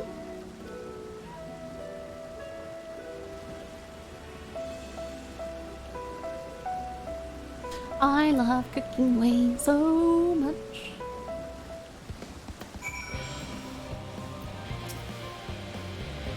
So he's one of the Forum's lunar collaborators.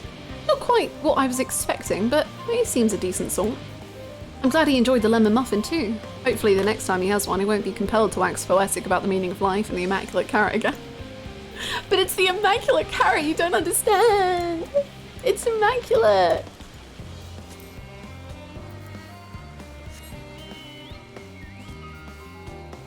I wouldn't question little bunny people, I'd just give them a hug. So true. What an amazingly heartfelt quest from something so silly. Right? I love how it like references like Hermes with the idea of destroying these things. Like that's so beautiful. But then also the Loporrits are just so perfect, and because they're having to learn us, they're learning more about Hydaelyn themselves, and like the idea of the struggle and the hope. And so even like, and obviously they were quite self-assured, I guess, about their own talents, but just Cooking Way even being like, I'd love for you to try my carrots, is so actually like so sweet of them.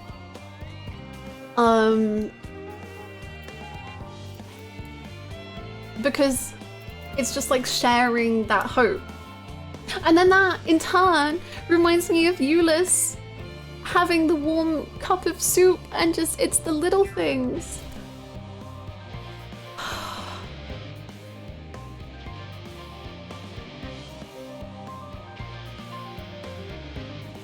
Wow, this game is very good.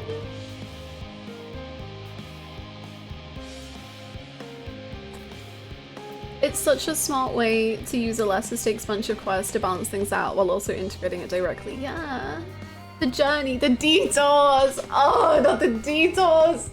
No. Hunter Hunter at 14. What are you doing to me? It's all about the detours. God. Takashi Ishikawa. God. The meaning of life is soup, so true. Oh, there you are. Have the others finished talking about rain-making whatsits yet? Where have you and Cooking Way been? If the two of you were engaged in pursuits of an educational nature, you should have taken me too. I am the leader after all. Not to rub it in, but we had the most fantastic time while you were away. Urion J was able to obtain all manner of meteorological data for us to pore over. I'll be sure to put my newfound knowledge to good use once we return to the moon. It's my duty to make your journey as comfortable as possible, though there's no telling how long it'll be. 100 years, 1,000, probably closer to 5,000, give or take. Oh. I hadn't thought about that bit. Okay. Paula, thank you for the follow, welcome. By Cooking Way's broad grin, I assume your excursion was a roaring success. Yes. That was the most enlightening, especially the part with the lemon muffin. Actually, I was wondering, do you know of any other places famed for their cuisine? We can go to Judy's End. Oh. Or another place of the world. I thought you meant right now. Limson Lemonsa is home of the Culinarians Guild, and many less than savory establishments. Less than savory? Well, I do prefer sweet things. I'm gonna do the top one in hopes that there is a savory joke in here.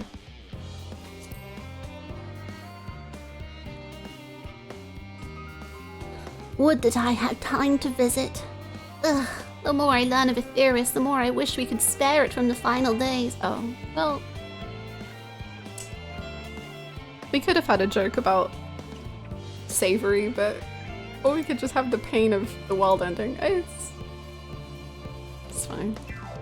Alas, Hydaelyn's orders are to flee, not to resist. If only there was some other way. Yeah. Cooking Way, I love you so much. Muffins. I wonder if this is how Pudding Way felt for the muffins. I wonder if this is how Pudding Way felt for the first time Urion J made pudding. Though I'm not sure that actually was pudding, come to think of it. Something about it seemed a bit off.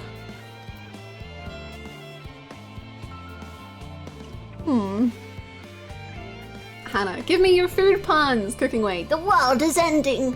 Inevitable doom. I wonder if this is how Pudding Way felt for the fuck, sorry.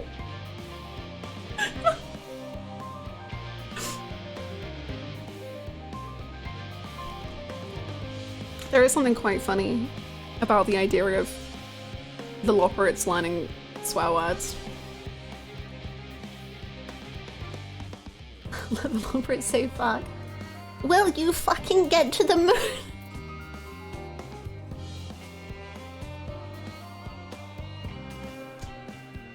Do as I fucking tell you and get on the moon! It's bad. Please don't teach them to swear. It's very, very bad. I am cursing Way. Fuck. Shit. Fuck.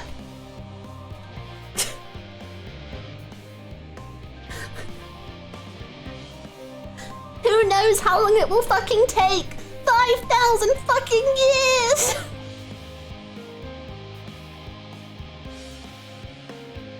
No fucking way. Stop. Dude, keep winning.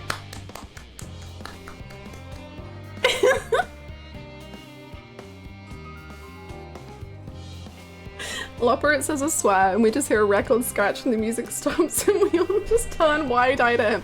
That would be so good. I love the idea of the Loporrit swearing and then it does the like crackle and just Meteion going, yes.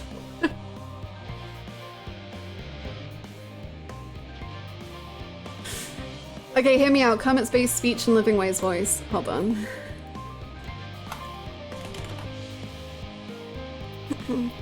Do I know my own freaking...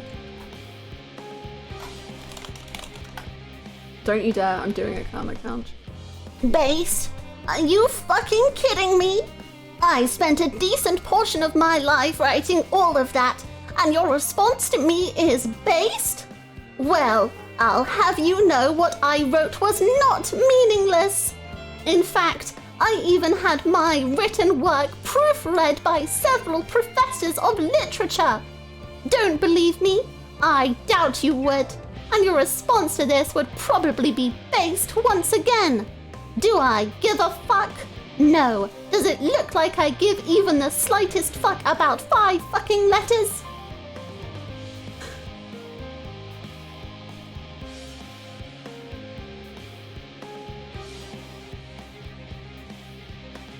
Clip it and add it to the Hanabiya reel. What did I just comment here? I have become a Loporrit. I regret existing. Of course I fucking swore. I've studied your goddamn language for a millennia stuck on this lifeless rock in space. Thank you, Tempo.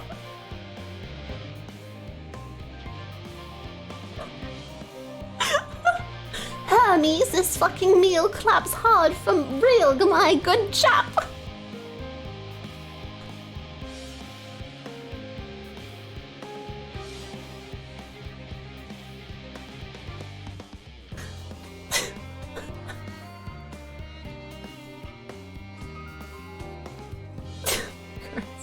Any final requests before we before we continue? Anyone? Anything? Oh my god. Oh. The take-home monologue? Away! Away, foul beast! This town's finished!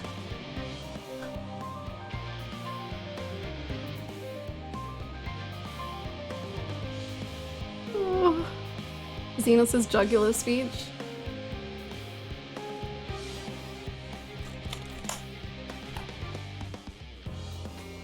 It fills you even now, doesn't it?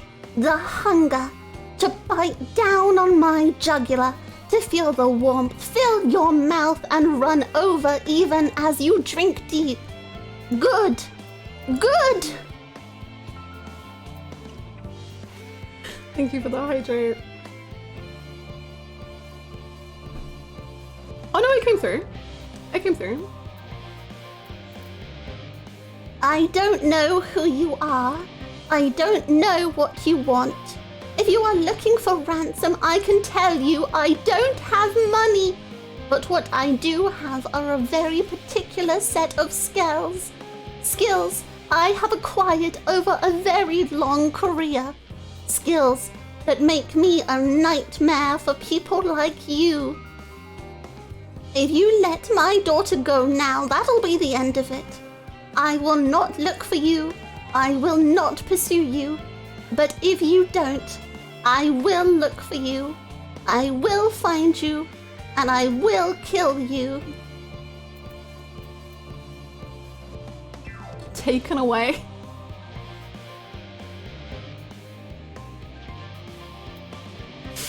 I want you all to die.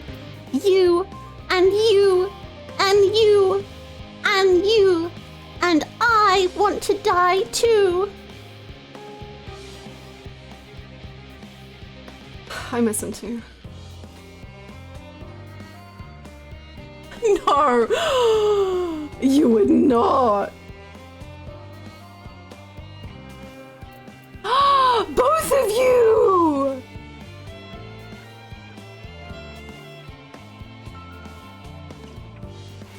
Ain't no way! Lands that stretched on forever. Skies one could drown in. The heartbeat of nature, silent yet strong. And amidst it all a people. Beacons of light and life. Laughter that warmed my heart like naught else before. They are my meaning and my purpose. My love.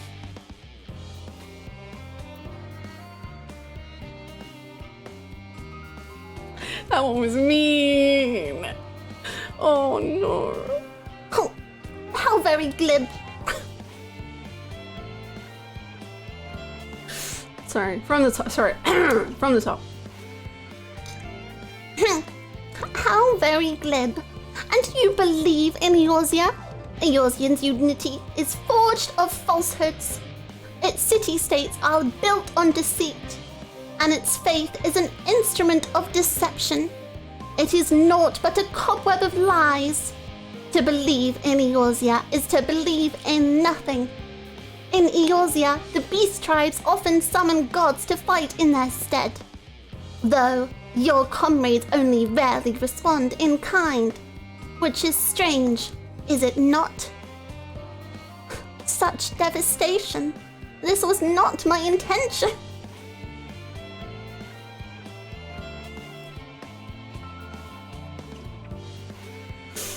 Ranjay would have had Loporrits memorize multiple Shakespearean dialogue. Romeo. Romeo. Where? Oh no. Free will is a myth. Religion is a joke. We are all pawns controlled by something greater. Means the DNA of the soul.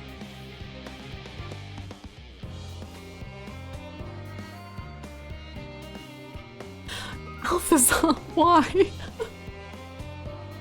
I hate it. Oh my god. Nanomachine, son. Won't someone think of the warmongers? Or whatever. Warmakers? I don't remember what the line is. Okay, why have we...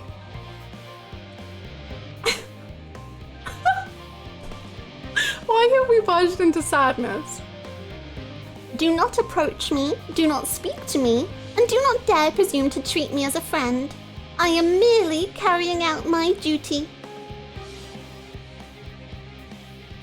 The Lego emoji. A smile better suits a bitch.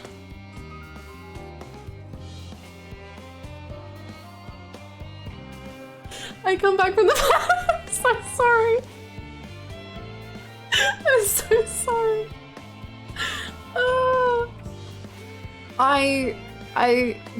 If you have any requests to hear a Loporrit say any sentence, apparently that's what this stream is now. So, I'm so sorry. Nuts to that.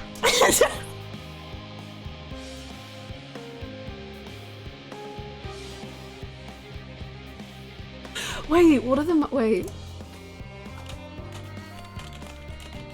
Oh my god, Downpour, thank you. I just came back from FanFest. Yoshipu saw this and he's very disappointed. Shitlord, dickwad, pajama-clad screwball, piss boy, ape out of the zoo, shuri pee-pee pissant, granola guru, fuckwit, butt ball, ass white, bundle fucking, ass rats.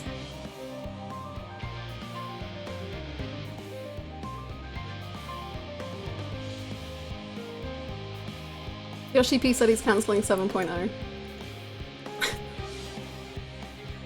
Bellatrix! Oh my god. I'm so sorry for the people coming back from FanFest. I hope it was better than this.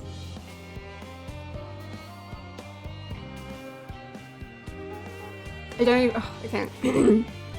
What's church? I only know hope. I've only dreamed of hope. I have seen this light.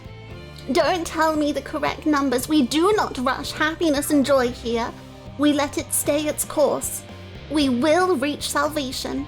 We will reach joy. Anyway, Nagito and Hajime are gay.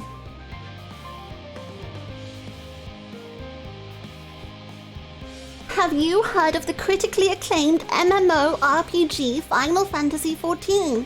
With an expanded free trial, which you can play through the entirety of A Realm Reborn and the award-winning Stormblood expansion up to level 70 for free, with no restrictions on playtime.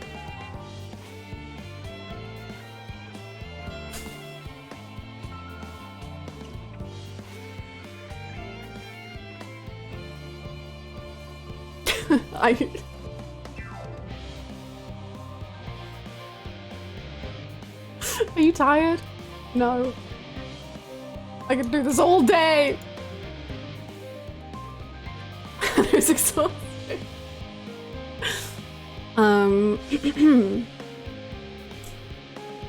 Stop doing mean ones.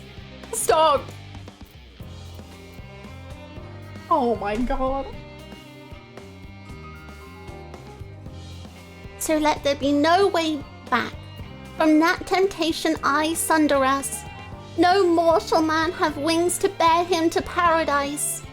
Henceforth he shall walk.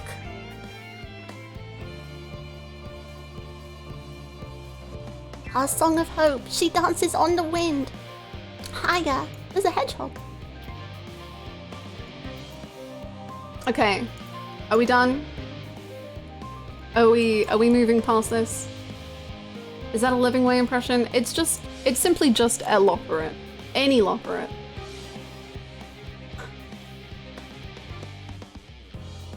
I have plenty more to say. I have plenty more to say. I was going to post the lyrics for Baby Got Back.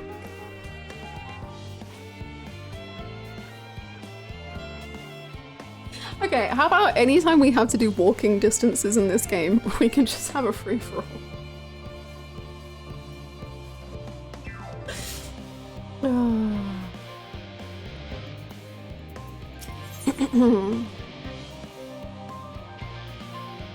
Get some X1 English though. Urion J appears to be tallying the Loporrits in preparation for an imminent departure.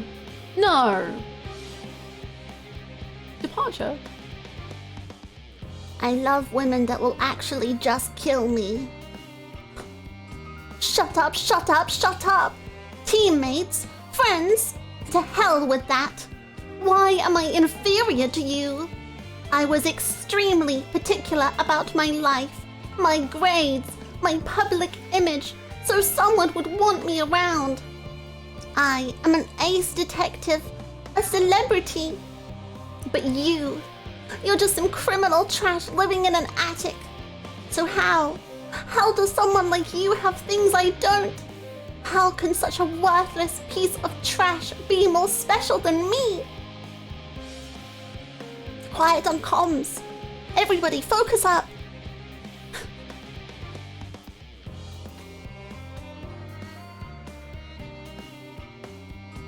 Damn, Living Way, chill, man. Hakane, I'd trust thy time at Merial Agronomics did. Bear fruit. I got the fruit pun I wanted. I got it. I got it. Our own efforts, too, were rewarded. We now possess an embarrassment of educational riches. No doubt our guests' relentless pursuit of knowledge could occupy them, and us, for a fortnight. Alas, time is of the essence. Urion drops through to it. No, he's going up. He's going up. All unhinged YouTube comments should now be read in the Loporrit voice. Ugh, I don't know it off the top of my head.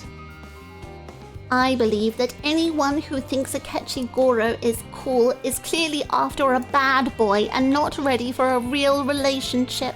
They are not wife material.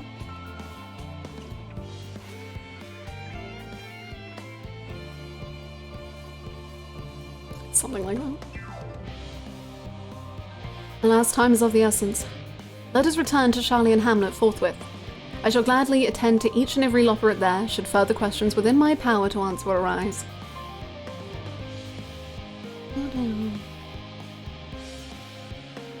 Are you okay? Are you tired? Oh. Is she always this ADHD when playing video games?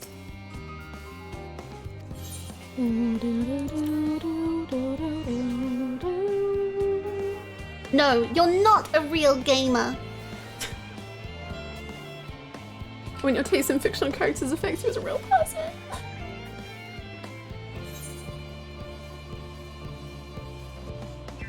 Marriage is where fun goes to die. I was thinking about the Yakuza series, or was it Devil May Cry as a man's game? Both, would you believe, have had comments about being man's games.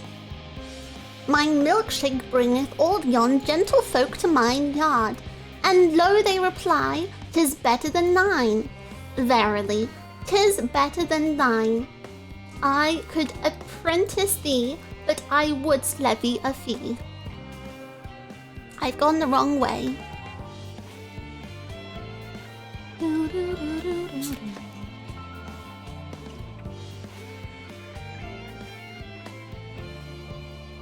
I'm so sick of all these people that think they're gamers. No, you're not. Most of you are not even close to being gamers. I see these people saying I put well over 100 hours in this game. It's great. That's nothing. Most of us can easily put 300 plus hours in all our games. I see people who only have a Nintendo Switch and claim to be gamers. Come talk to me when you pick up a PS4 controller and then we can be friends.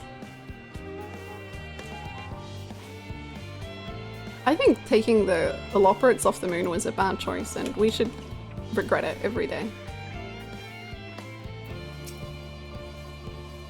That was ever so delightful, and with this much information I can fine-tune the moon's environs for your people's comfort. It's surprisingly tricky to estimate the appropriate temperature settings for beings so lacking in fur. You're doing amazing. Oh no! There was nowhere in particular I was hoping to go. I simply wish to see, hear, feel, and think as much as I possibly can while we're here. What does that look for? What did I say? Why did I not ask Jibka how to make carrot muffins? We could have had baked goods bursting with happiness. You can learn. The Loporrits want for activities and stimulation, but I struggle to conceive of how to busy them whilst we wait. Go sleep. I hope it is so restful. I can't believe Gaming Way immediately became the most toxic little thing. Oh, cute music time.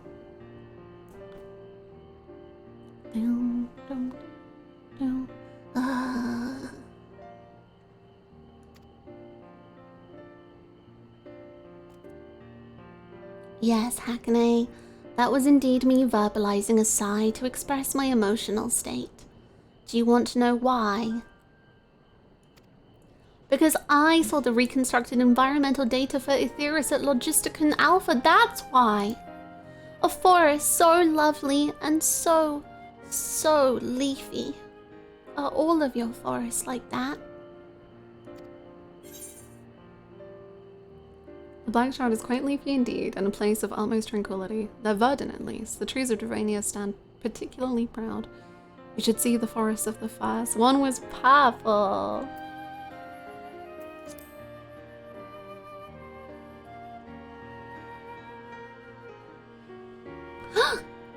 Oh, Wow, no, sorry, he's not gasping, he's saying gasp. Gasp! Gasp, I say!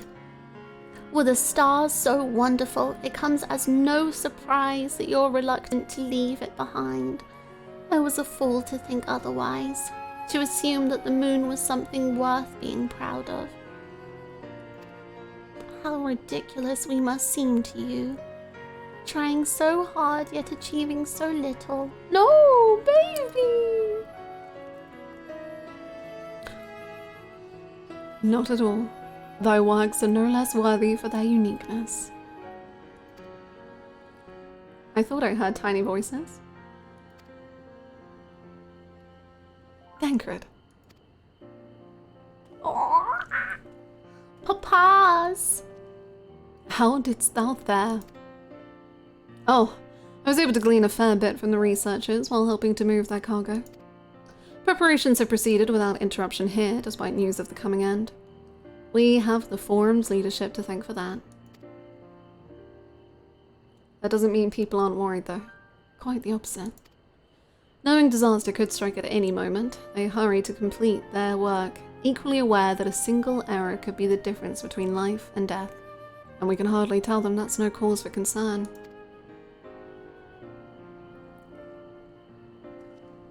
Perhaps not, though, aided by our goodly growing way, we may yet find other ways to lighten their burden.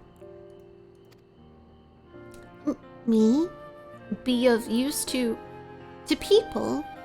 I'm honored that you would think me so capable, but I'm not sure that I'm up to the challenge. Nevertheless, I believe in thee. If you say so, I suppose it can't hurt to try. I passed someone moping in the Western Plaza looked to be in need of a helping paw. Perhaps you might start with him.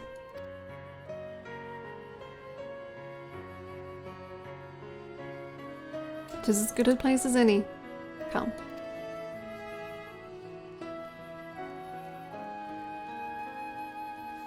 Stop.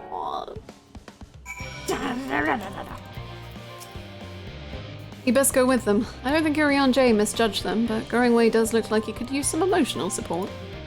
I still have work to complete elsewhere. I trust that I won't return to find any Loporrits in tears. Can Loporrits really cry? I don't want to know. I don't want to ever find out.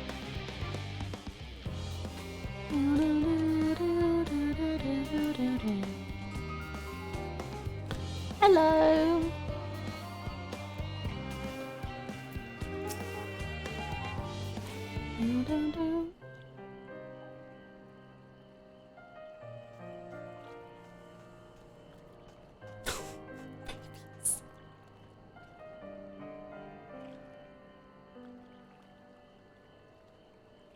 Oh, can I help you?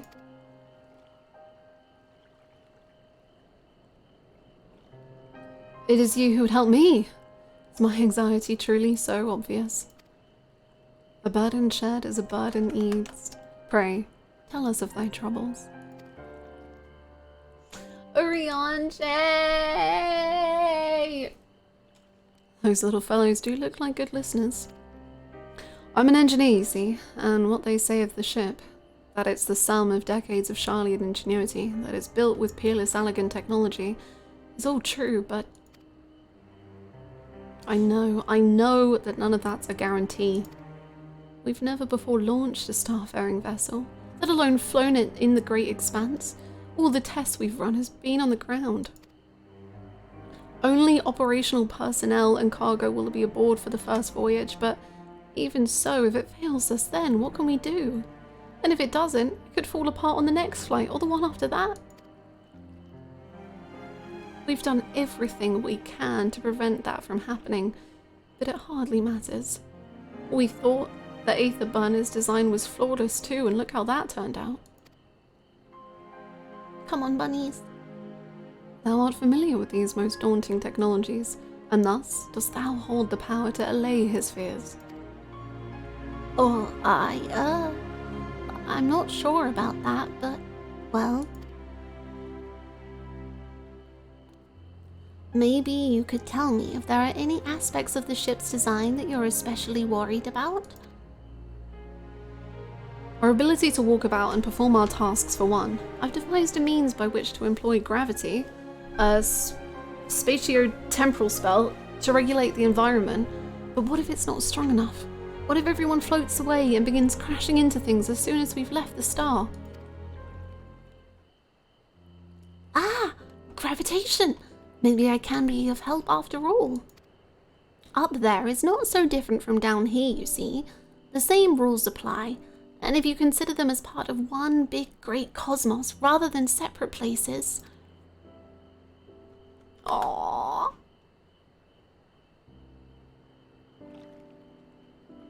I suspect both parties shall find comfort in this conversation.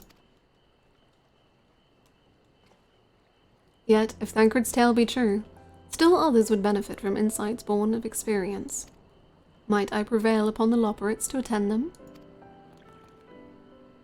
An excellent idea, if I do say so myself. There is naught we'd like more than to ease the hearts of the fine people of Etheirys and learn more about them while we're at it. Yay! Full glad am I to hear it. Gather thy companions and bring them hither.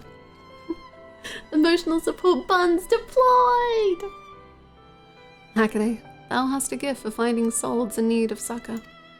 Pray seek thee out the distressed and the apprehensive, and inform them that help is at hand. I shall await them here, that I might introduce each to a suitable Loporrit. Oh, I will give each one the correct Loporrit for their woes. Oh my god. Oh, I do so look forward to that. A place for every Loporrit and every Loporrit in their place. I cry. I throw up. I cry. I throw up. It's just jibber jibber jibber jibber.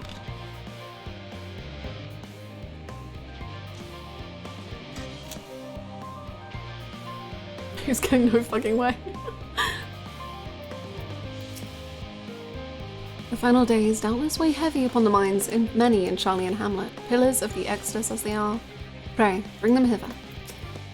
Yes, precisely. However, it would also be prudent to have a redundant system in the event of failure.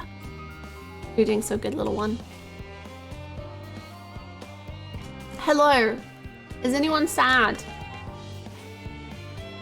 Maybe Hermes would have benefited from a Loporrit. Concerns? Nay, there's no point in worrying at this stage. It'll only make the work go that much slower. This woman seems to be coping well.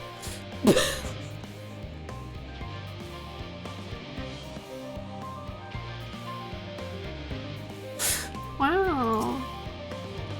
What am I thinking about? The medical facilities on the ship, of course. I designed them with the assistance of our sages and Churgans, but to imagine every illness or injury that one might face is that great in spans. It's beyond any of us, to say nothing of the effects that living out there indefinitely might have on the body. Is anyone sad? The crowd cheers. It's all Final Fantasy XIV players. Hello, Anxious Engineer, how are you feeling? The crew from the moon? Why did I not think of that?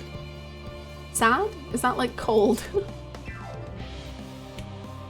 I don't even know what that word means.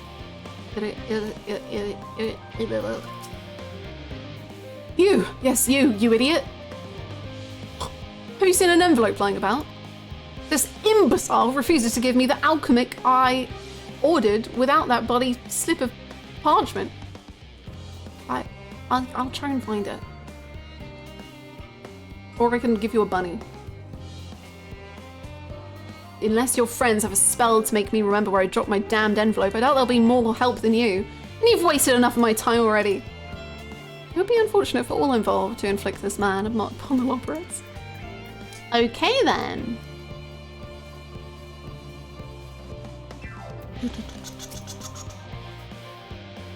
You okay?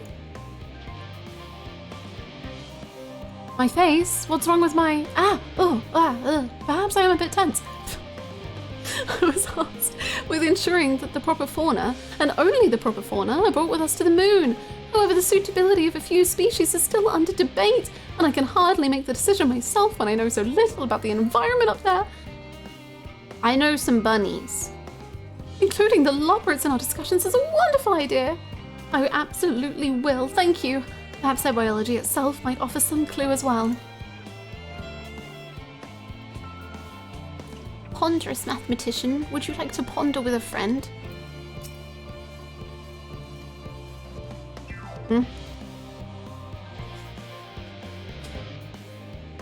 Consult our collaborators. I suppose that would be more effective than sitting here brooding. I'm attempting to calculate how much cargo we can consolidate into fewer trips should the ether burner make our original estimates unfeasible. But there are simply too many variables. I feel as if my brow will turn inside out. But perhaps our lunar associates will have more insight into how much weight constitutes too much weight for our purposes. Thank you for letting me know. You're welcome. Dad Opinion, thank you so much for the... Thank you so heckin' much. Thank you. Thank you so much. Are you depressed? Please be depressed. I hope you're doing very, very well. The dialogue in this game is a real roller coaster. It sure is. Yeah, this quest caused me to say something that could have potentially got me cancelled. Huh? AJ? How might I help you? You don't seem sad enough. Oh, no, you're happy. My, what a lovely idea. I too noticed people becoming rather tense, so I rushed out to pluck some fresh and fragrant tea leaves. Ah. Now, I only need to track down 100 or so cups. But don't you worry, I can manage. I hope your plan to cheer everyone up goes well. This woman is doing better than you are! I feel like I need to screenshot that for like any future cutscene ever.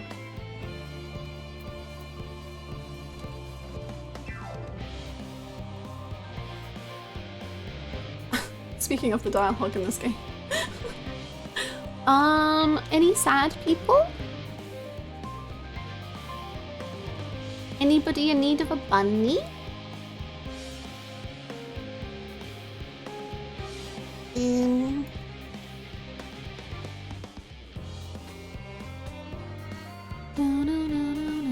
Aha.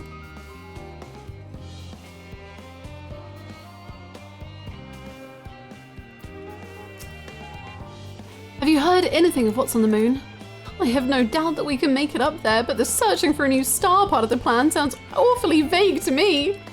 I asked the forum, but they will only tell us that our collaborators have everything under control. Forgive me, but I don't feel particularly safe wandering through the sea of stars and gods know what made by gods know who. Well, have I got news for you? Bunnies. You mean to say I can speak with them directly? Amazing. I hope they like questions. They love them. 4 more people? Where are they all hiding? I loathe this area so much, really?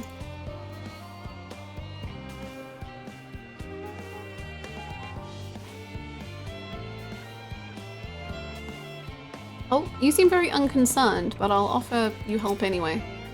Apologies, I'm waiting a delivery. Whatever it is, we'll have to wait. Okay. Is Jack and Loop Happy dying? Oh, that does seem to be the case for a few people.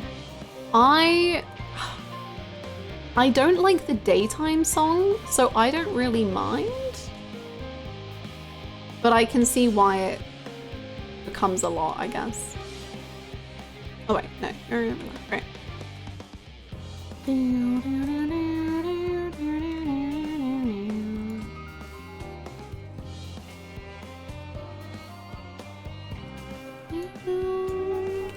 Hello? You seem awfully distracted. 56 bunches of weeds in the ground, 56 bunches of weeds. Rip one out, add to the mound, 55 bunches of weeds in the ground. Ah! I'm not neglecting my duties, I swear.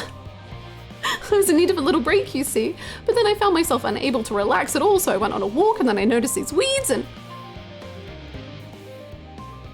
The daytime song has an essence of sadness. I don't care much, but I can see how it would get annoying for streamers when they keep getting reminded of how annoying.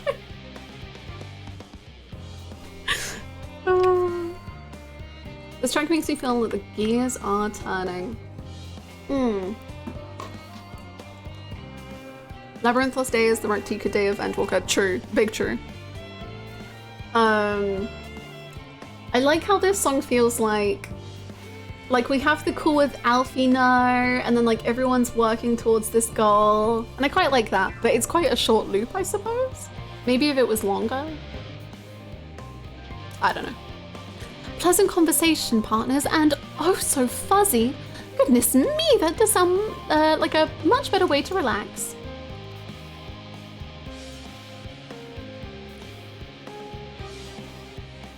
If it was longer, I think it would be okay.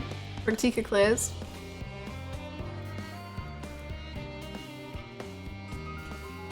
Sockin singing Lucky clears.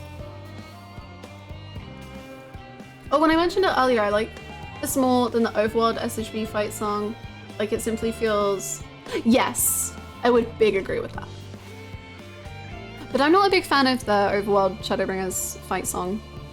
I actively did not like it. Raktika's theme is dope though. Yes and no. For me, obviously. I just got jump scared of Lahi every single time. And like the emotion, like it would be like the sad, like you would have like such a beautiful scene and I'd be like so in it and I'd be like, oh man, that scene, oh my, Lahi, what, huh? God. And it would just be a lot. Oh, by the gods, my chest is tight. Am I dying? Is this what dying feels like? No, it's okay. You're having a panic attack, but it will be all right. I promise. Oh, do pardon me. Sorry, I'm over and done with that. I didn't see you there. There's no cause for concern, I assure you. No cause for concern, even though we may need to depart at any moment, and if the hull I designed buckles under the strain, the entire vessel may explode on launch, claiming countless lives, including all mankind, but that is highly unlikely. Yes, yes, highly unlikely. Highly. Go talk to a bunny. Oh, this is gonna help me triple check for structural flaws, you say? Why, that would be wonderful. I'm breathing more easily now.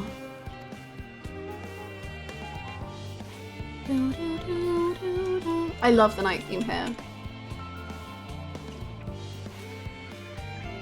If this is Salahi of Endwalker, how does Sockin perform in a fanfare? True, that's very lyrics. Or maybe he can sing the full thing. Aha, aha, aha. The end of the world is nigh, yet the work goes no faster. Schedules are such temperamental things, feasible one moment, utter bollocks the next. And yet, I've never felt so alive!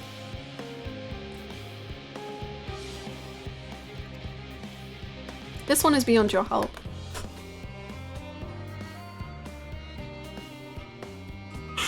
Just gonna screenshot that as well, I think. Please have a nap. How are there 2 more people? Anna, is AJ your Loporrit support bunny? Yes. Yes. Oh, I can go inside.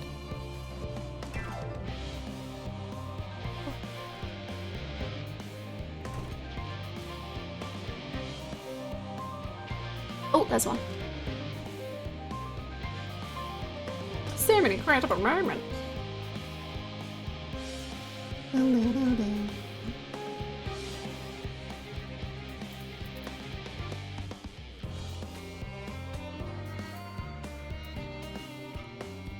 Honey, you okay? Just leave me to my misery. The forum can appoint someone else. I apologize. I simply don't know what to do. How am I supposed to pilot the ARG if I'm already falling apart under the pressure?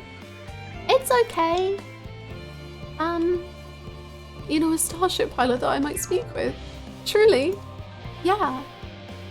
Well then, there's no time to waste. They can help me prepare for this monumental task. Okay, we got one more. Buy your prescription therapy wing now for the price of a lemon muffin.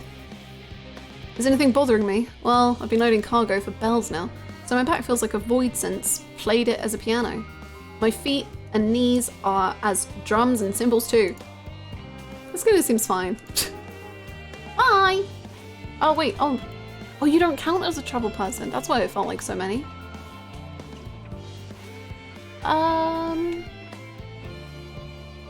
Maybe up here? The clean outfit's so cute. There's the one that,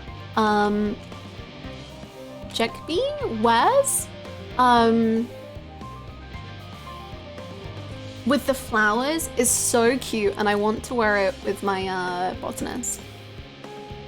Blast resistance? Where have they gone off to at a time like this? Beg pardon, but I have not the time for idle chit-chat. I need to reconfirm that ether levels are consistent throughout the vessel's machinery, and it seems I have to do so single-handedly. I swear, when I find this assistance of mine, they're all with the bunnies. The Loporrits are willing to help. Why didn't you say so? At least they won't moan about how they checked 24 times already and haven't slept in weeks, lazy sods.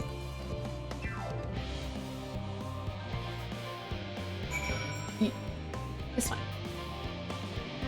This quest was a lot easier with flight. What's flying? You can fly in this game?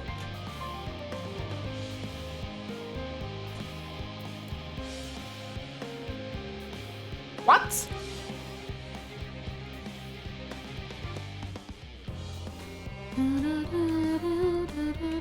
Ariane, I brought you every single depressed person I could find. Oh, it's fine to admit you're scared.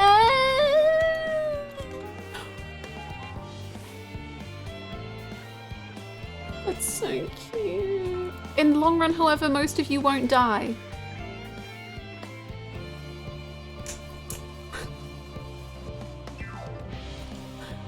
We've got a range of help being given. Some of you may die. I know, them standing on the benches is so cute. And hasn't been flying like through expansions now. Flight doesn't exist in this universe, I'm pretty sure. No. My Asm never quite understood the concept of flying. Banana very clearly said we'd be walking and not flying. That's true. That's true. She said we will no longer be flying. Behold, Hekane. Through thine efforts, word hath spread throughout Labyrinthos. Verily, to a far greater number than we anticipated, Living Way doth gather more Loporrits as we speak. I shall assign each in accordance with their skills, that new bonds of friendship might be forged. Should greater matters require not thine attentions, watch over them, I prithee. Of course.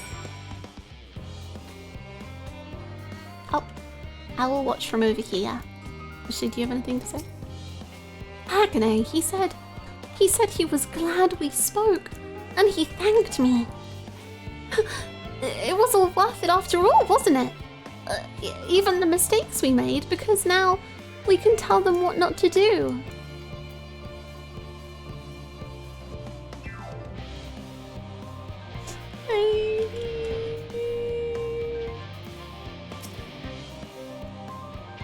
I pray that Living Way is joy to see so many heartened souls when doth she return. Stop. My heart. Hey Emmett, give me a right to volcano. Yes. That is my Asm. That's canon to me.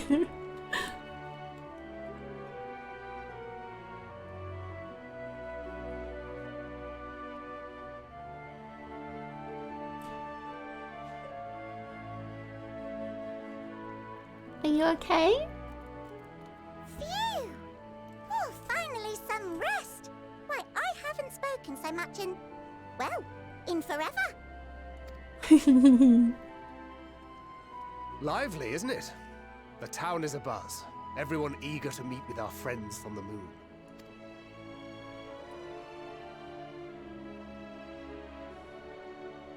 Twould behoove you to consult with Sleeping Way. As our moon's pilot, his advice should be most pertinent. Did I know Sleeping Way was the pilot? Did we know that?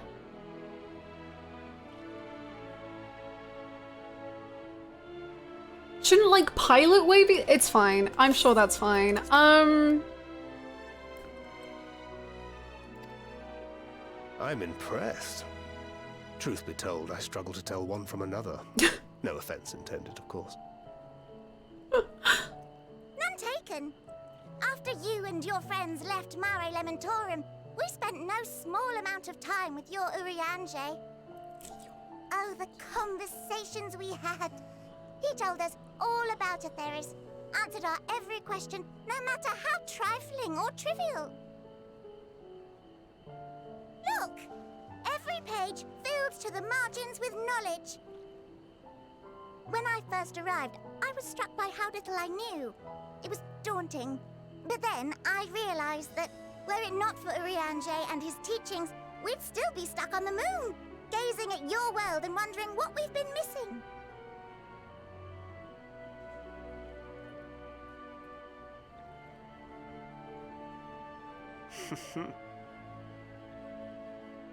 What would they think if they could see Urianger now? I dare say they'd be more than a bit surprised. And impressed, no doubt. Master Louisoix, Minfilia, Papalimo, and not to forget...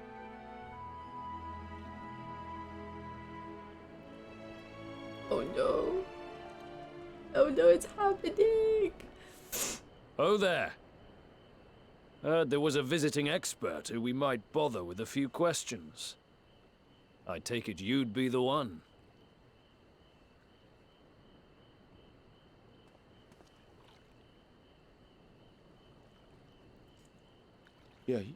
Yes, I am.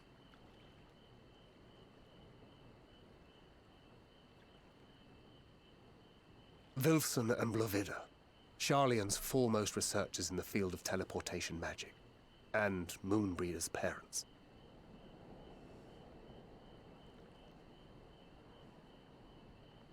It hath been some time. 'Tis good to see you in good health. Likewise, old friend. Blovida and I were most honored to answer the call. Never expected this reunion, though, did we, dear?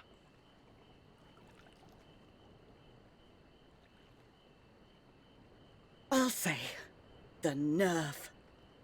Sending that letter, then running off to the gods know where.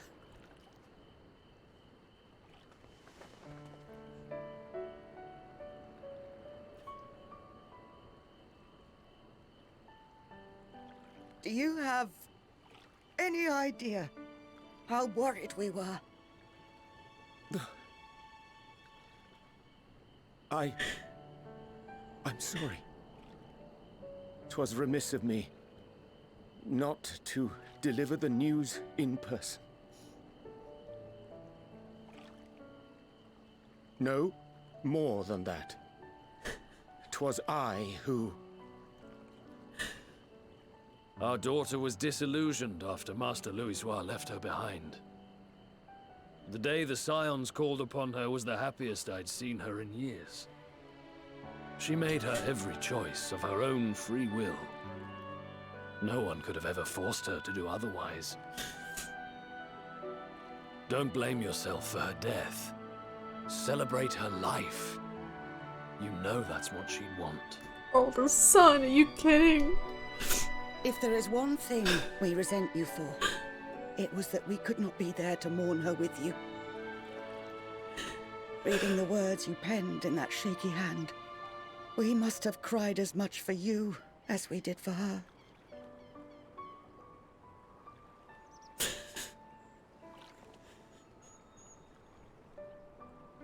I'm sorry. I truly, truly am. I knew not what to say. Knew not how to express my feelings. The poems and platitudes of wiser men, musings on sadness and loss, studied and memorized, and meaningless in the moment. Silly boy. We are all powerless before such grief. Even now, try as I might, The words escape me. But in our hearts, we know. We always know.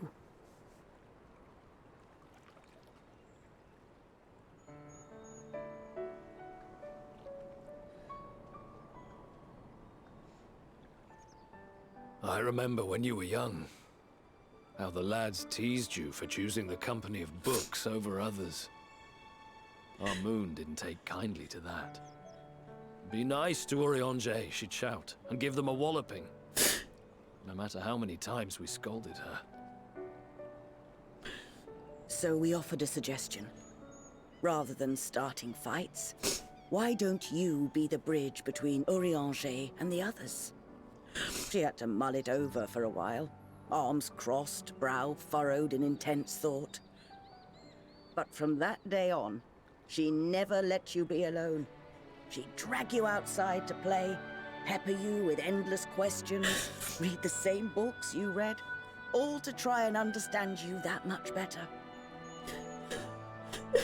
I'm sure it was annoying and exhausting at the time, but she only ever had the best of intentions. And look at you now, at the center of the crowd. The reason there even is a crowd, having brought these people together. You've no idea how proud we are. To see the boy, our daughter, trusted and believed in more than anyone, grow into the man she always knew he could be. I can see her in you too. Feel her. She walks with you wheresoever you go. So thank you, Urianger, for being who you are.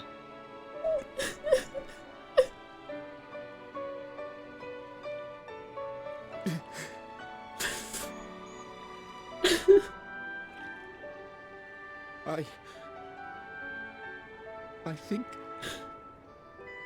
I can feel her too.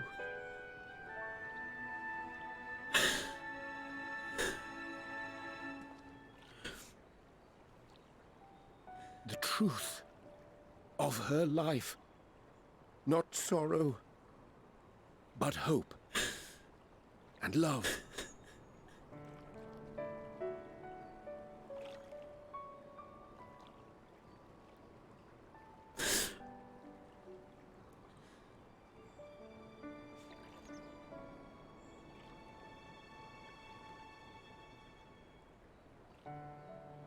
This moon breeder, she was important to him, wasn't she? You could ask the man himself. Oh, no. But watching this exchange reminds me how much I've yet to learn about your world. And its people. You can live here your entire life and hardly learn a thing. And that's why it's too soon for this to end.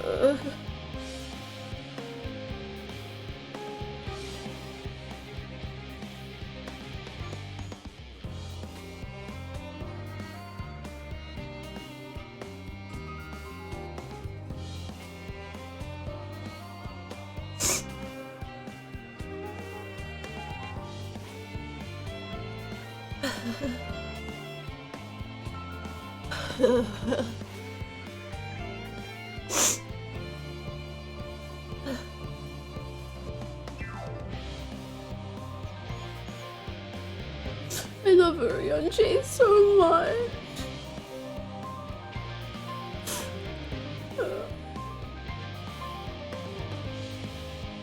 I sent you something from when you were polyp. Oh no.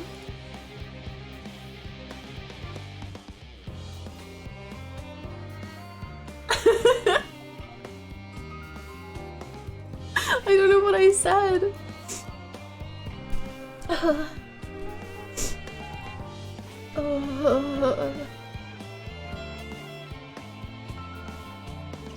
It destroyed me.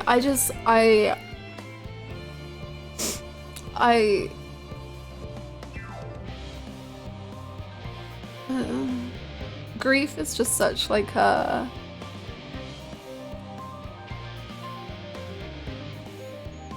thing.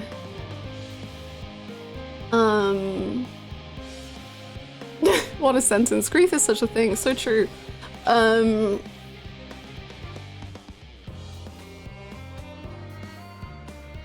But just the... Man, I'm sorry, I can't even put into words what I'm trying to say. You can trap yourself so much in your own grief and your own, like, and Urianger was clearly so lost and like assuming the worst and that her parents would be mad, but all they want to do is just grieve with him and love their daughter and just share in the love that they had for her and like just celebrate her life and who she was, and like grief doesn't have to be this isolating pain. It can just be like, let's just remember this person who was so important to us, and it's just very beautiful.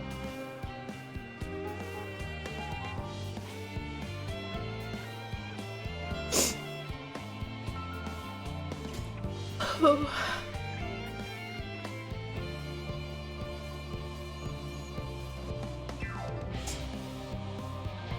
Urianger is not even in his 20s. Sorry?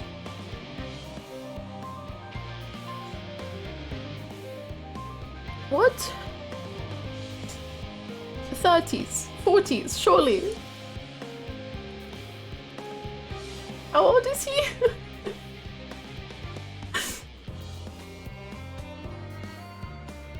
He's 29, okay. God, that's still young. That's still so young.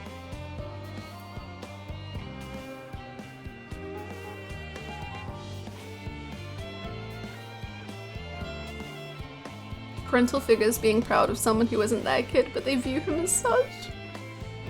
That was genuinely one of the best conversations about grief I think I've had. Same. For me, like, grief is, like, with my own history with grief, I've always, without getting too personal, I am so bad at handling it in any way, and it's so, and like obviously I don't think anyone can handle grief well necessarily, but like, I don't know, it just, I love conversations about it in stories because it just makes me feel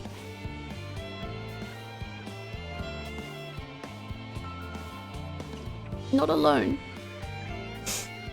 You are not alone.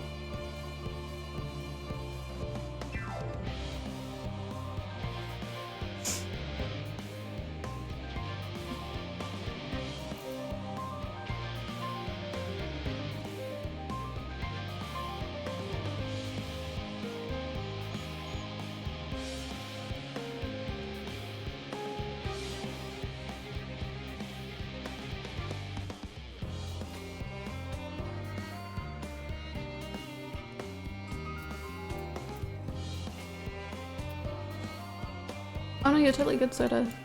No, I think I misread something or something got mistyped or something.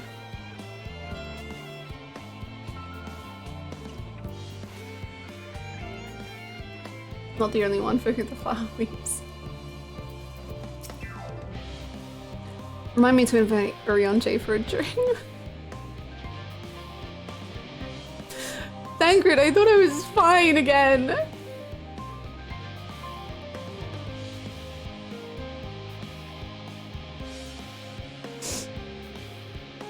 Remind me to invite Urianger for a drink when we have a moment to breathe. We're long overdue for one.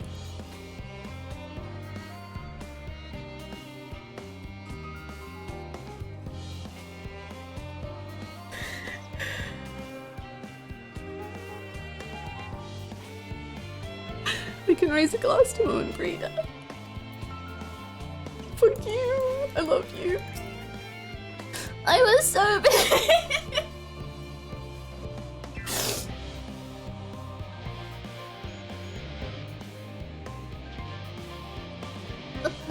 I was so busy asking questions about Aetheris that I never thought to ask more about Orion J.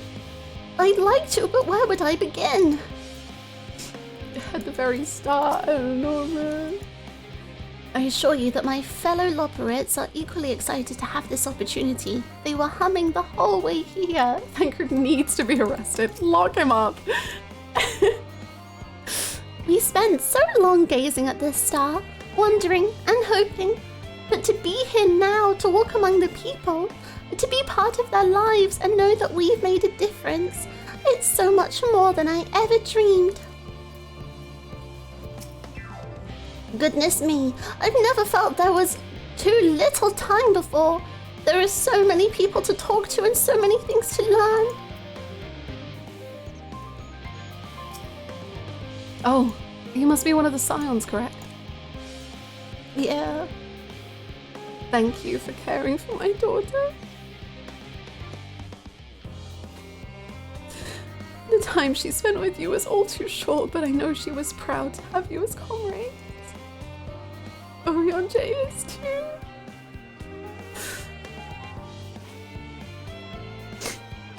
I'm sure. And I certainly feel better for knowing he has good friends to look after him.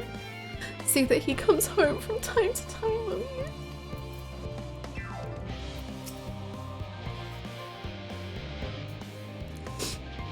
The classical Rogadin's language isn't too different from Eorzean. Did you ever wonder why we named our daughter Moon's Bride? When I first held her, the moon was shining silver and full. The whole world seemed to glow. I knew it had chosen her, that she would be a beacon of that self-same light. And then Orion J stays on the moon and he just... What the fuck? Ugh. Of course, we'd later hear our fair share of jokes about how we ought to have gone for Sun instead, with how bright and stubborn she was. But fiery as my Moan Breeder was, she was always kind and gentle.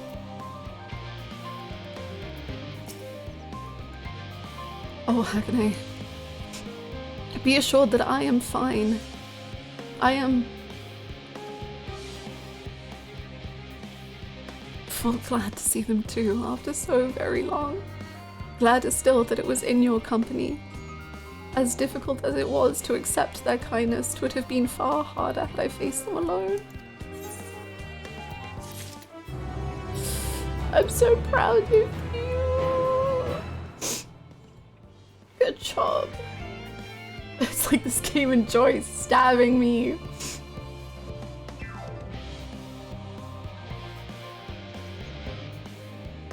So cool. Ugh.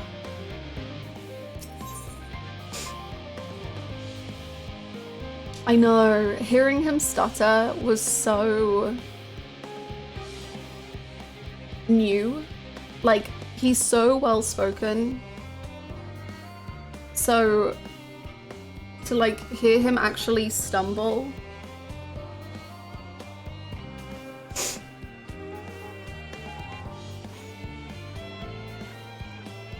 And to have to find the words to say, yeah, and him like shaking. And I always want this game to have more physical affection. Like, the lack of hugs in this game kills me. So I'm so glad that there was a hug, and it was such a beautiful hug. Make the twins hug. Make everyone hug. I beg, I need everyone to hug each other.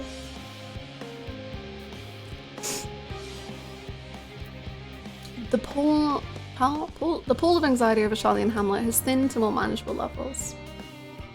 Words are so important to Orion J in every sense, so knowing he stumbled and his hand shaked when he wrote that, like, oh my god, the shaking of the hand is also just, ugh.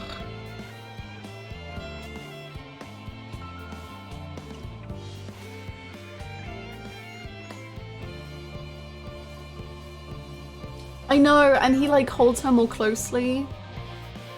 I love that. I love it so much. I'm so glad that they did that. Thou hast my gratitude for lending courage to the Loporrits. Not disposed to rest on their laurels, several of our guests have elected to accompany my countrymen to their stations. Some few may still hither seeking counsel, and so shall I remain to aid them as need be. If thou art needed elsewhere, do not let me detain thee. I'm fully aware we have had hugs. I wish for more hugs, which is what I said. As a matter of fact, I was hoping you might check on Alice. Last I saw, she was struggling to carry an enormous pile of boxes out the west gate. I could go myself, but we both know whose help she's less like to scorn. Not to mention that, much to my misfortune, I can think of several other things I ought to be doing. Until later.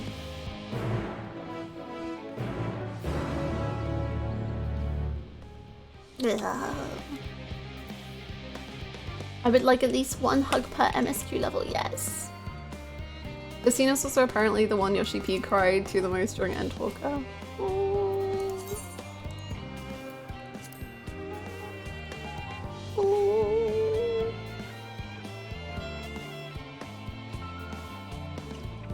I was dying for Thanker Tugreen, yeah.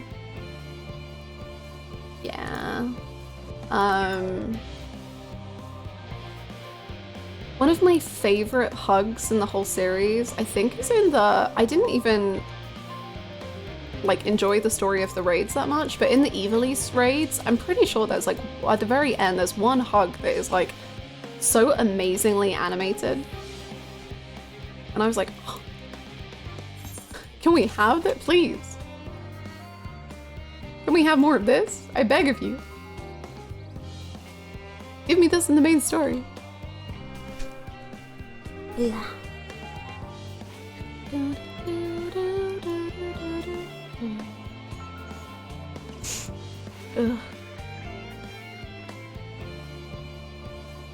We've added hugs, sure. Alice. Hello, Angel. You're doing all this on your own? Let me help.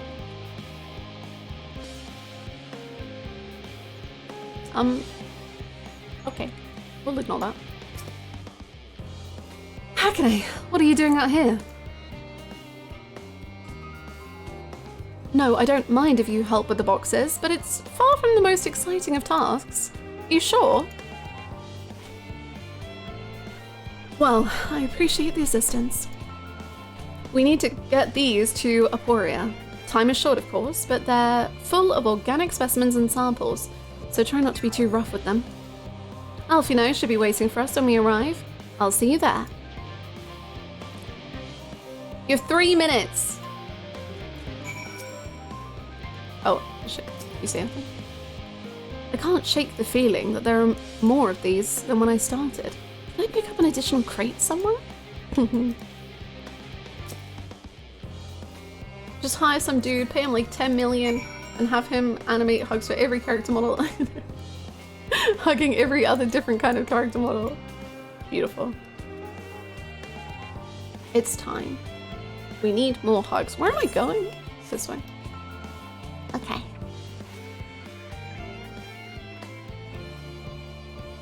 Hugging way. Yes.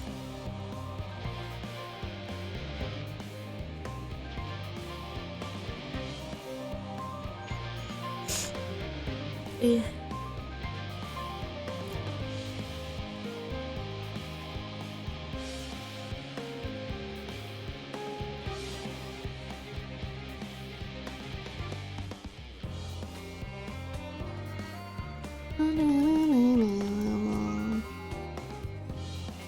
Ask the modern community and they'll do it for a corn chip.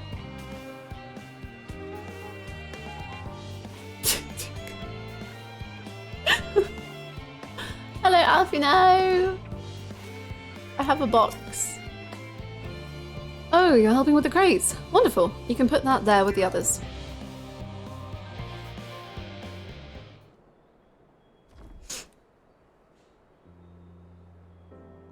You have my gratitude, but how did you come to be involved in this? Then I suppose I have Thanker to thank as well.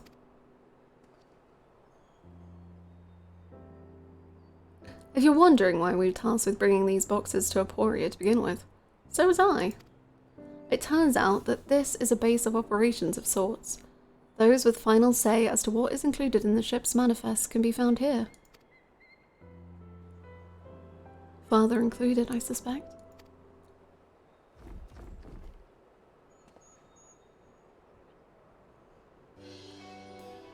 That should be everything. You carried all of that at once? Are you trying to injure yourself?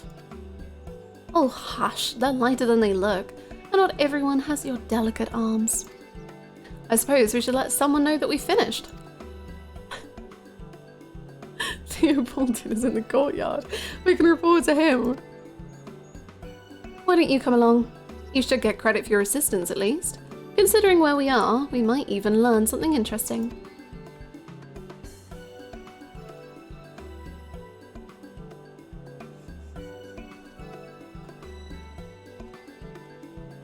No.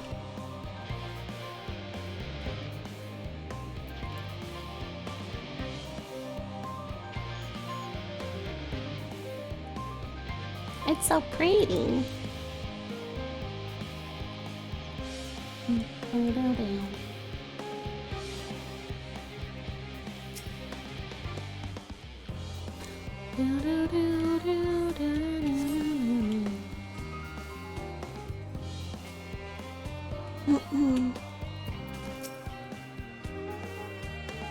I keep thinking that I've seen him elsewhere, but I can't for the life of me remember when. Do not look at me. Let me look at you. He kind of has the same hair as Montichin. This must be Theo Bolton. Gods, it never ends, does it? What can I do for you? I do wonder why Labyrinthos went to say throws into water. I was thinking the exact same thing the last two ones, because I was like, if you're teleporting here, you're just teleporting into the water. And then a whole bunch of them wear long cloaks. So you're just getting your clothes wet. We've brought samples from Charlie and Hamlet, series 110. The crates are by the entrance. Ah, thank you. I'd expected one of my colleagues, but we are dreadfully short-handed. Just a moment. You are Fortuno's children, are you not? Alfino and Ali say at your service. You're well acquainted with father, I take it? Quite. I've been friends with your parents since our days at the studium. I remember when you were yay high, waddling hither and thither. Clearly, it's been quite some time since we've met. It is good to see you again, wielding your father's nullus, no less. You knew our parents when they were young. What were they like? Pray, spare no detail. I should like nothing more than to regale you. Alas, I am meant to be in charge here, and reams of paperwork want for submission. We can help with that, in exchange for the sorts of stories our parents would never willingly divulge, of course. Very well then. There happen to be 3 seats of documents in need of delivery, so how about you each take one?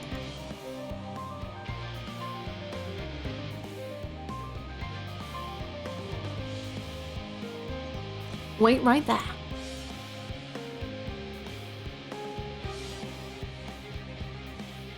Thank you.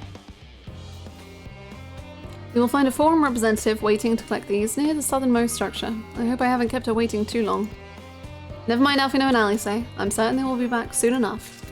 But I want to hear the stories too.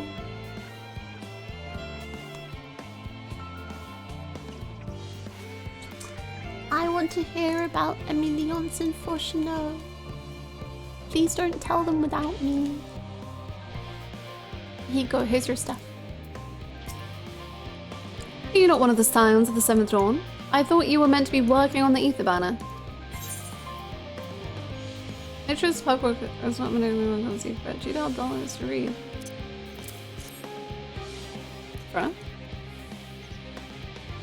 The Pauldron's paperwork. I was beginning to worry he had misplaced his quill. I appreciate your help in seeing these documents to my hands at last. As for your other task, pray keep this between us, but I sincerely hope you Scion succeed.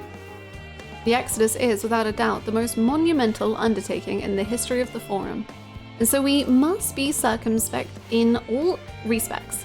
Risk is a privilege we cannot afford ourselves. At its heart, however, Scion has ever been a nation of the curious.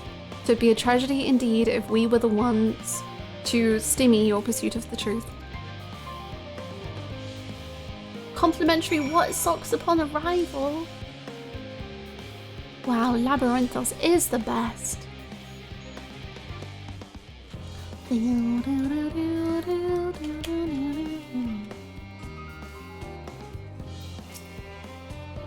Quick and efficient. I dare say you have a talent for this work. The twins' papers only needed to be delivered to elsewhere in the facility, so they should be returning any moment.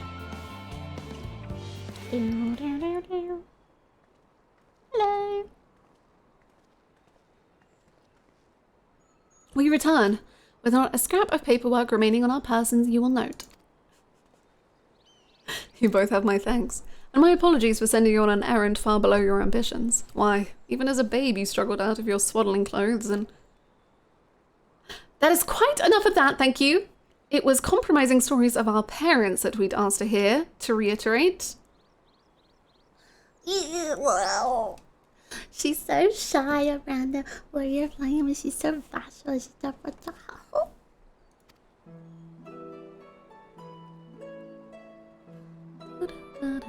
Of course, of course. I've known your father for so long, I must have something.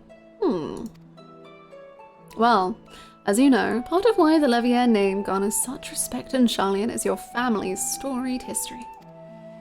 You two can trace your ancestry directly to those who came aboard Yunkrup's Hope, a lineage few can claim.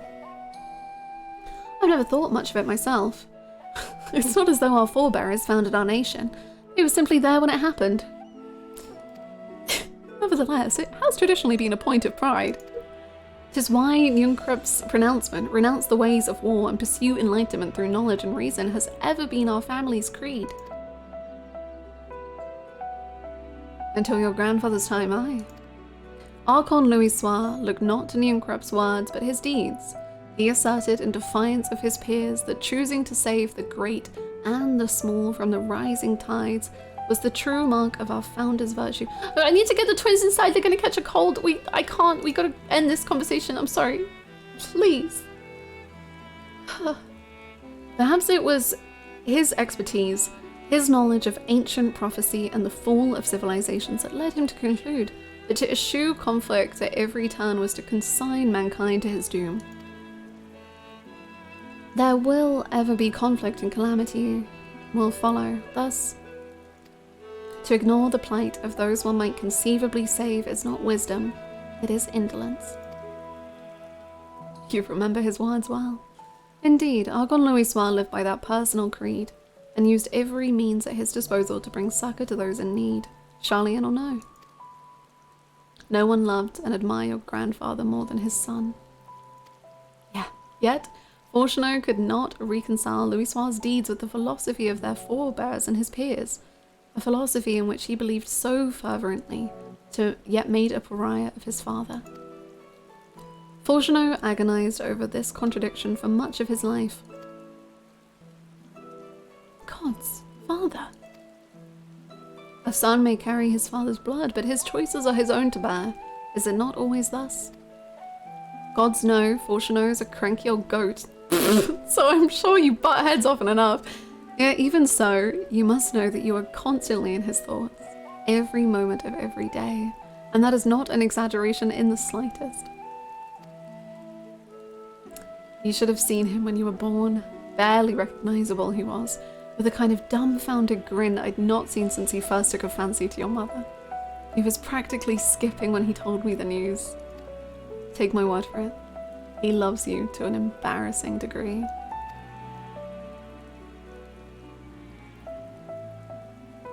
But he is also frustratingly single-minded. Once he's decided that a given action is for the best, he will stay the course no matter who or what opposes him. A profoundly annoying habit when you're on the other end of it, I am sure you will agree.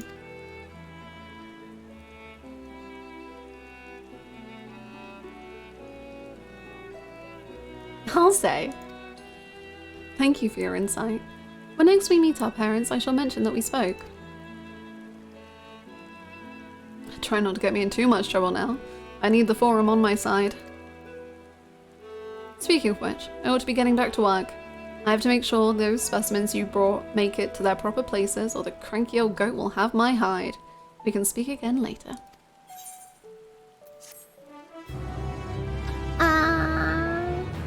That is so cute. Sweet. Hail, you three. Hello. Ah! Sorry. Gah! Surely Kakol hasn't driven you out of the forge already. For better or for worse, no. However, he has set me a task that requires more than my single pair of hands. And here you are. I could use at least one of you, but I won't object to more. Unfortunately, Alice and I have prior commitments and we have delayed too long as it is. I guess it will just have to be Hakane who goes with you. Oh no. What about you, Hakane? Can you spare the time? Yes. Yep. Perfect. This shouldn't take long. What if we held hands whilst we... Once I'd like to press Theopoldin for more revealing tidbits, we should be getting back to our tasks. It is strange to hear father spoken of in such a way, but I suppose he would find your view of me no less odd. Can you spell the... Yes! Yes!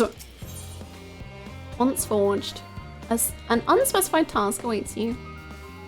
Marrying Grahati. Huh? In the event that and I quote, promised heap of adamantine falls right out of the bloody sky and into my lap, Master Kakol wishes to be ready to put out the proverbial hammer to anvil at a moment's notice. To fabricate these parts, however, he needs the flames in Kakol's forge to burn hotter. He sent me to increase the amount of ether being funneled to his furnaces. But like, Graha, aren't you hot? No. Okay, the flow of fire-aspected ether in Labyrinthos is regulated by an elemental reactor south of here, to which I have borrowed the key.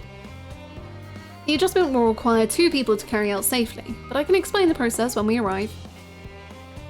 This is where we part then. We'll see you in Charlie and Hamlet once the adamantine arrives, if not before.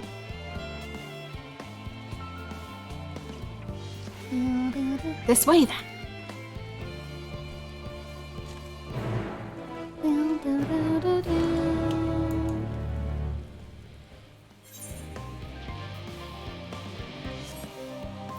Whee! Run to the cat boy. Sprint at an incredible pace to the cat boy.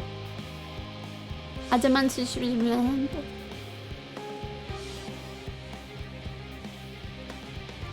Hakane truly a warrior of light that pays attention. Knows what words mean. Understands things.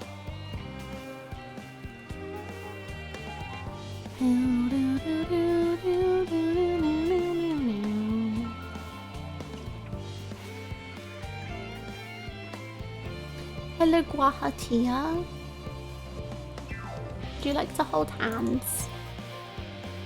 The reactor is housed within this facility. I'll be the one to go inside and adjust the fire ether output. When I do, a rather large amount of water-aspected ether will issue from the vent at the top. I expect this to attract at least a few elementals, which would rather not be drawn into the reactor itself. Trust me. Can I ask that you put down any that draw too near? They'll pose you little trouble, I'm sure. You got it. Wait here, if you would. Whatever you say.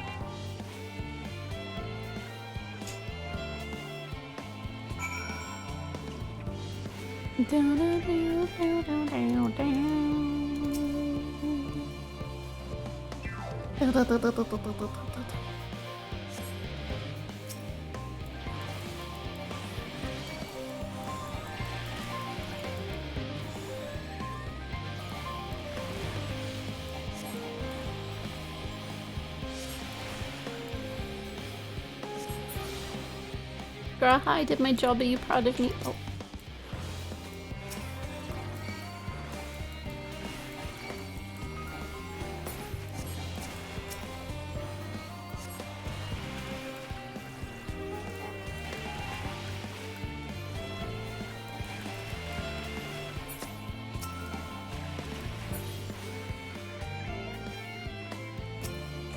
Graha, there's too many enemies and they're making us not hang out together.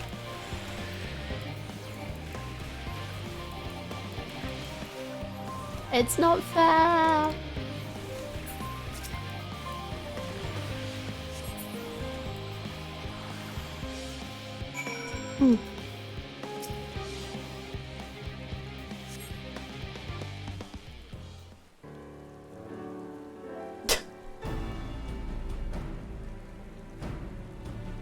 Did everything go smoothly out here? Yes. I thought as much. No major complications to speak of inside either. She's really giving that energy. And the water ether appears to be venting properly.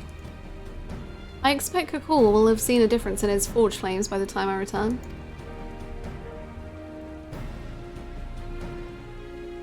Since I have you, there was another matter I thought to discuss with you.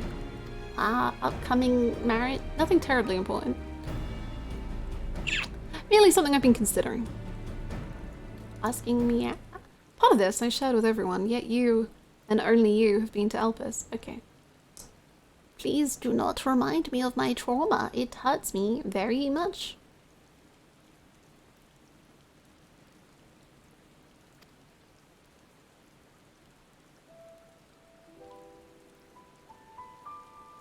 As we have established, refined adamantite is a product of Alak, of the Empire's twilight years in fact.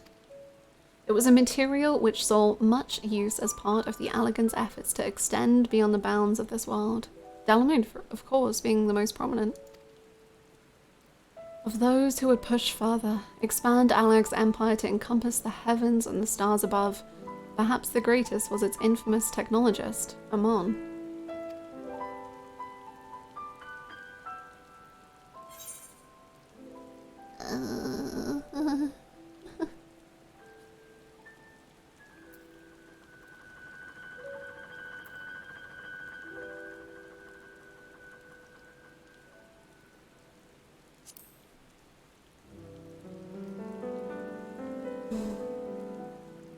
I believe he had his own reasons.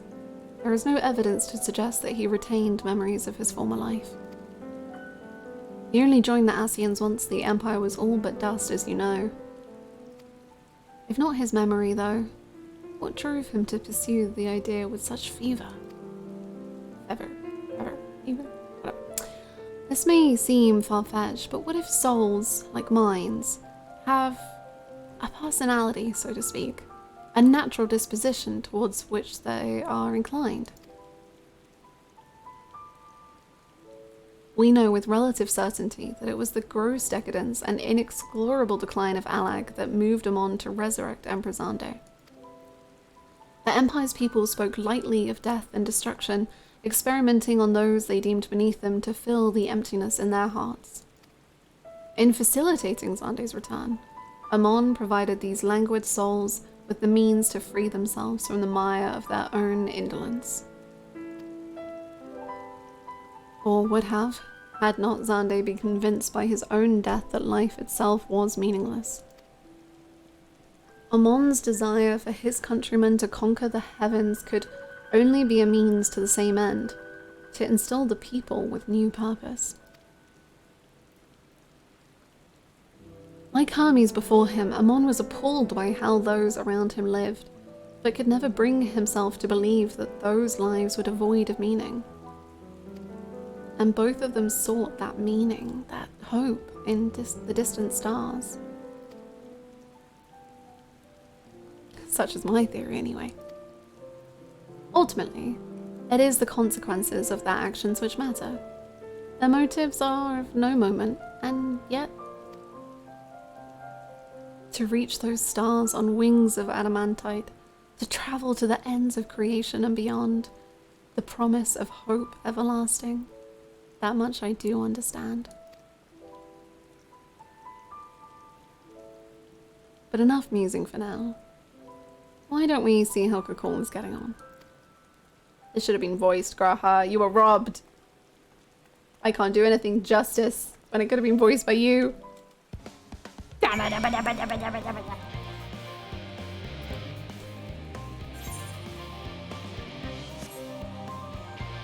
Oh, that was so beautiful.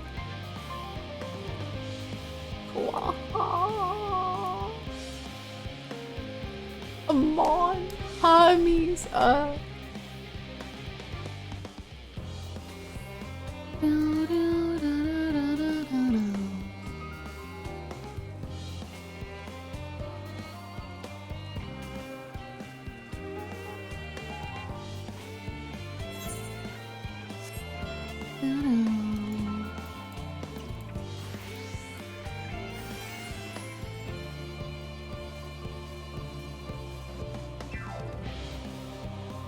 Really cool characterization that Mon still had a shred of hope and didn't want to let go of it. It's so perfect because it's exactly like Hermes and Fandaniel. And like even like the whole bringing Xande back reminds me so much of Hermes and his like unwillingness to let things die. And just man. How do you make silly hat guy so cool? What the hell?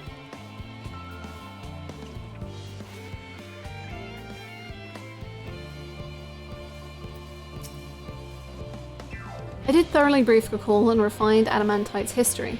I only volunteered to go to the reactor because I was finished and there was little else to do.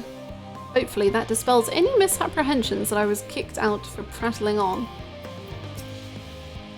Whew. I can feel those flames are blazing from here. Glad you found someone capable, Graha, but there's not much left for you lot to do. Less you can conjure up that refined adamantite any faster.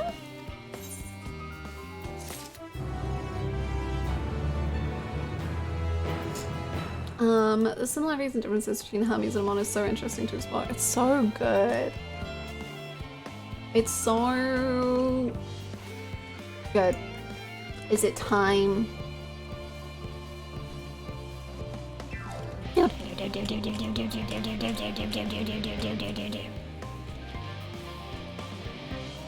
It's a good stopping point, but if you want to go a bit longer, you could do the next quest, which take about 40 minutes to an hour. Ooh. Ooh.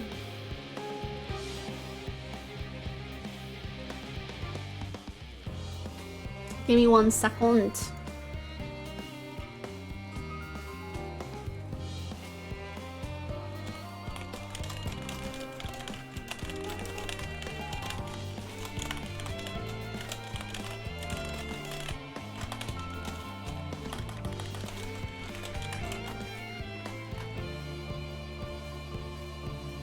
How about we do a public vote?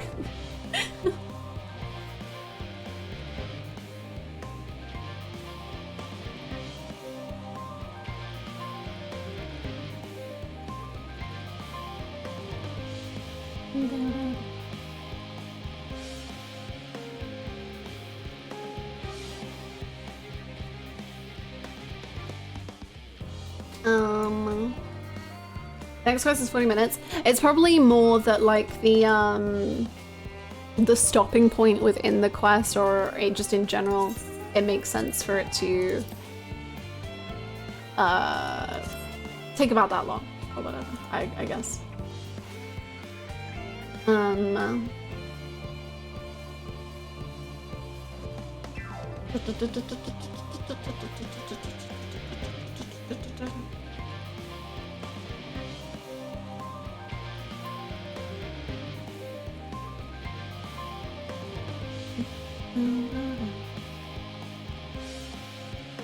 Cutscenes are long sometimes. Indeed, indeed.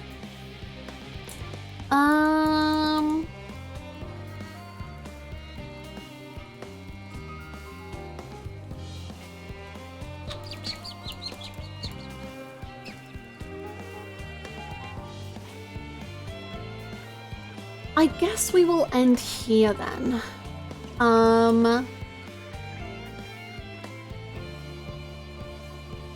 Yes. I think we'll end here, and then I guess that just means more next week. And I can delay finishing this game even more.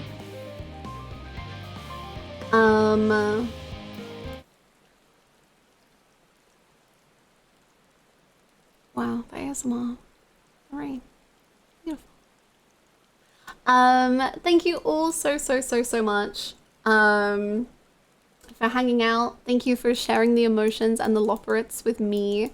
It was so beautiful. I loved it. I treasured it. If you want to talk about 14 stuff in the Discord, whether it's in the Endwalker spoiler chat or just in general, you can join the Discord. It's also just very cool. And it's where I post the schedule and everything. You can also follow me on Twitter and such if you would like. And I will be back again next week with more. Yay. Thanks so much for hanging out, everyone. I'll see you next time. Goodbye. Goodbye. Oh, I missed the Loporrits. Oh, goodbye.